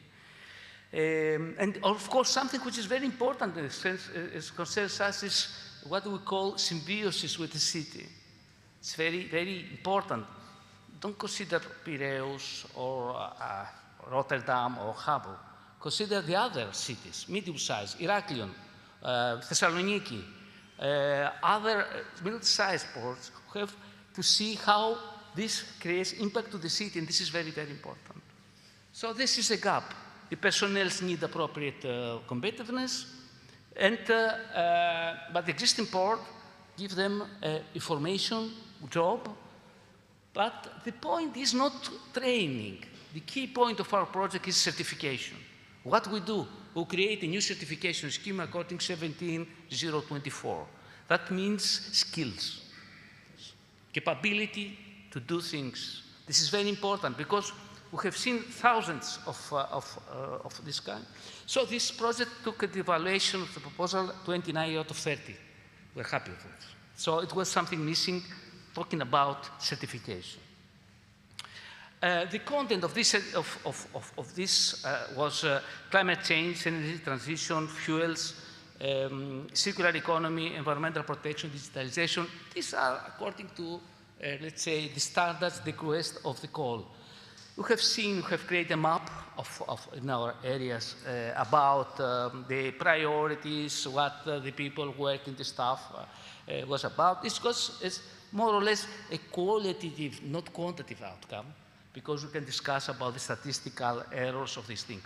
And another key point was where the national technical committees, for instance, in Greece, we have created a national technical committee who operate in Piraeus and participate about 14 different institutions, representations from syndicates, from owners, from marinas, whatever it is. This was done in every country, and the countries were Greece, Spain, Georgia, Italy, and it's followed also by Tunisia. Tunisia is a follower of what we do. This is the country, these are the countries. You can see the map. And what we have produced, it was not according to what we can offer, but what the market is needed for. What the people offering services to the ports can offer, what the owners and what they're afraid, the ship owners, what is about, let's say, the workers would like to know. For instance, they can, to understand better the symbols, signatures inside the port, to understand better the risk of the materials, to understand better how can work better on this. So we designed this certification scheme. The target is 200 certified persons. We will upload a call during the next couple of weeks. We need people to train and certify at this stage for free because this is a pilot. And we have created 2 profiles, not by ourselves, but discussing in this round of training teams, port, the officer, and the operator. Different profiles, different needs of the ports. The certification process, we are supported by TIFNOR, they're very experienced on that. We are also very experienced because we have created 5 in the past relevant certification schemes for personnel working on sustainable energy, photovoltaics, energy saving, insulation, this kind of people. Which is the benefit for stakeholders involved in this process? For employee, this is a competitive advantage. Very important. Before 15 years to discuss with syndicates They didn't like this kind of certification because it's costly, blah, blah, blah. Some of them, people who don't believe in transition, things like that, try to survive. Now they were with us, very enthusiastic, these people, because they need more skills, they need rights to work, they need also some clear rules on what they discuss, and of course, against black market. For the port sector, they need specialized staff. Medium-sized ports have no possibility, no plan really for energy transition. They're missing. Now they can have someone who's relevant, can understand, can make some green procurement, or can prepare, or can ask the Commission that participate in the European project would like to do more and things like that. And the society would like to be very transparent. It's very important, especially for small economies, especially for island economies. Trust is very, very important. And if the people can trust us, you can make really miracles. This is the promotion, and you can also use the QR of this. And also in this blue port, where the coordinators of this, we're happy. Fundación Valencia also participates for this sport. I see that they're very famous and very popular in Greece, as a partner. Heraklion Port Authority, with Heraklion Port Authority, we will organize a conference during Posidonia next year. We'll be happy if you are there to come there, discuss and give us your opinion about what we do. The LTM is Distretto Ligure delle Tecnologie Marine from La Spezia. Maritime Transport Agency of Georgia. Georgia really a very good partner of us. They try to do real things and to go step by step more close to Europe. TIF North, of course, and two main supporters. One is the Ministry of Maritime Affairs and Insular Policy of Greece, and the Institute Mediterranean de Formation en Matière Maritime from Tunisia. We hope we have passed the evaluation. We produce a lot of things. You can go and see in the website. And we hope that in the future, this will be a very good example to create a mutual acceptable certification scheme at the level of Europe and two basins, Mediterranean and Black Sea. Thank you very much for your time.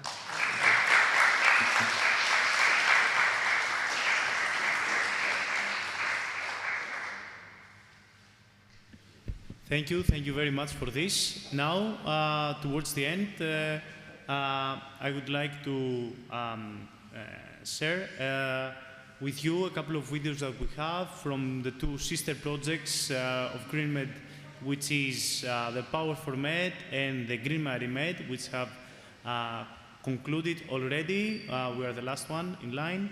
The other two presentations, unfortunately, we do not have the time for them. They will be circulated to you. The one about green routes, which is very, very similar to GreenMED, exploring green shipping corridors in the Adriatic Sea, and NavGreen, which is a national funded project which mainly focuses on the same aspects of decarbonization, providing several tools for it. Now let me, if I may, yeah. You can start look there. The topic of green corridors is very important. It is actually something that is quite new, and if I ask in here or if we ask in general, each one might have his own definition of green corridor and what a green corridor is. In the Green Routes project, we are trying to develop one.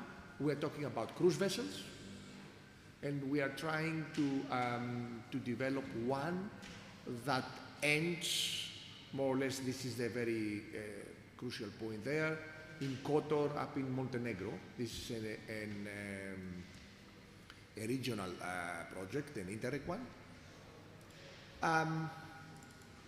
We have discussed, and Green Corridor has popped up in various of the presentations that we have heard.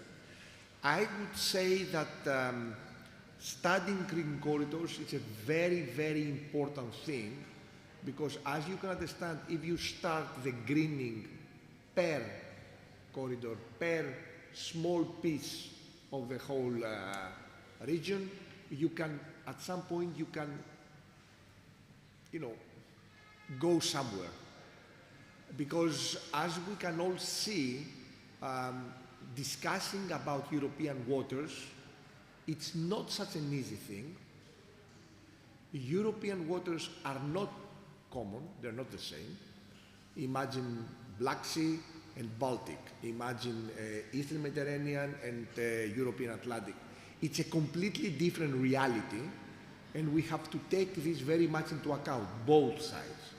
Of course, the regulations comes, the directive, for example, from the Commission comes for the entire European waters, but it is a very good, green corridors might turn to be a very, very good instrument to start the interventions in a very focused way.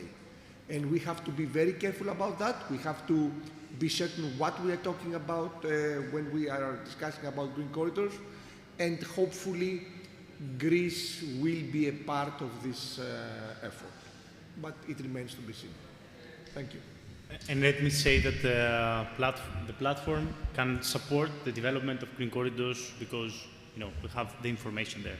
So Mario Dogliani will, the video will have Mario Dogliani presenting Power for Med. Good morning. First of all, many thanks to the GreenMED project for having invited me. Unfortunately, due to the strike here in Belgium, I cannot be there physically, and so I will only remotely speak about the Power for Med just concluded project and its legacy. Power for Med, together with GreenMED and others, is a project which was financed under the ENFAF 2023 call PIA flagship. The priority of that call, among other aspects, was dealing with observing and monitoring closely the developments of alternative fuels, and this is what GreenMED very properly is doing, and helping improving the training capacity and the skills of operators. And this is what we dealt with in the Power for Med project. The result of our project are provided for the small operator, that our target group are the fishing boats, local small ferries, short sea shipping ferries, and marinas. And the time horizon of our developments are short term now, so enabling fulfilling current environmental legislation, and medium term, providing the ability to deal with future challenges. The results is the so-called Power for Med supporting structure, which is a repository of the best practice and tools that we have collected during the project, exactly to build the capacity of our target group. Those tools are freely and openly available already to everybody, and are separated, different for the three different target groups: fisheries, ferries, and marinas. More specifically, for each sector, there is a number of tools to be used in the short term and other to be used in the medium term, as shown here. And just to give an example, among those tools, there are the example adaptable specifications for green retrofitting of existing boats or for new building new fishing boats, for instance. Now, each of those tools have been validated by operators. We have done this in Egypt, Alexandria, early April this year, collecting more than 70 fishing operators, and in Oran, Algeria, in July, where in excess of 150 persons attended from various sectors: shipbuilding, ferries, fisheries, and local administrations.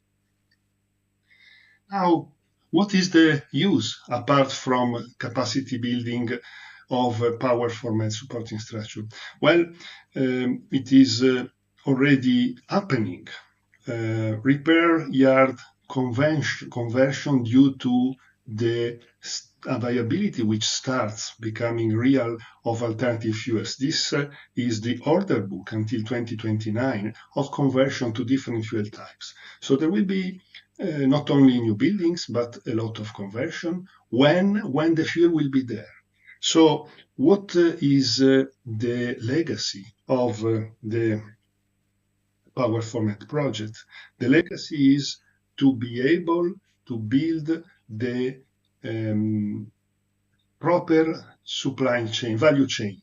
This is what, together with GreenMED, we jointly promoted. The S3, European S3 Shipbuilding Alternative Fuels Propulsion System Alliance, SAFA, which exactly deals with that. Its mission and objectives are very much in line with the two projects and which very nicely complement each other in fulfilling them. So are related to the refitting, as I said, of the fleet, but also with the monitoring and the development of the alternative fuel infrastructure in the Mediterranean. So that's all. This is hopefully what we will succeed in doing in the next 2 or 3 years. Again, thanks a lot to the GreenMED project, friends. Thanks, first of all, to the partners of the Power Format project listed there, to WestMed, which supported us in promoting the project and in executing that, to ENFA for having financed it, and last but not least, to CINEA, which considerably helped us along all the project. Thank you very much. Good morning. First of all, many thanks to the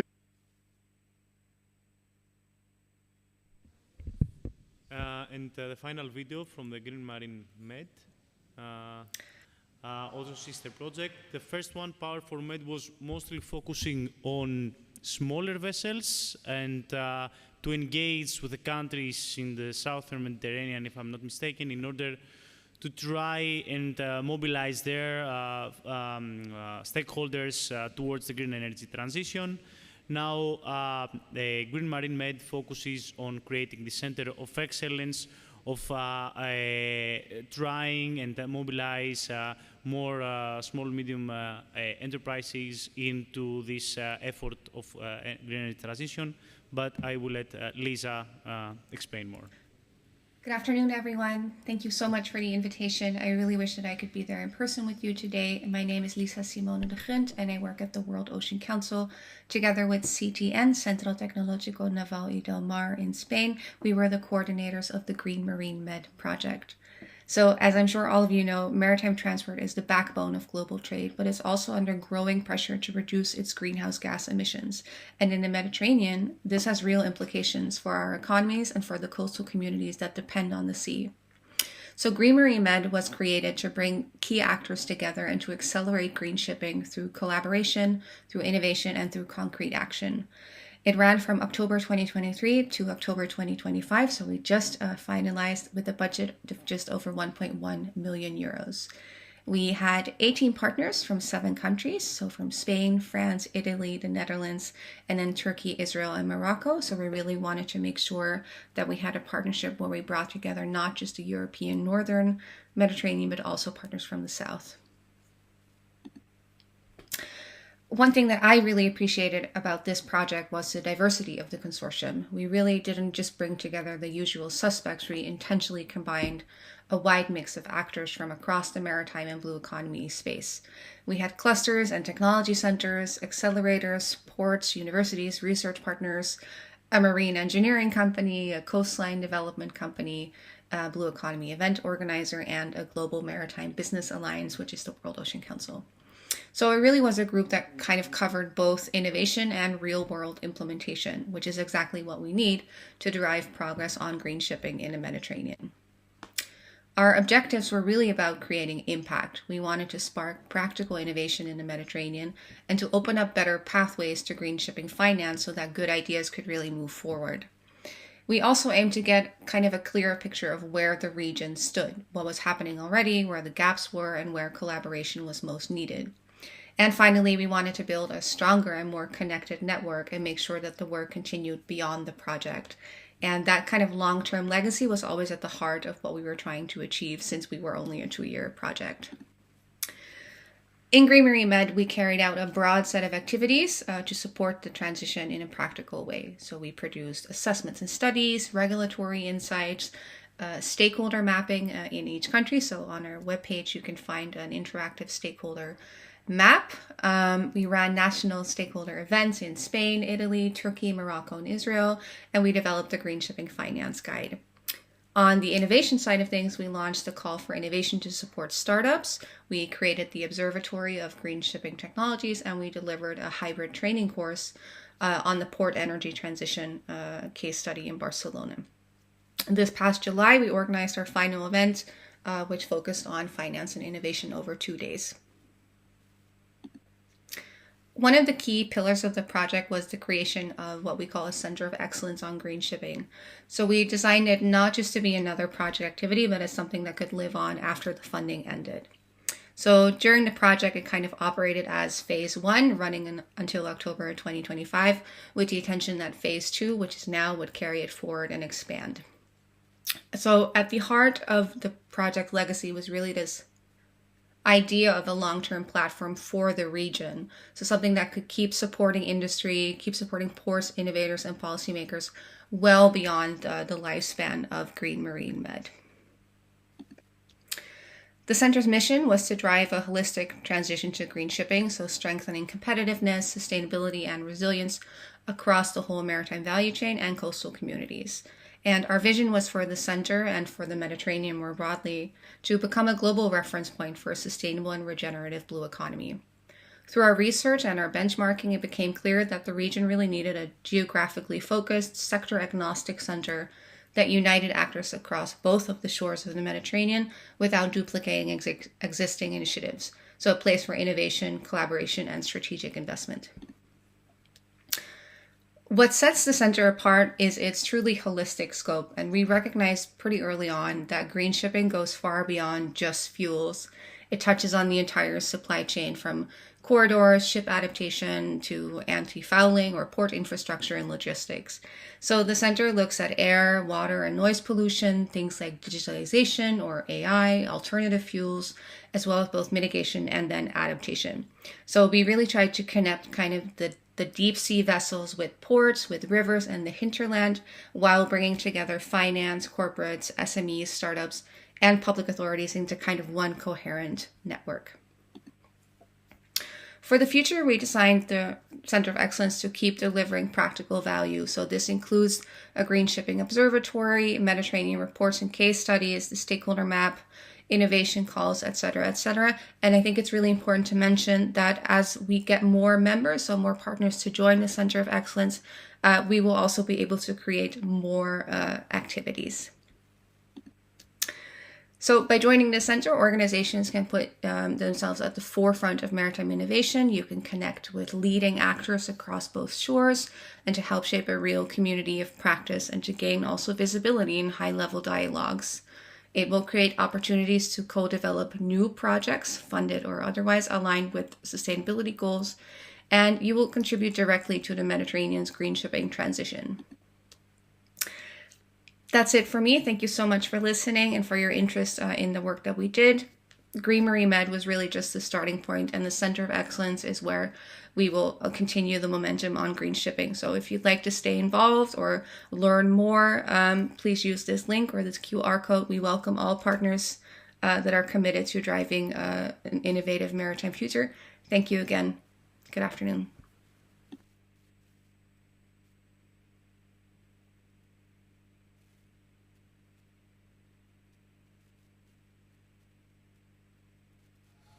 We would like to thank you very much for being here. We have a light lunch out, so we can, we call it like a networking event, just to talk a little bit and relax. Hopefully you enjoyed the premises, hopefully you enjoyed the presentations, the structure of this event. We try to see the problem or the opportunities from all sides. I mean, I think closing as a wrap-up, two major things can be said. First of all, that there is a gap between policy making and industry. I am a very, I want to have a far-fetching approach. I do not really believe to chicken and egg, but to prime movers. And this can lead towards specific actions. So there is this gap, though, that needs to be somehow shortened and see how we will proceed. And the second point is that there is no golden egg out there. I mean, there is not one alternative fuel or one future fuel that it will prevail. It seems that there will be a mixture. That's why we're talking about energy hubs for ports. And of course, I hear a lot of people talking all the time about electrification. This will not solve everything. I mean, we need a mixture here. We need to be able to understand the trades, the services, the assets, the infrastructures, everything, in order to be able to decide the mixture of the fuels, of electricity, of whatever that we will be needing for the next decades.